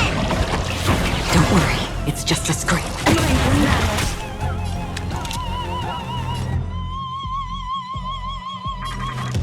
Lend me your strength. Destiny isn't chosen.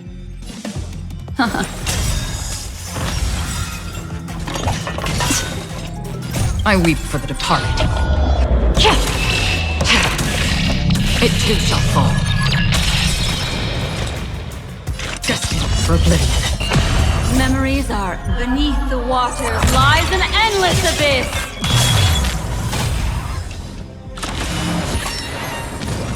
Let me tend your wounds.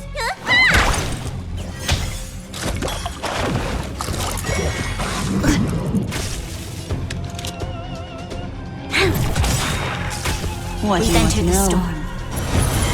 To guard and defend! Crush them! Ill fate descends.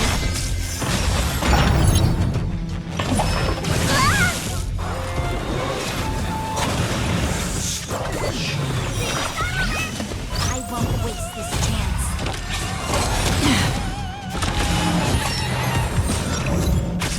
Another journey begins. From the still waters of oblivion.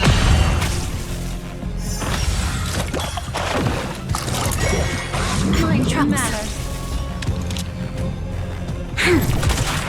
Time's passage is unquiet.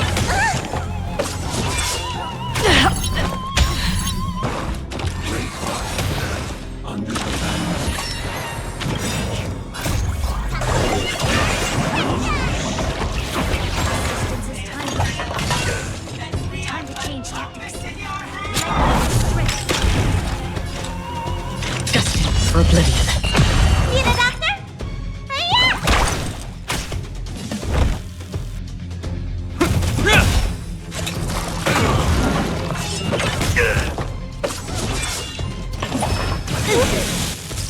You'll pay for this. We've entered the storm. To guard and defend! Crush them! Free will, or was it fate? Still waters of oblivion.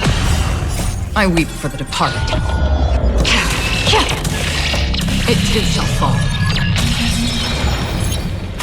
You don't look so good. Hope you're prepared. In the name of Landau, a will forged in ice never falters! This battle is unavoidable.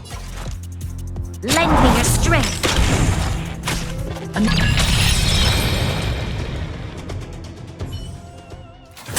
I already know your decision. I now permit you to gaze into the sun. On these 107,336 stones, the almighty and powerful strings of harmony are at my disposal. The supreme tuner, harmonious choir, Dominicus!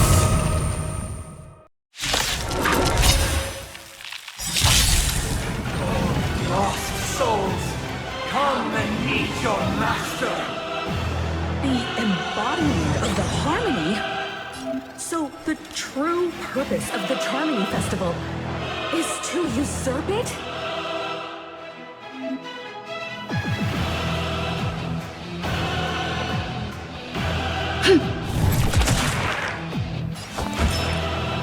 In the name of Landau, years of cold hardens the will. We shall never fall!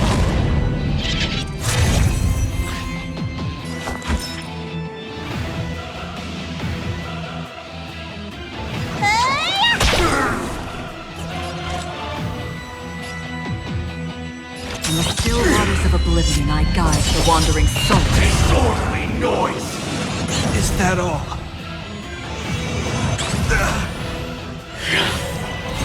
Is that all? Why is it receptive as you are? Answer me this. Why could the harmony and the order merge into one?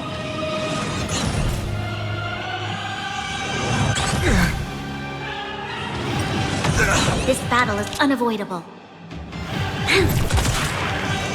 Is that all? Because neither side could tolerate discord.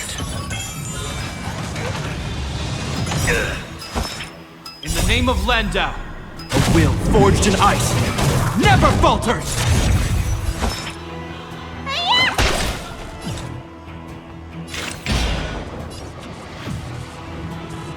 Still water noisy. I weep for the departed. It too shall fall. Again. Sink into a dream.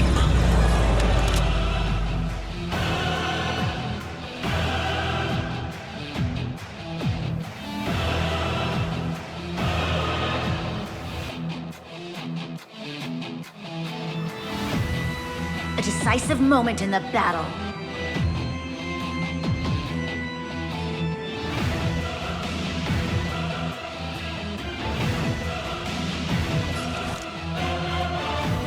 Lend me your strength. We've entered the storm. To guard and defend, crush them. Destined for oblivion.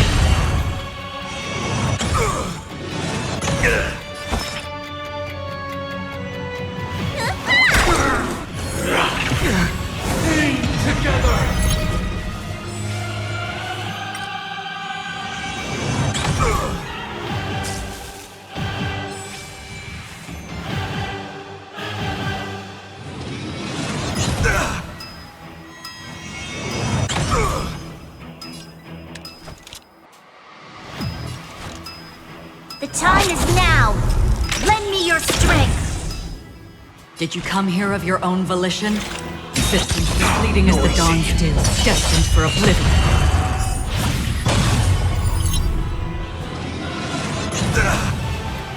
Chorus, a symphony of wishes. All things are part of the melody.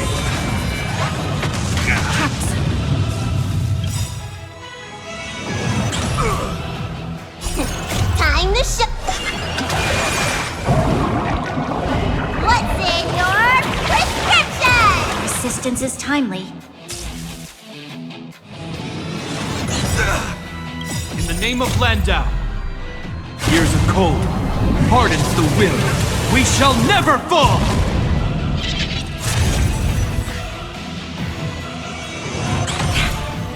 Looks like somebody needs a doctor. Gotta get those vitamins! Don't worry, it's just a scrape.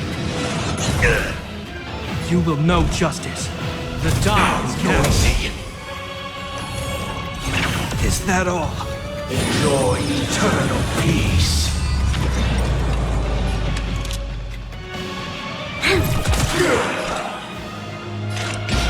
Still water noisy.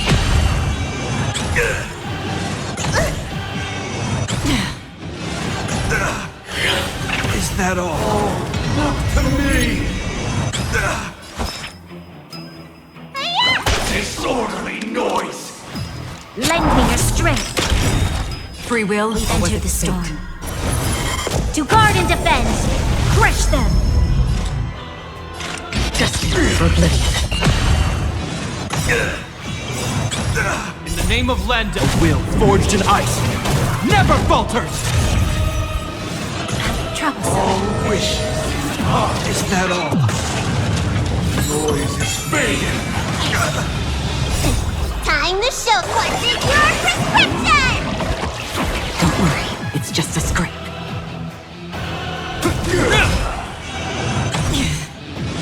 Is that all?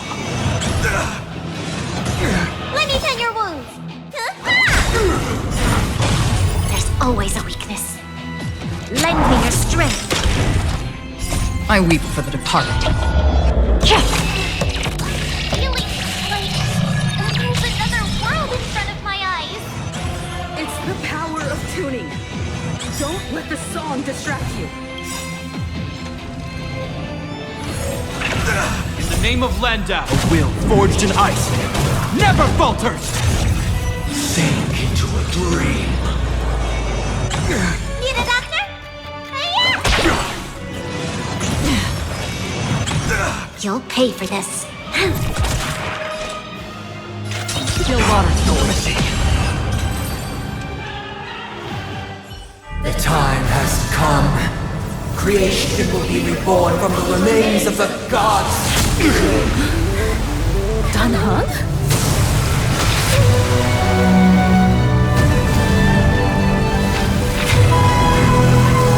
Radiant spirits, heed my word. Show no mercy!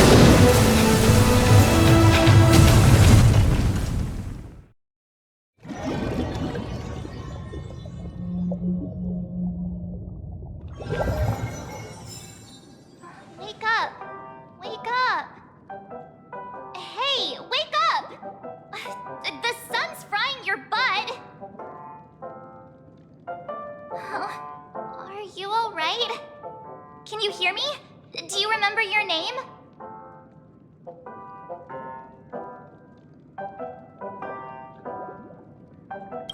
It does? Well, doesn't ring any bells to me. Looks like your mind's still in one piece. If you're able to remember such details. Well, that's reassuring.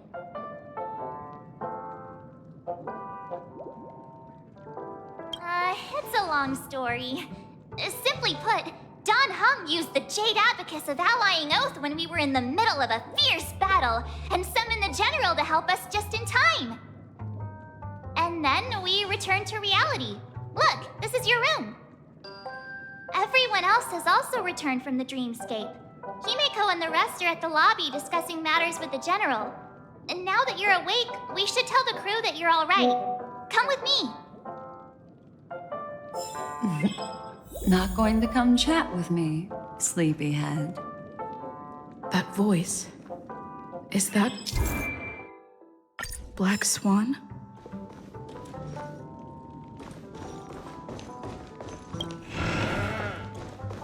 Hey, where are you going?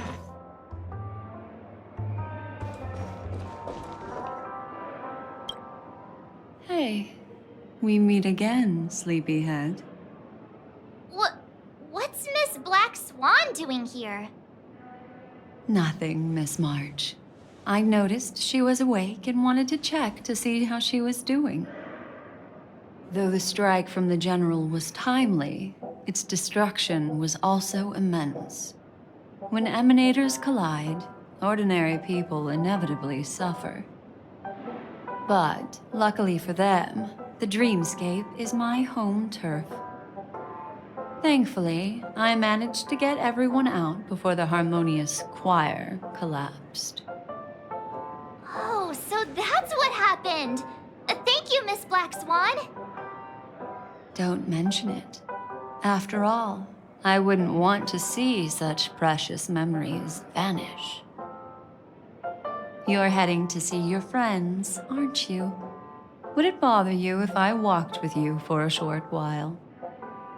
Of course not. But you're not planning on doing something like last time, are you? Why would you think that? I've never harbored any ill intentions. Well, not when you were around, anyway. Himeko and Mr. Yang are probably still busy. Let's go look for Dan Heng first.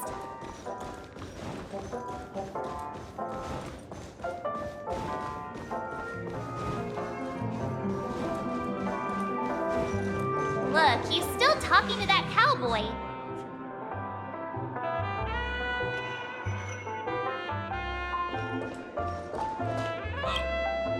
You're awake. How do you feel? Well, fork me. You must be that Stellaron they were talking about.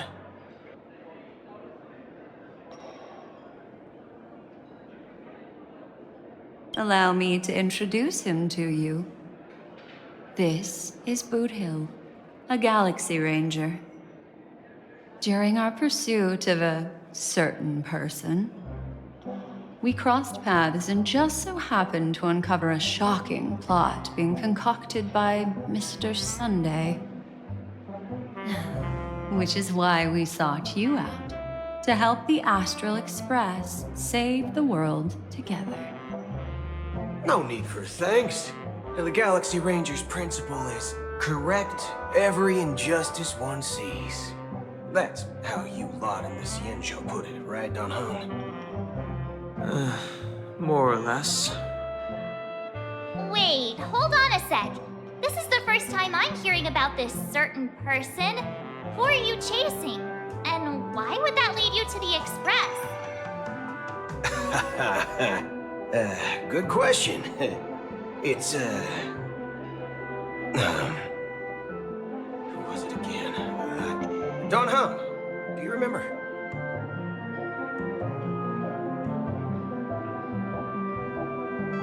No, that ain't it. I just can't seem to recall. Weird. My neurochip hasn't registered any malfunctions. I can't seem to remember either. What's going on? Heck. Forget about it. If it slipped all our minds, reckon that person was just a minor scoundrel. Unimportant. Ain't gonna stop us from piecing together the story anyhow. Yes, when the dust settles, I'll just think of a way to recall it in the memory zone. Everyone, let's hurry up and look for Miss Himiko, shall we? She's now a minor star on Penacony, and the entire hotel's concerned about her well-being. You're right. Let's head to the lobby then.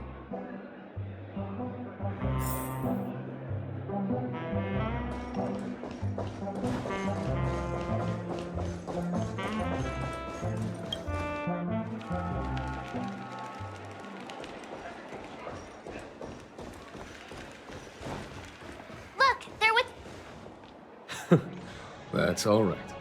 In these times of conflict for the sake of utmost safety, it is only right that the Alliance steps forward to mediate on behalf of the Astral Express. We must not allow you to take unnecessary risks. Furthermore, despite the IPC's eagerness for success, it prioritizes peace above all. And the family, trapped though it may be, professes a desire for harmony. The Alliance has always won people over with reason. I firmly believe both parties can indeed put aside their differences and come to a peaceful agreement. The General possesses a deep understanding of the greater good. With the Cienjo Alliance mediating, peace for Penacony is within reach.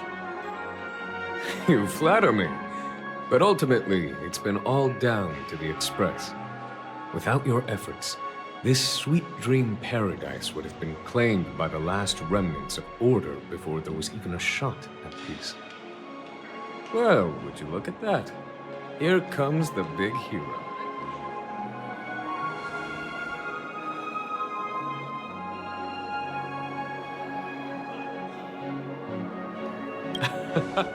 If it isn't the galactic baseballer, a hero with unparalleled insight. Are you okay? I heard you couldn't wake up. Are you feeling unwell? Don't worry, Mr. Yang. There's nothing wrong with her. She practically burned through a lifetime's worth of jokes on the way here. What about you, Mr. Yang? I heard that even Miss Robin wasn't spared. And that guy locked you both up. It's a long story. But at least Mr. Sunday took it easy on us. He used an ability called tuning to connect our consciousnesses with his. In other words, he imprisoned us within his consciousness. Thanks to General Jing Yuan's destruction of the Harmonious Choir, we were able to escape. He used that tuning on us too. Does that mean that we were almost imprisoned as well? I can confidently say now, he was truly after a fair fight with us. Had he wanted, He could have easily taken us down, without so much as lifting a finger. Speaking of the Oak family head, where is he now? It's complicated, but in a nutshell, he's now the former Oak family head. The IPC has named him the key figure in the family's Penacony split, citing a threat to cosmic peace. He must represent the family and answer for the unrest caused. His trial is set to take place at Pier Point. The family quickly labeled him and the remnants of the Order as enemies, declaring the turmoil an internal rebellion. This move effectively barred the IPC from intervening in family affairs on both moral and rational grounds. Everyone really has their own agenda, after all.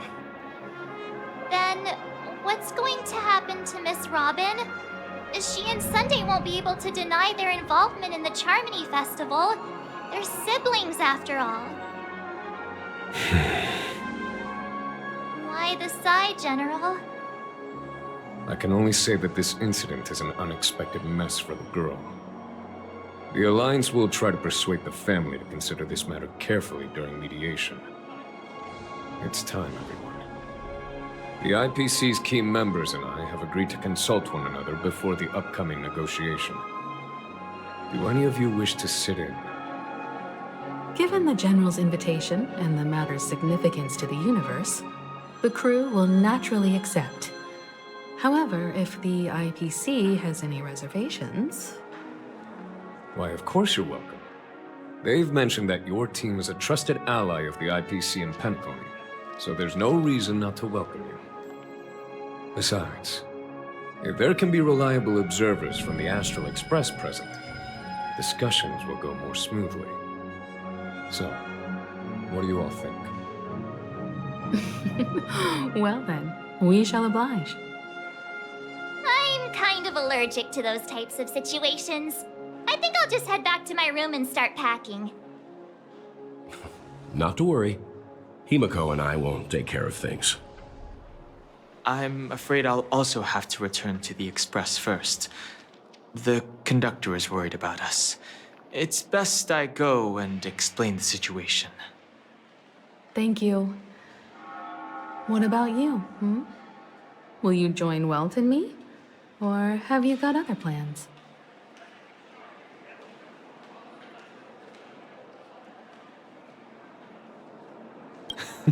Great. Although I'm not too sure of the reason, the representatives from the IPC have insisted on her presence. Allow me to lead the way. Follow me, please. The negotiation will commence at the hotel lobby.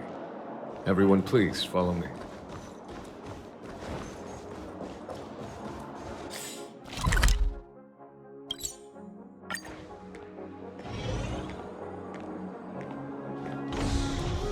Mr. Aventurine and Miss Topaz are here too. Oh, and who is that over there? The Intelligentsia Guild's Dr. Ratio. This assembly is quite something.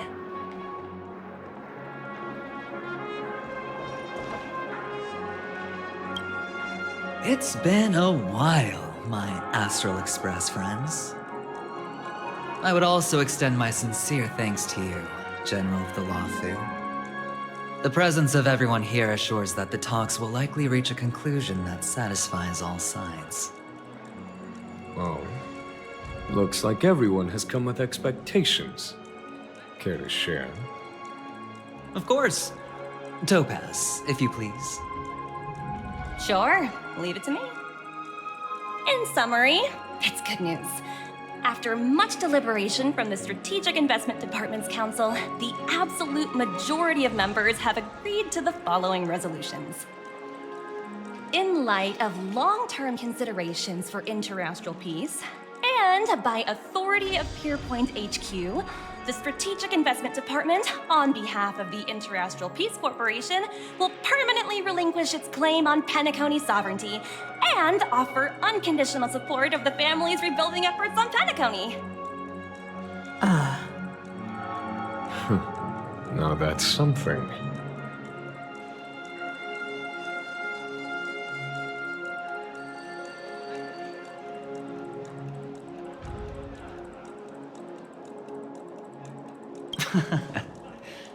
Well, if that's what it takes to bring peace to the entire universe, it's a price I'll gladly pay. Has the IPC finished sharing all its thoughts? Then it's our turn. The Guild, much like the Genius Society, has taken a keen interest in the recent calamity in Penacony. Ultimately, both parties have agreed to a comprehensive collaboration, offering technical support for the reconstruction of Penacony. The floor is yours for the finer points, Mr. Screwlum. Enlighten us, please. Organic life's unrelenting search to understand the realm of inner spirituality is something I both admire and envy. Inorganic life has no mechanism to evoke dreams. But when my mechanical impulses are activated, my inspiration circuits will start to operate, and I will enter a state defined as imagination. Every time, within the realm of imagination, there emerges a fire from the shadows. It is warm, bright. I frequently ponder this flame might represent the essence of intelligence, a cluster of inspiration ignited by high temperatures. The future direction of the universe may well lie within it. Alas, they are nothing but projections of my thought system to me, desired, but unattainable. But after learning of Penacony's accomplishments, I have come to realize that the flame is not beyond my grasp.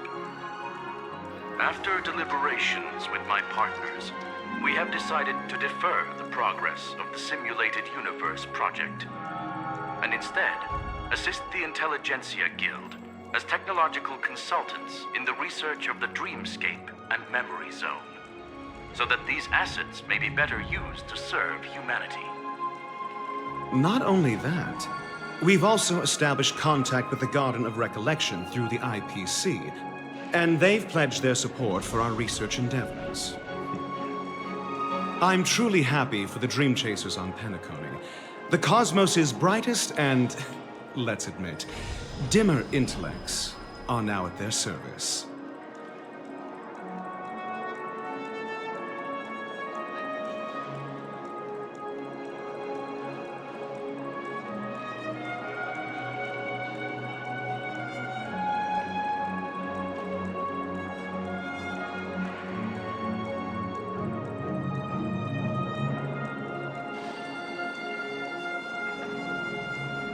Agreed. It's hard to imagine members of the Genius Society taking an interest in such mundane research. Never mind. At the end of the day, this is a positive outcome. No wonder everyone insisted that she be there. It heartens me to learn that everyone is willing to put aside their differences for Penacony's plight. I trust that everyone will surely reach consensus in the upcoming negotiations. Looks like Penacony's future is decided. I'm wondering, is there anything else the crew is concerned about? Peace is our greatest wish. Beyond that, we desire nothing else. Well, that's good. Now that everyone's minds are at ease, I shall take my leave. You may now depart with peace of mind. The Alliance will deal with all subsequent procedures. If that's the case, it appears that we have nothing else to worry about on Penacony. Looks like it's time for us to embark on a new voyage. Sounds good to me. You two head back to the Express first. I'll pick up March and deal with the checkout procedure. Oh, also, Miss Black Swan, you have a matter to discuss with me, yes? Nothing escapes your attention, Miss Navigator. You've been with us this whole time, huh? In any case, she and I will be waiting for you and March on the Express. Let's go. Our time on Penacony has come to a fruitful end. Penacony's journey ends here. I guess it was pretty fruitful.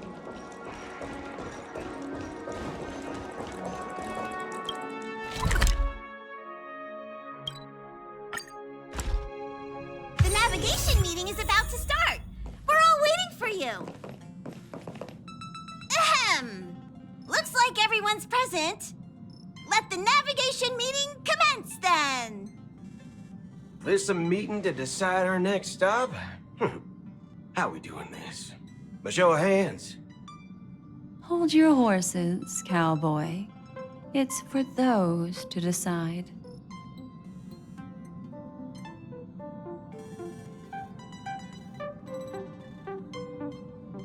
Allow me to explain.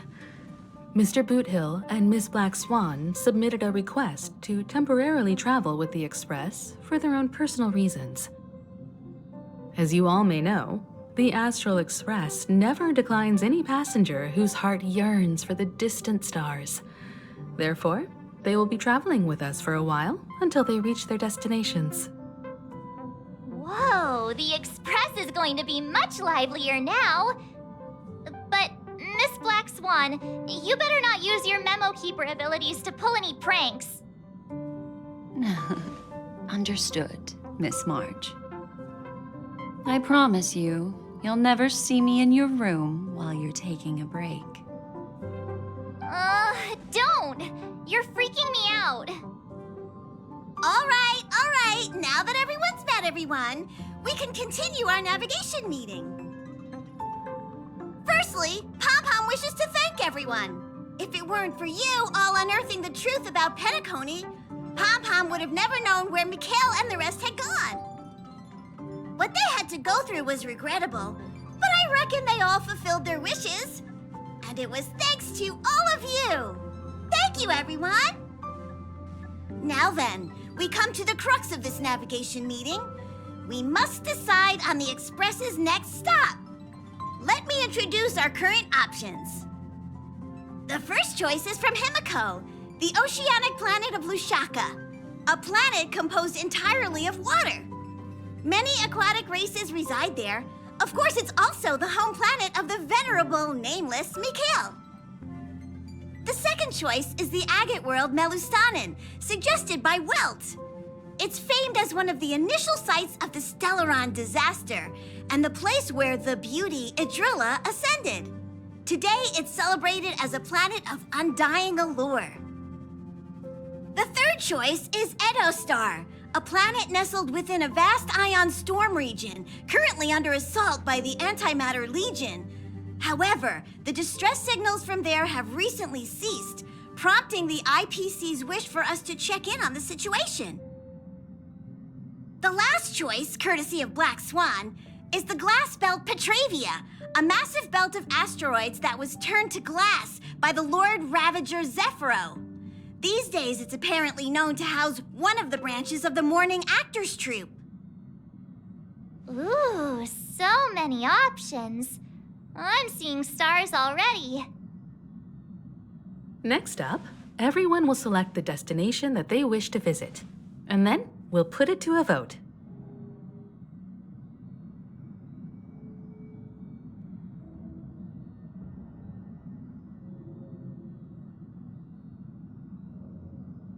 This trip to Penacony has allowed me to see another side of the Stellaron disaster.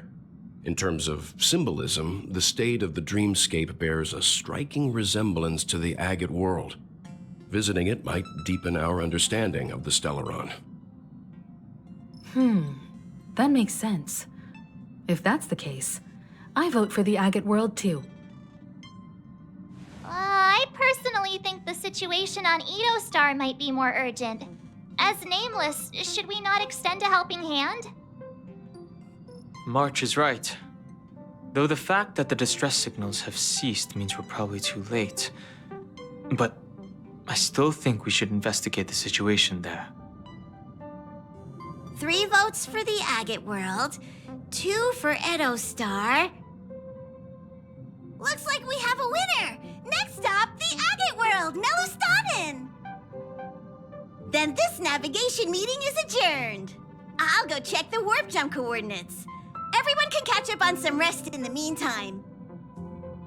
When it's time to make the jump, Pom-Pom will make an announcement. There's still some time before the jump. What should I do?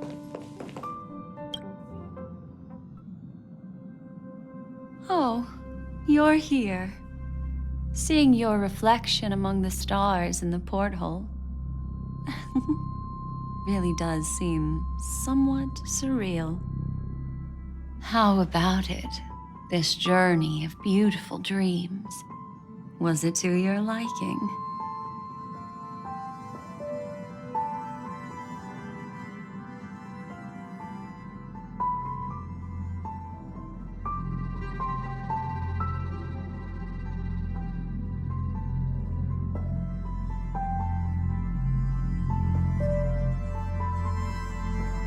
There's a rich scent of curiosity here.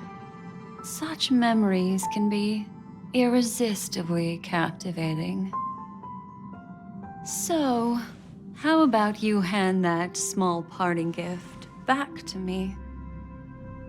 I'm quite eager to have it back.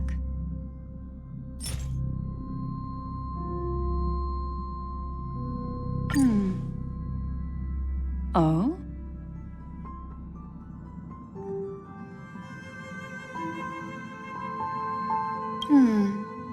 Never mind. I just stumbled upon a particularly fascinating spot in your memory. Before I explain, I would like to apologize to you.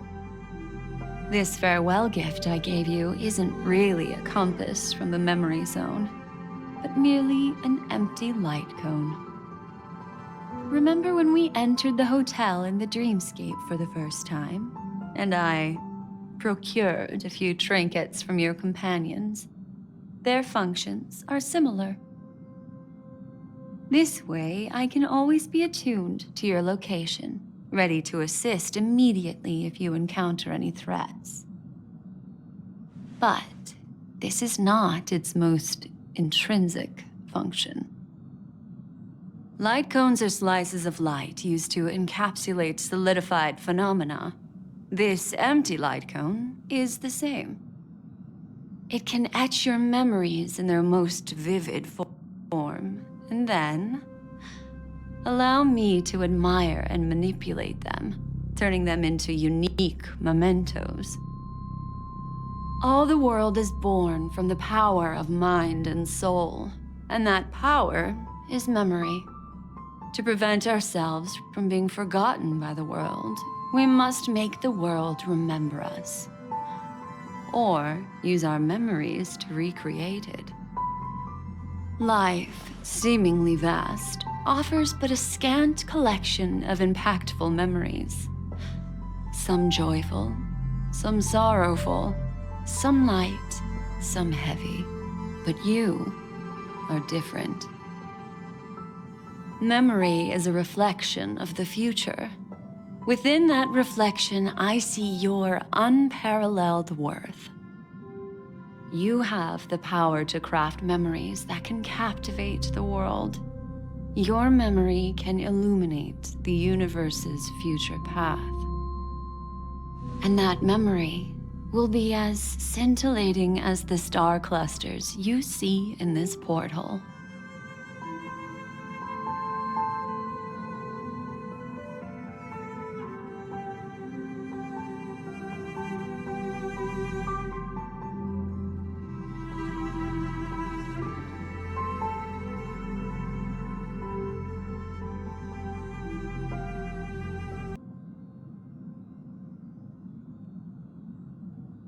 Precisely. But do you know the deeper meaning behind it? The reason is simple. In this grandiose and ostentatious dream of the families, only you personally experienced the entire course. Patience, my friend. I will reveal the answer to you, but that time is not now. Turn around and take a look at your friends.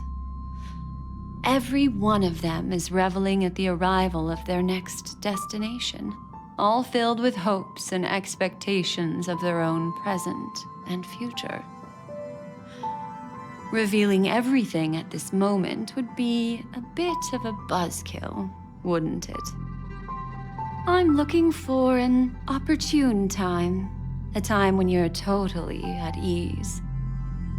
Perhaps when the night grows hazy and you're about to drift off would be the most opportune. How about one fine night? I will prepare the candles, aromatics, and even a cushy couch to create a cozy dreamland for you. And then I will tell you the answer in the form of a little bedtime story to lull you to sleep. Hi! Hello! Attention all passengers! The express is about to make the jump. Please be seated and hold on. It looks like we're finally about to set off. There are countless gleaming memories out there waiting for us. Why don't we just leave it at that for now? Ah, that's right. As a small token of compensation for playing that little trick on you with the empty light cone, I will gift you with some words. They hold great significance to me. Life is akin to a winding labyrinth where memories serve as our sole companions. You'll remember these words dearly, won't you? In the year 2158 of the Amber Era, the first year of the new epoch, the universe resumed its intended trajectory. The kindling of conspiracy smoldered in Penacony, the land of the dreams. Failing to erupt into a blaze, it instead flickered briefly on Klapoth's anvil, before vanishing in the blink of an eye. The dead and those fated to die remain in their eternal slumber, while the living find solace in deep sleep. All clamored in a cacophony of silence, and then went about their own ways. The cosmos emanated a vitality characteristic of a new era, all for the modest price of a brother and sister's mild grief. Babies are born as stars extinguish. The silver rail unfolds. The story of the Astral Express comes to a close, yet it also embarks anew. Time marches forward, heralding the arrival of a new chapter in the history of trailblazing expeditions.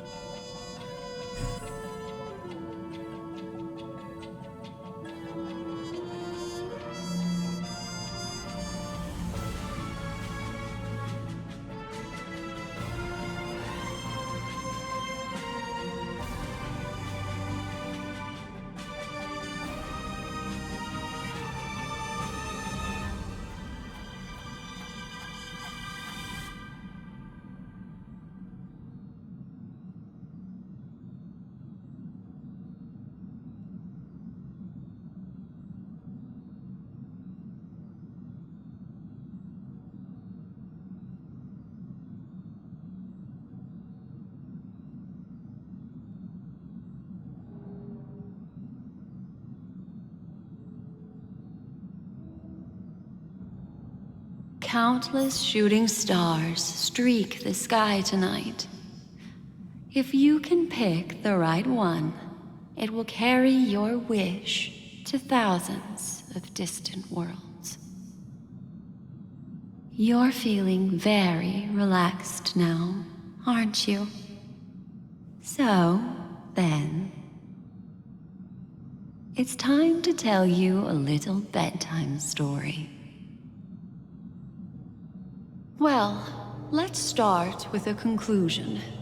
The crew was defeated in the battle against Sunday. Everyone in Penacony failed, and no one survived. But don't panic. The truth, as horrifying as it may be, is not yet irreversible. There's still a glimmer of hope, And that's why I'm here. Next, I'll use this empty light cone that carries all your memories to relive everything that happened before. And when this story reaches its end, I'm sure someone as clever as you will notice that. There's a major flaw in the story you have experienced. Yet, within that flaw lies a glimmer of hope. Are you ready for it? Do you remember everything? When the clock turned back, the Express started a warp jump, sending you to a strange dream. You were bewildered back then, and then a Galaxy Ranger named Acheron showed you a way out.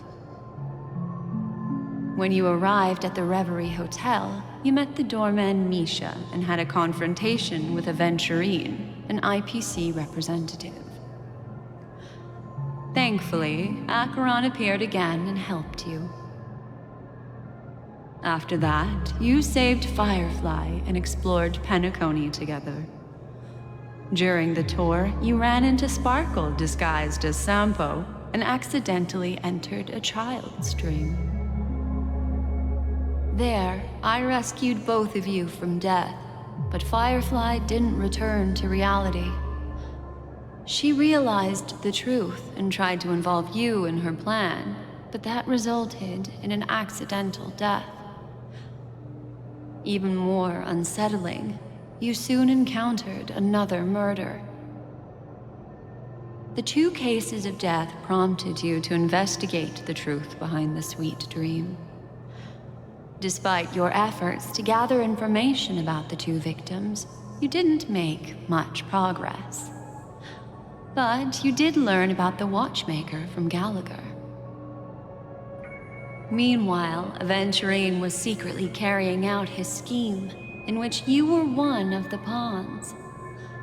In the midst of a fierce battle, Acheron revealed her true identity as an emanator of the Nihility and unsheathed her sword.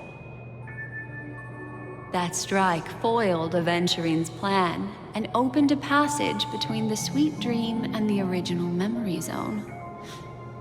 Upon your arrival at Dreamflux Reef, you learned the truth that death was actually dormancy, as well as the truth about the dreamscape, the Stellaron, and the bellboy, Misha.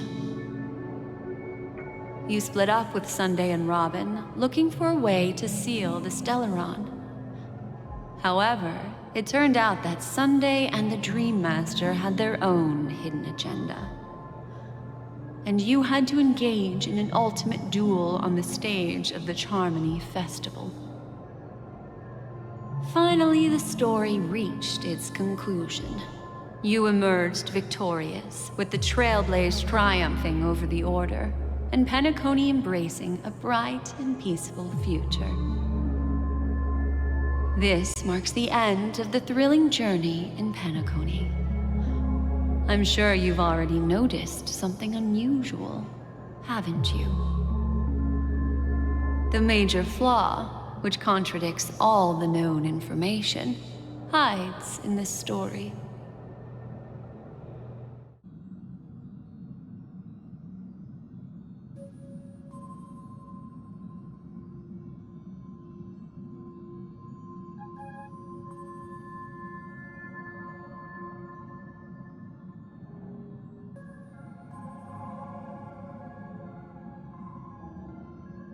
Well, although the fake deaths of those 2 ladies don't align with our initial assumptions, this fact itself doesn't contradict the information we have so far. I'll go ahead and eliminate that incorrect answer for you. So, what is the fatal variable?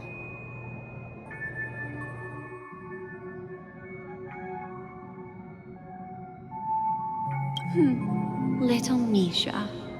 Or should I call him the Watchmaker?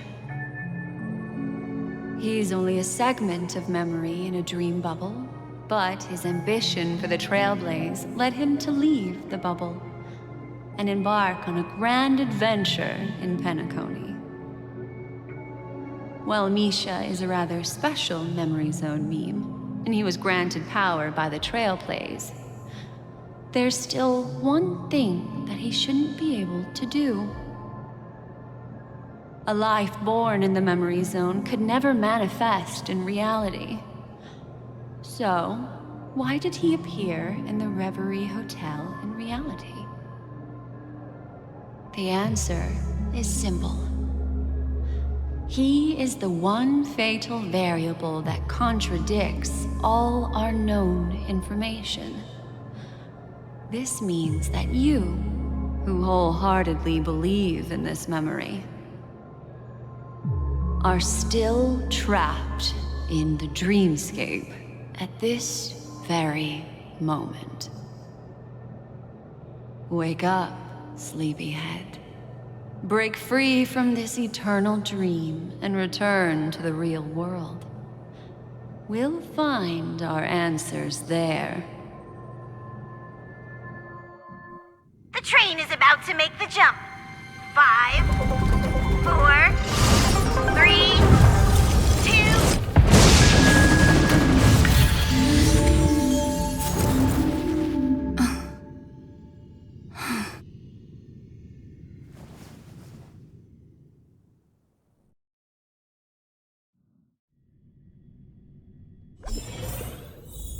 This way, darling.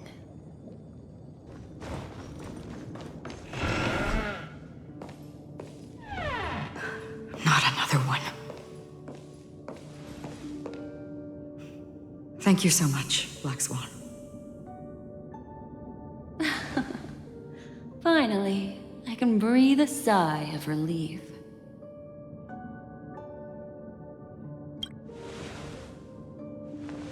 I understand you must be confused, and will do our best to shed light on the situation.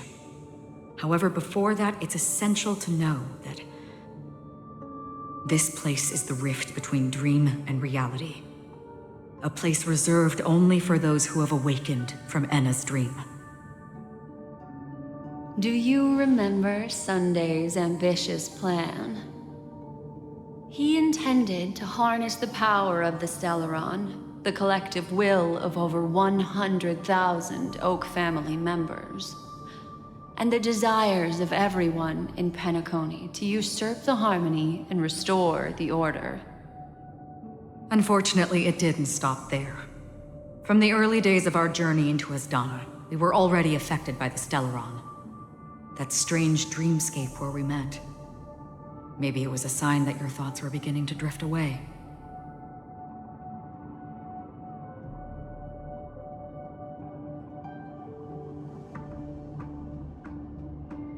I don't think the goal of the Order was to put everyone into a deep sleep.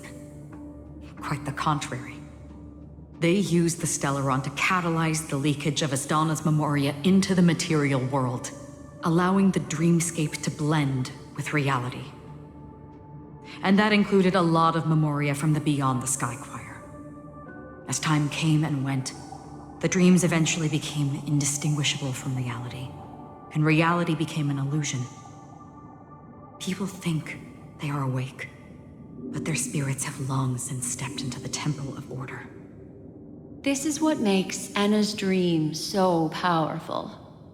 In this paradise governed by the Order, everyone indulges in their delightful dreams and lives happily ever after.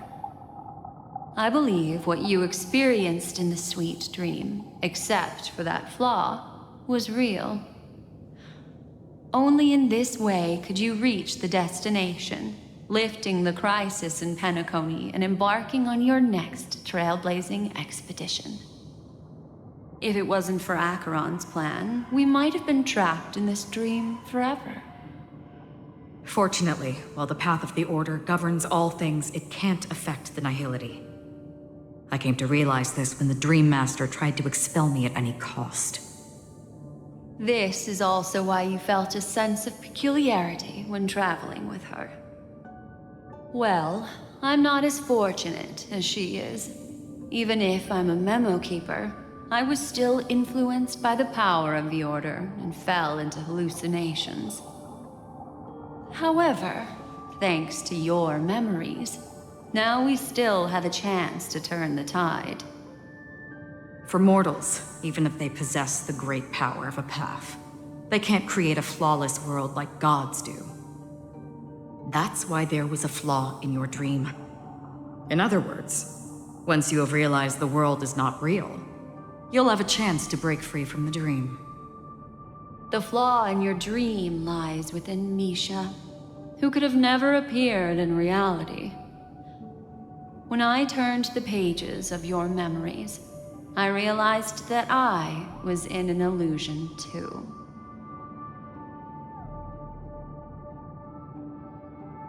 Now Sunday has usurped the power of the Harmonious Choir through the Charmony Festival. As Donna has thus fallen into Enna's dream, transforming everyone equally into the notes of the Aeon. Failure doesn't mean weakness. Only the strong can gather the will to resist the Order and try to break free. We still have a chance, though. To make it happen, please, Black Swan, guide us to those with a strong will. All right, please come with me. These people are... They're the ones who accept Enna's dream and indulge in their happy illusions. We have no means to wake them up now. Not even your clockwork will do the trick. However, there are still other things we can do. Let's keep going. Stream forth! Gleam.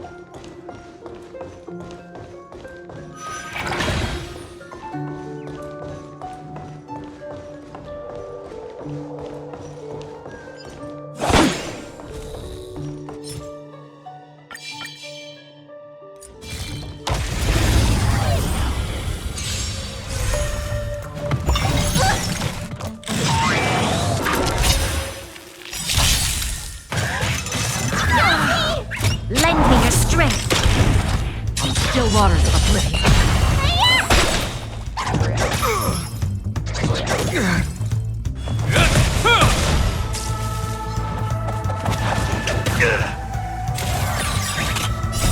Will forged in ice never falters! Just for oblivion. I weep for the departed. It too shall fall.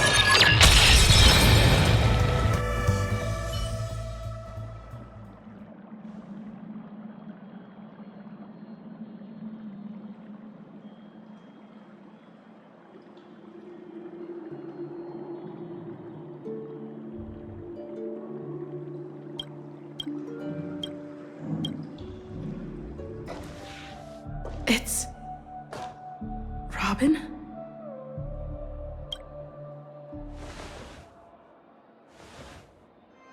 Finally, you've arrived. Let me introduce you to Robin. She woke up from Enna's dream by her own will, and it's this tough lady who led us here with her song. I woke up for the same reason as all of you. In the dream, I experienced something that could never occur in reality. Are we going to lock it up in a cage? I want to see it fly freely in the sky. Without us, this bird would be too fragile to survive on its own. Do you want it to die? No, but... Then let's take care of it together until it can return to the sky. Huh? Birds have wings because they're meant to fly. Even if they may crash on the ground one day, they shouldn't be trapped in a cage.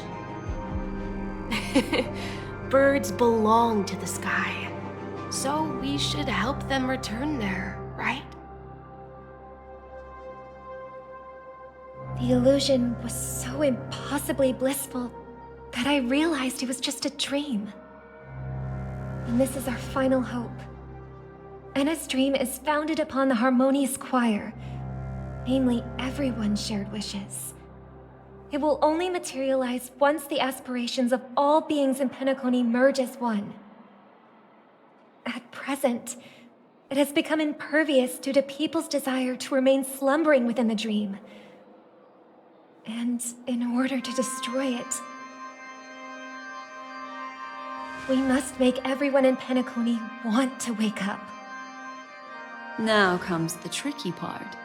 How do we do it?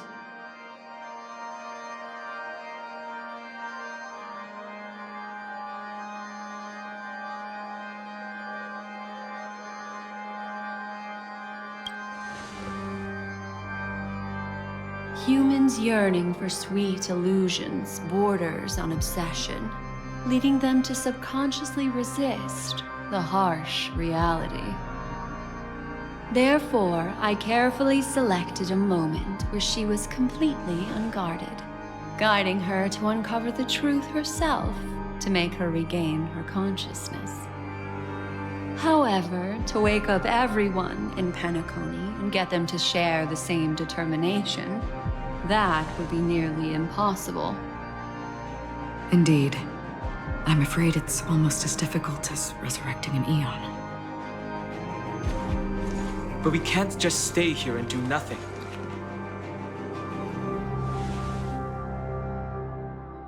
This is a critical moment for the whole universe. Who cares about some dumb number?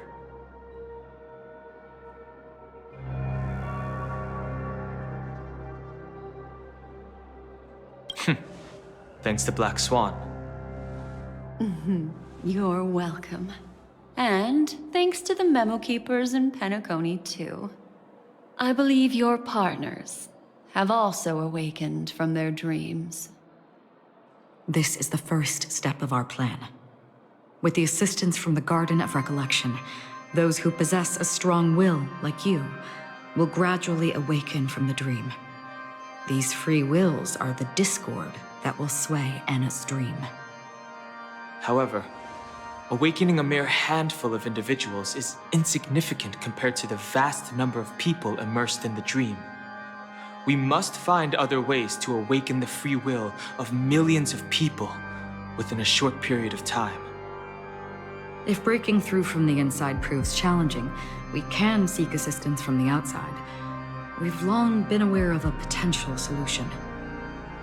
Asdana is a galaxy known for its abundant memoria and the remarkable phenomenon known as synesthesia dreamscape. When people first enter this place, they often find themselves and others sharing a collective dream. At this very moment, there is only one dream encompassing the entire Asdana system. So, you mean, if we can attract a large number of outsiders to this system, their free will would intertwine with this dream and shake it to its core. However, those outsiders might also succumb to the dream and become the foundation of the Order instead. The real challenge is, how can we gather a huge number of people as determined as you within a short period of time? Looks like the Jade Abacus of Allying Oath will be the only solution. No. No need for that. Keep your once-in-a-lifetime treasure. We don't need to bother the Cienjo Alliance for such a tiny request. You want thousands of people with unwavering free will? That's easy. Just leave it to us Galaxy Rangers. You can gather Galaxy Rangers? Outsiders may see Galaxy Rangers as elusive and disconnected individuals, and actually, they're right. And that's why we have a tacit understanding among us. Do you know what it is, Acheron? It's the relic I returned to you. Exactly. Its owner must have told you that it's meaningless to anyone other than a Galaxy Ranger. That it can only fulfill its purpose when returned to its rightful owner. Because it's a burial artifact. Worthy only of a hero who has served the Galaxy Rangers with honor. When its light illuminates the universe, it means the fall of a hero. And in the direction it falls, countless meteors will streak across the sky. Those meteors are Galaxy Rangers, coming from all corners of the cosmos, driven by a shared purpose, without questioning the cause or counting the cost, because we abide by a common principle. The shooting stars of the hunt only descend on the longest night, and with them comes the dawn. We've stayed silent for far too long. Now, it's time to remind all the cowards, oppressors, and villains of the universe of our presence. I'll be the one to ignite the first spark. Once the dreamscape is swayed, I'll complete the second step. I'll fine-tune the slumbering souls with the Song of the Harmony, interrupting them with the discord of Trailblaze, and guiding them towards reality. It's true that some people are born strong, and others are born weak. If the Trailblaze is the target of heroes, then the Harmony will guarantee that the strong help the weak. Only the people of Penacony themselves can be the saviors of their homeland. Their path of happiness should be forged by themselves. While I may not be a nameless, I'm willing to instill courage in all those who need it. This includes my brother as well. Anna's dream is too cruel for him and everyone else. Your plan sounds well conceived, but still, it appears somewhat idealistic and romantic. The flaws rooted in human nature can't be eradicated overnight. Do you believe these efforts alone are enough to convince everyone to choose the right path? I agree with you, Black Swan. That's why the most critical aspect of this plan is not to convince everyone to choose the right path, but to inspire them to save themselves. So, you're the key in the end, I assume? The Harmonious Choir possesses the power of an emanator. To overcome it, you'll need the same level of power. The final step in destroying the sweet dream will be my responsibility. That's a relief to hear. Now that our roles are assigned, let's get to our battlefields and pose a grand finale. May I have a moment alone with you? There's one more thing I need to explain to you. This grand festival is drawing to its close. This is the starting point for the ultimate stage of our journey. Just as it marked the beginning of all the stories in Penacony.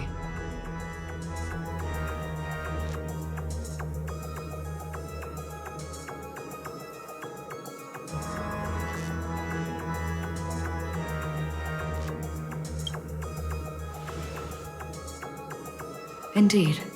She was the first to discover the world beyond the shores of death, and shared this truth with all of us. There's something you should know. We were able to locate you within this boundless dream, and find the key to breaking free from the dream. All because of one person's unwavering dedication. Firefly. She awakened from the dream ahead of others, discovered the Express amidst the stars, and brought us valuable information about the remnants of the Order. She may have been aided by the script, and it came at a cost. As you know, Firefly is a stowaway who entered the dreamscape in a different way from ours.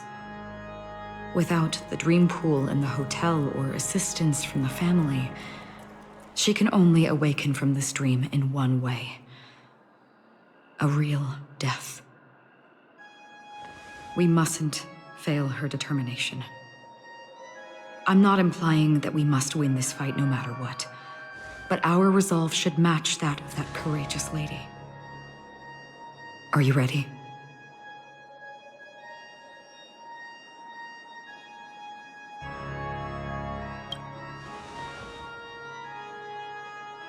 Very well. Now, please close your eyes.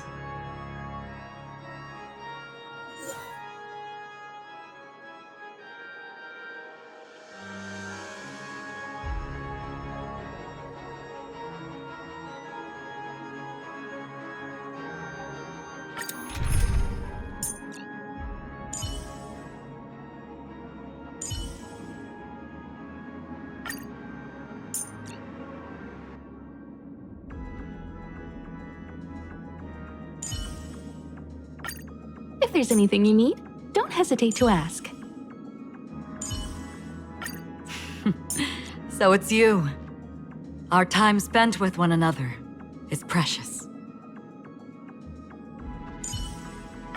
Don't worry.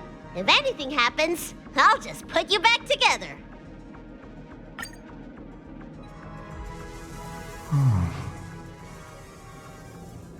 How long has this rain been ongoing? If I remember correctly, it has lasted for decades, or even centuries. The unwavering determination of the Hunt followers persists even in death. But thankfully, we've guided those lost souls to their lives beyond. They were heroes in their time. And they won't be reduced to puppets of the Nihility in their death. You see, the shadows on the sea have vanished. Do you remember? He once said that the sky would clear when the regrets of the departed had faded away. But it's still raining. I know. So, why is all this? Why did this rain choose me? Because someone's regrets haven't been fulfilled, perhaps. Mortals who walk the paths are like sailors on a vast ocean, leaving behind a trail that creates countless ripples of possibilities. These ripples last longer than the fleeting lifetimes of humans. And for some, their presence leaves such a strong mark that it's reflected in the waves. Sin-thirsters, the obsessions of the Pathstriders. They emerge from the depths of Ix, seeing themselves as masters of their own destiny, unknowingly repeating the actions of their past lives. They emerge from the Nihility and head toward it, leading purposeless lives. However, these hollow phantoms, they have journeyed with me for such a long time.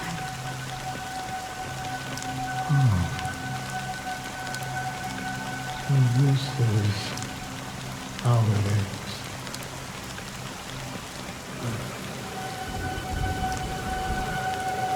I'm already dead. Yes. Are you watching over me? This is my duty as Acheron the Watcher. I'm guarding the path to the abyss of the Nihility, guiding every soul reluctant to become one with it. Back to this side. But if this is what the departed ones expected, should you try to change it? I don't know. But someone once told me that when the inevitable moment came, he hoped that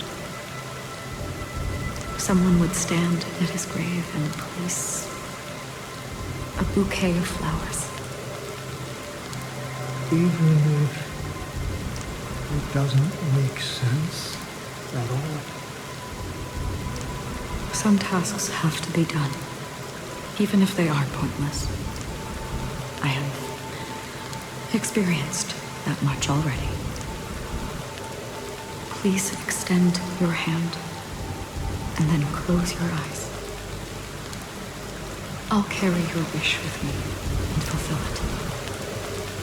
Only then will I be able to put an end to the final regret by the Dead Sea.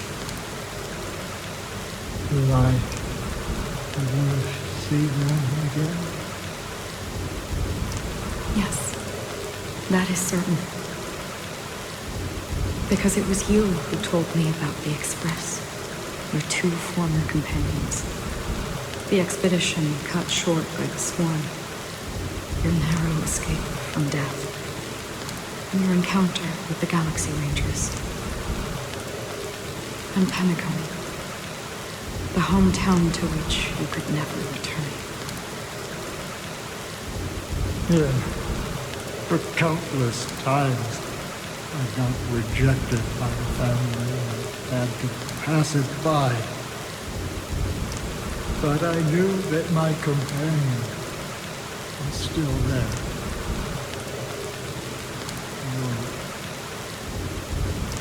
Mikhail, are you still there?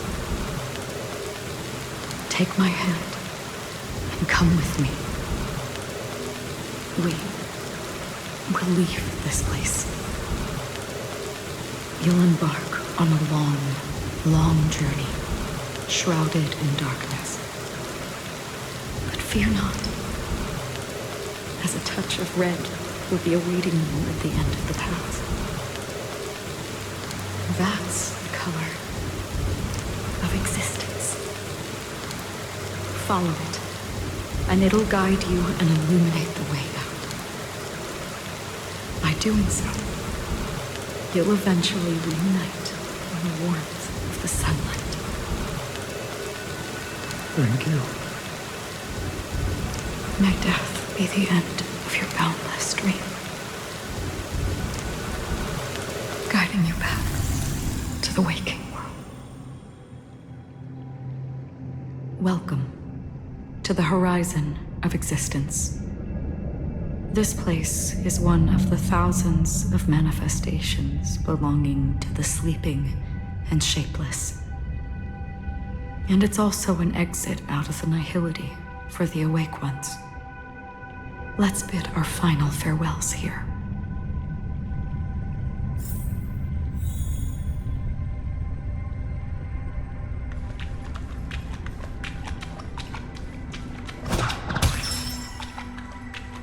Always distinguish between reality and imagination. All right, Gray. Life is akin to a winding labyrinth, where memories serve as our soul. May your schemes be forever concealed. Anna's dream is too cruel for him and everyone else. To the imperfect tomorrow. I still remember the question on the invitation letter. does life slumber? Why does life slumber? We don't know the answer yet, but we're about to awaken from this dream. Or perhaps such is the answer itself. Leave this place, return to where you belong, and awaken Penacony from this dream.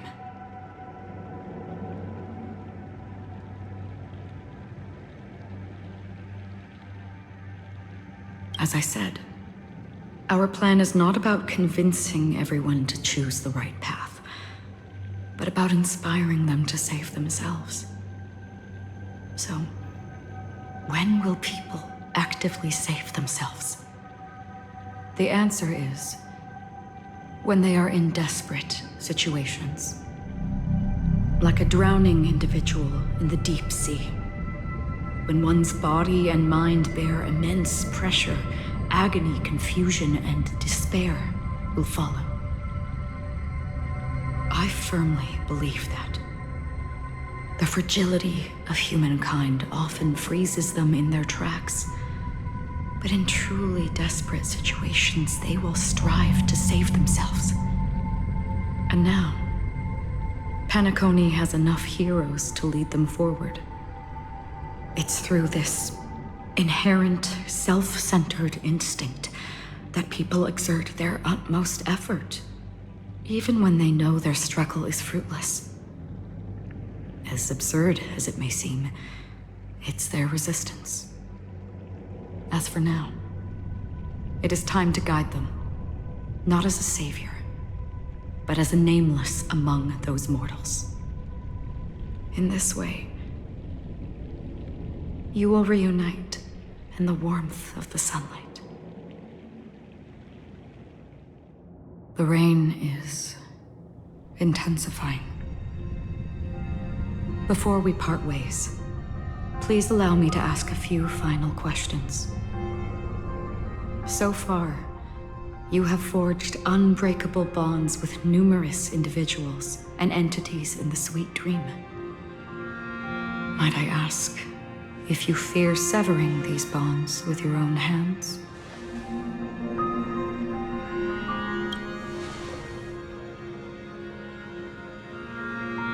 If there is a vast, lifelike dreamland that is virtually indistinguishable from reality, a realm without death, where everyone can attain the happiness and fulfillment they deserve, living blissfully ever after, I would ask, would you wish to stay?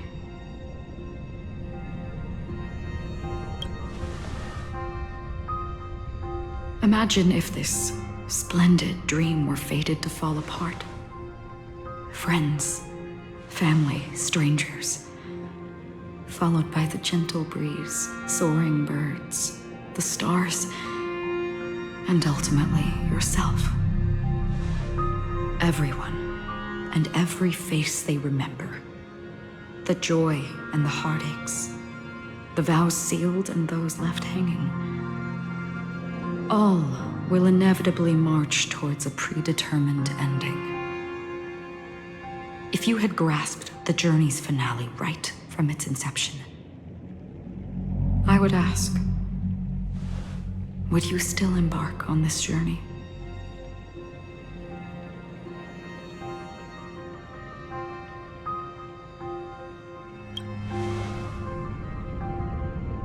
I'm glad. The answer itself doesn't matter. What matters is that you've made a decision. Listen, touch, and ponder. And therein lies the sensation. Cherish it, because that's what makes us exist. Such is the only answer humans can offer when facing the nihility. If the nihility represents the primal fear of life, rendering any lofty convictions insignificant under their imposing shadow, then behind this shadow, there must exist the most fervent source of light in the world.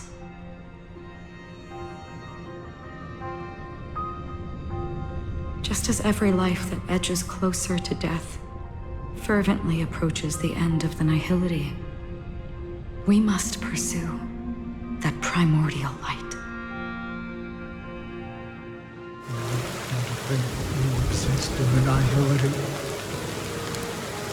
and you watch over others to depart it. Such a task is absurd and meaningless. Nevertheless, someone had to do it. As for the meaning you mentioned, even if it's a meaningless task, I've come this far, haven't I? Even if the future you forge may not even belong to you. It may not belong to me, but it definitely belongs to someone.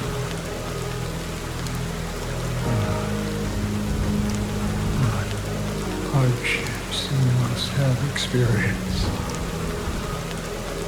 In that case, allow me to do something meaningless too. Please, tell me your name.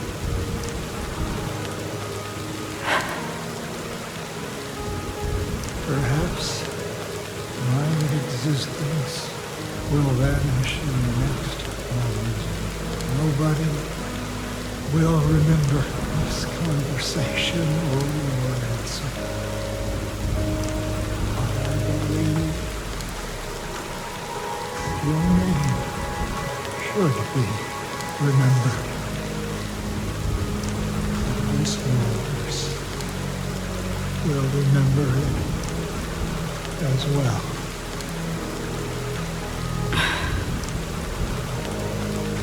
For me, some things are difficult to recall. Yet there are others that I find challenging to forget. Such is memory, a creation of the past that blossoms into significance in the distant future. I remember that marks the start of my journey, the origin of the vibrant red hue in my life, and the most fervent element amidst every tempest. That's my name. Raiden Ozanori May.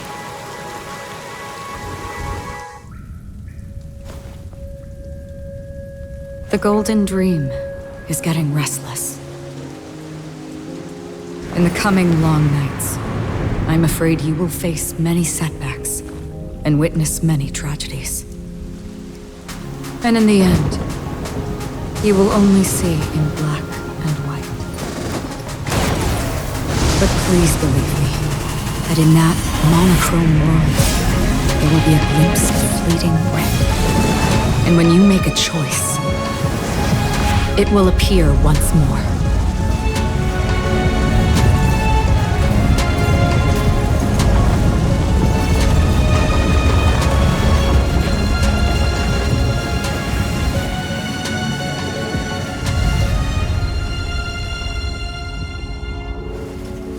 What you must do is ponder its significance, then return to the waking world.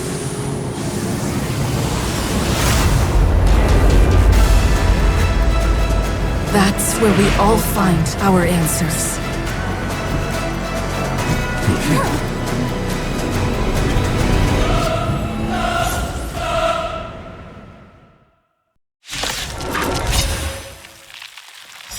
You've broken free from the dream of order.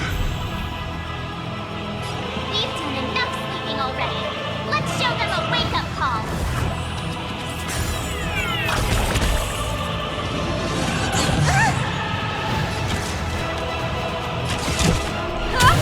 Noisy.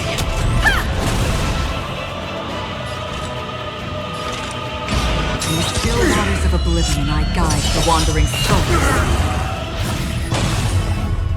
Let me tend to your wounds. Disorderly noise.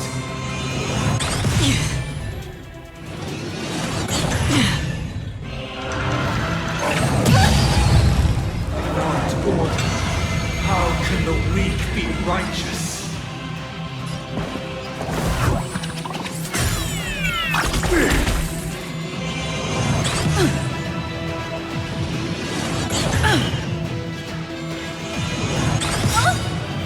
Perhaps you still don't understand. Humanity never conceals its desire to control the heavens, and I'm no exception.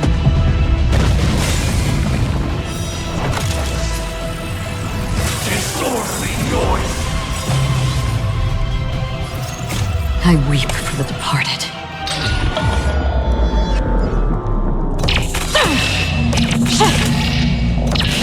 Dusk's reign, it too shall fall.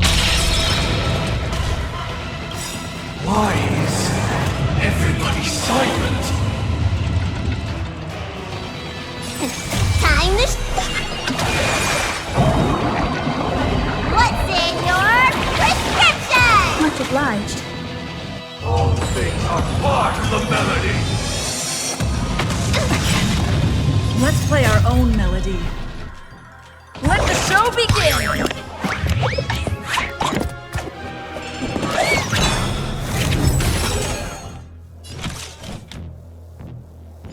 One at a time! Look, listen, feel, catch! You won't get away! Disorderly noise! Half the work is already done. Consistency fleeting as the dawn's dew, destined for oblivion.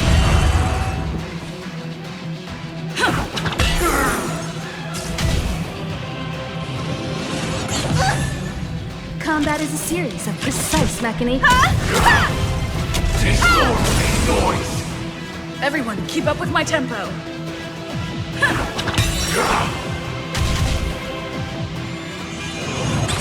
You bully!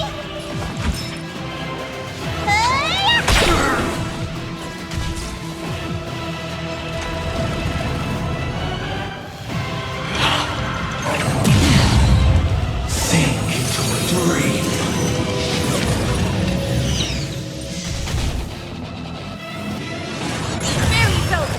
Another journey begins. In the still waters of oblivion, I guide the wandering souls. Again?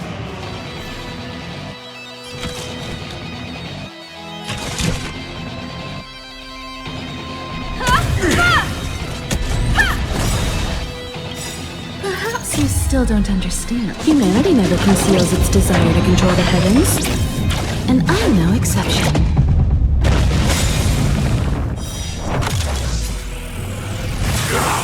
Disorderly noise! Time to...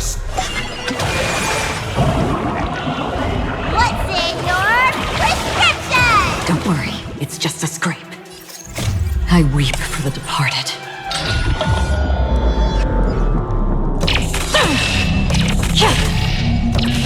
Dusk's reign, it too shall fall.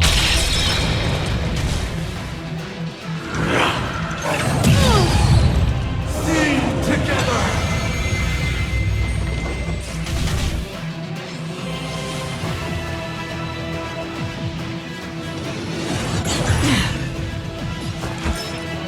Look, listen, feel, catch! Disorderly noise!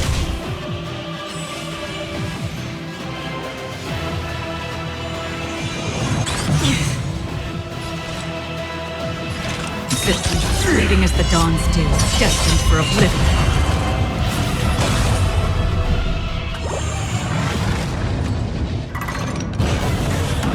7,336 notes. Solemnly light restoring the glorious chorus and ascend to the heavens! Noisy. Let's play our own melody. Let the show begin!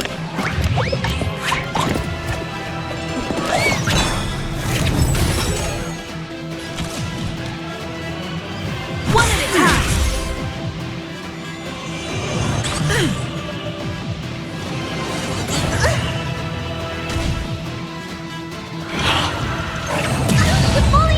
Uphold the truth, and you will be protected.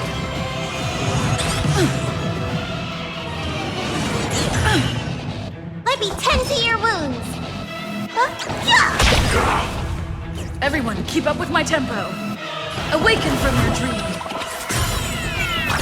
Noisy. Did you come here of your own volition? From the still waters of oblivion, I guide the wandering souls.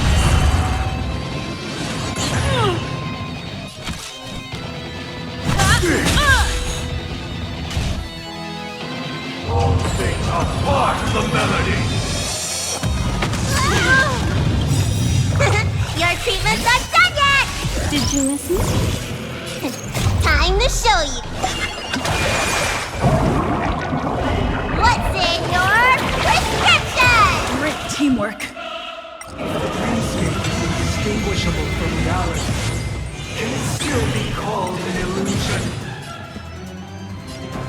Wake up! With this perfect melody I command, recreate paradise anew!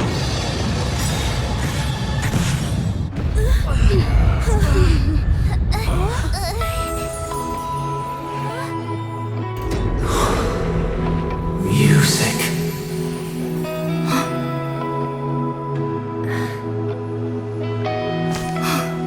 There seems to be another kind of sound coming into the Order's symphony.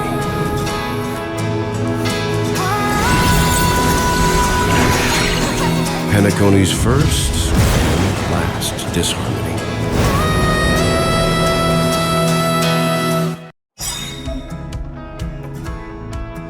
Those imprisoned in their dreams are awakening for freedom. Disorderly noise! Robin, is that you singing? You have heard their cries. This is not the paradise they hoped for. Even so, they don't know where they should be heading. That's why I had to become the lone star in the sky to guide them. Even if that star must hang in a perpetual night of solitude. Disorderly noise! Let's play our own melody. Let the show begin. Perhaps you still don't understand. Humanity never conceals its desire to control the heavens, and I'm no exception.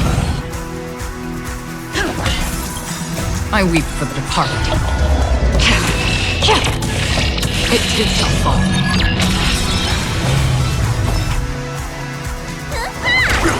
Another journey begins. Still water noisy. Time for an overhaul. Noisy. With wisdom comes protection. Keep up with me. Let me tend your wounds. I have something for you. Noisy. Sink into a dream. What's in your prescription? Don't worry, it's just a scrape. Again? Destined for oblivion. The weakness of humanity cannot be redeemed by others.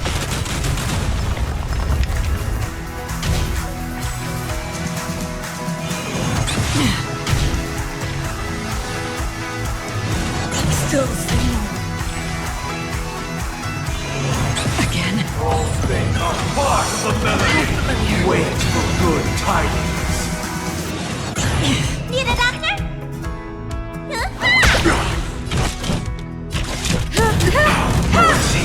I'll take the lead. Perhaps you still do. Humanity never conceals its desire to control the heavens, and I'm no exception. Disorderly noise! I weep for the departed. It too shall fall. You won't get away. That's half the work. Keep up with me.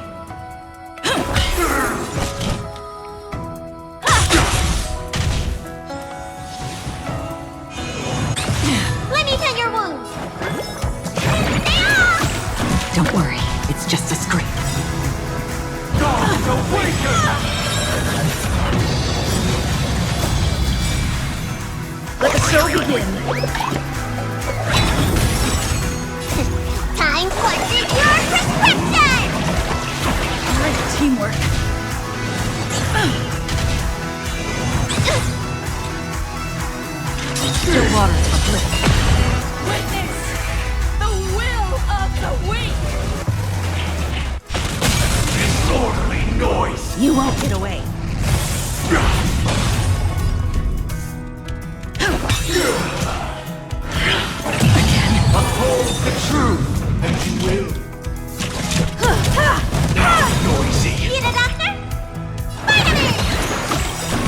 fly. I weep for the departed. It too shall fall. If we had never experienced solitude, how could we have embarked on different paths? Now, our final talk has concluded. All the work of creation has been completed. The inevitable day has arrived. The embryo of philosophy will reshape for us all of reality. If your paradise can save more people, sever my path with your hands. I'll take the lead.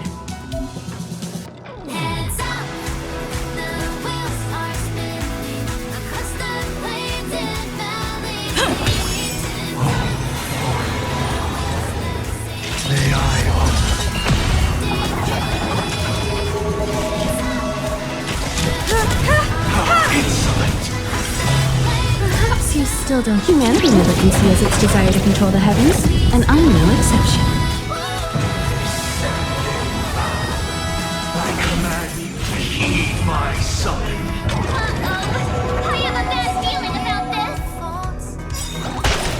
It was not you who created all things. Even if the future is full of pain, we won't escape from it.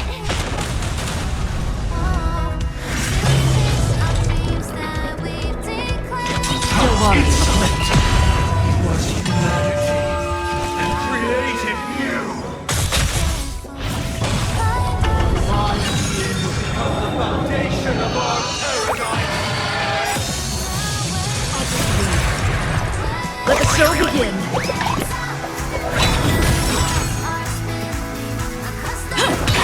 Let me tend your wounds. Vitamin! Don't worry. My solemn desire for order. You want to achieve the paradise we promised. The order is not the only choice. I am defying the night.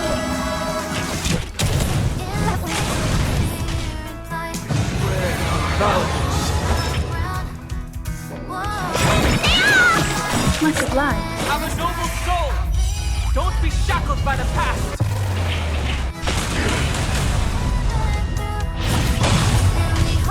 I swear on rules. I swear on meaning. Another journey begins. Still waters uplifted. You won't get away. I weep for the departed. It too shall fall.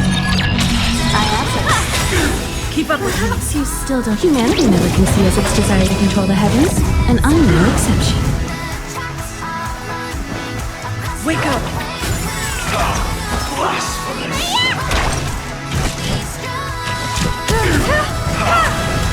Free will or was Blasphemous. Let's play our own melody. Let the show begin.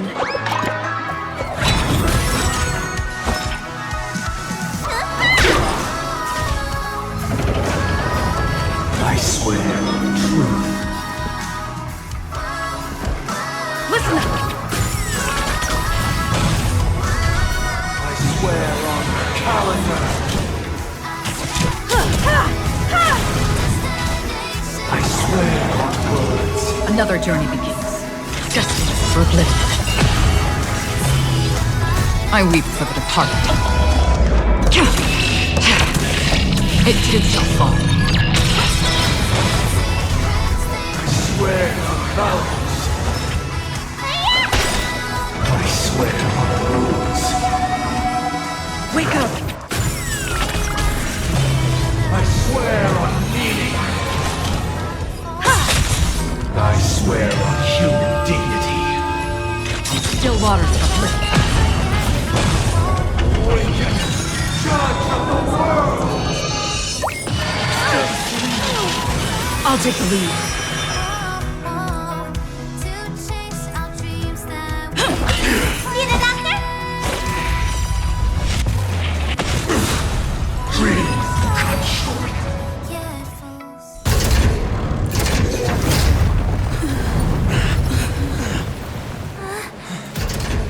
So, why does life slumber? Because someday,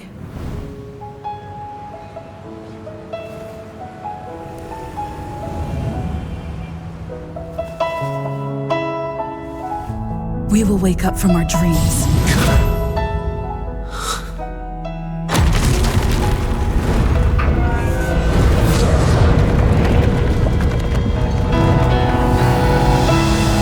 The night is still too short.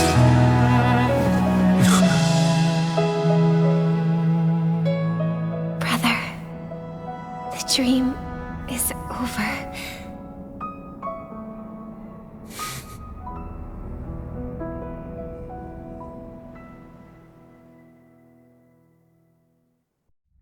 In the first year of the AE 2158, a fiery conspiracy erupted in the land of the dreams, but soon faded in chaos and destruction.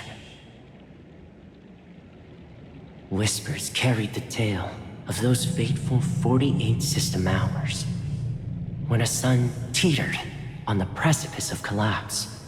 A paradise stood on the brink of destruction, and a world was poised to surrender to its new master.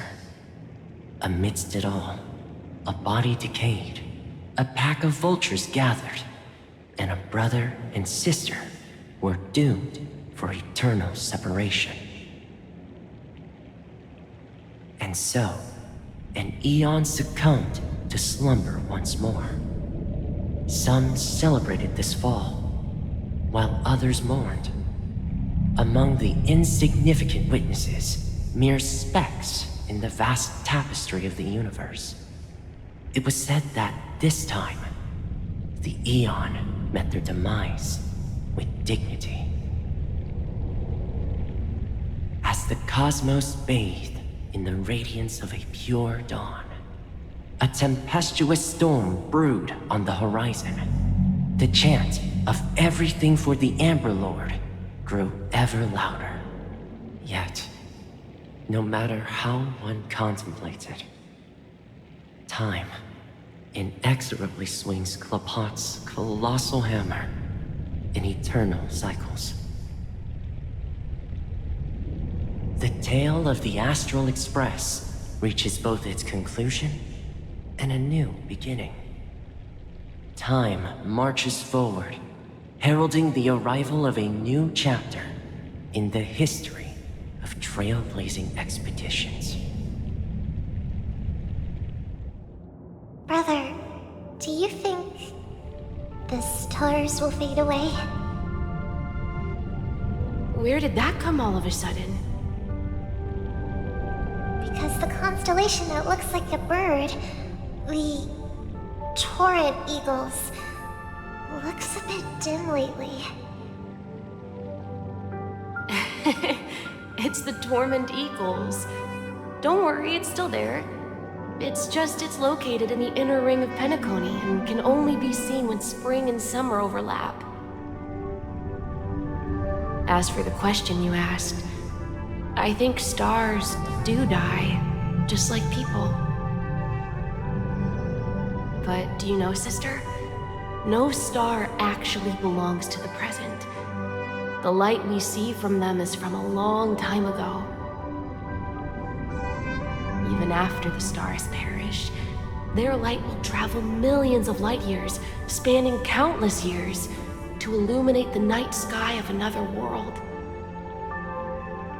In our paradise, I believe there will be a star like that, shining with the same light. Its radiance will last forever, and its name will be happiness. No, not just one star. We should have 2 stars, or maybe even more. Yeah, you're right. It's a deal. It's a deal, then. This is our promise, and nothing will sway our ideals. You bet!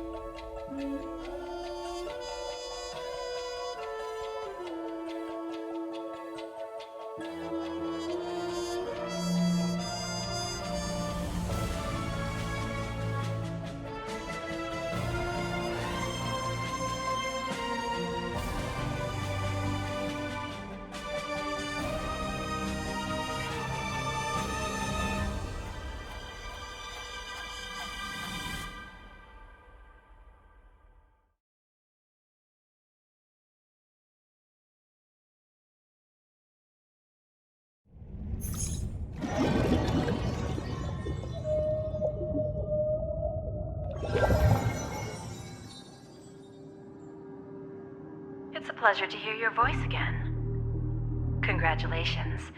You've become the biggest winner of this festival. Are you calling just to poke fun at me?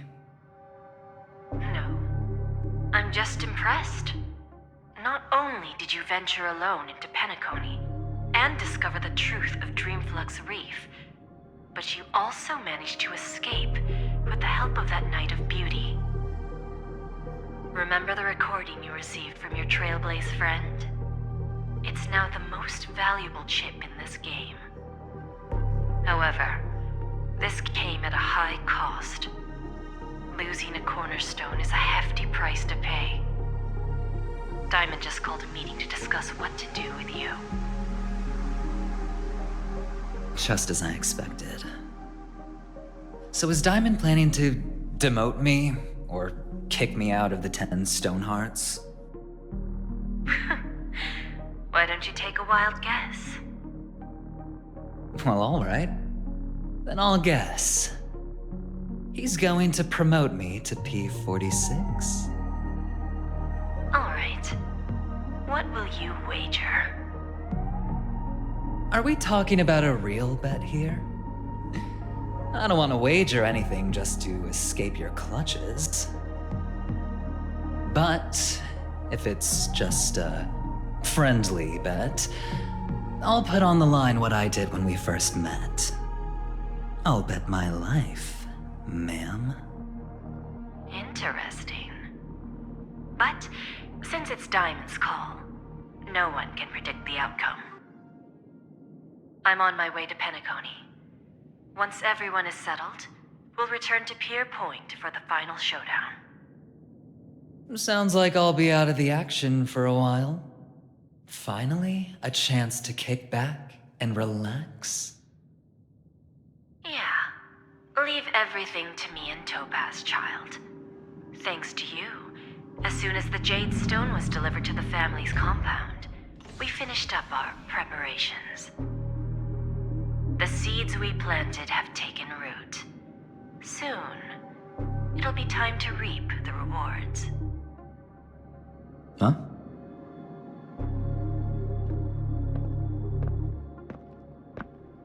Let's wrap it up for now. Looks like I've got a visitor here.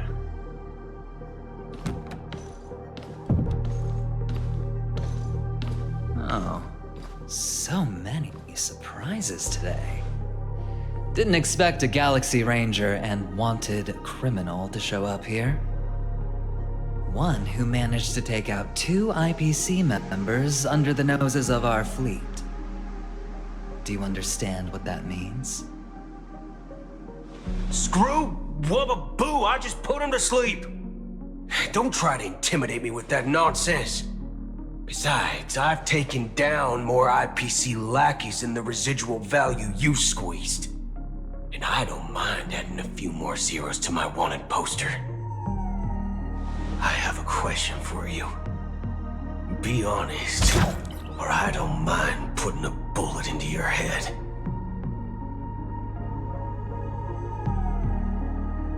Tell me, where is Oswaldo Snyder?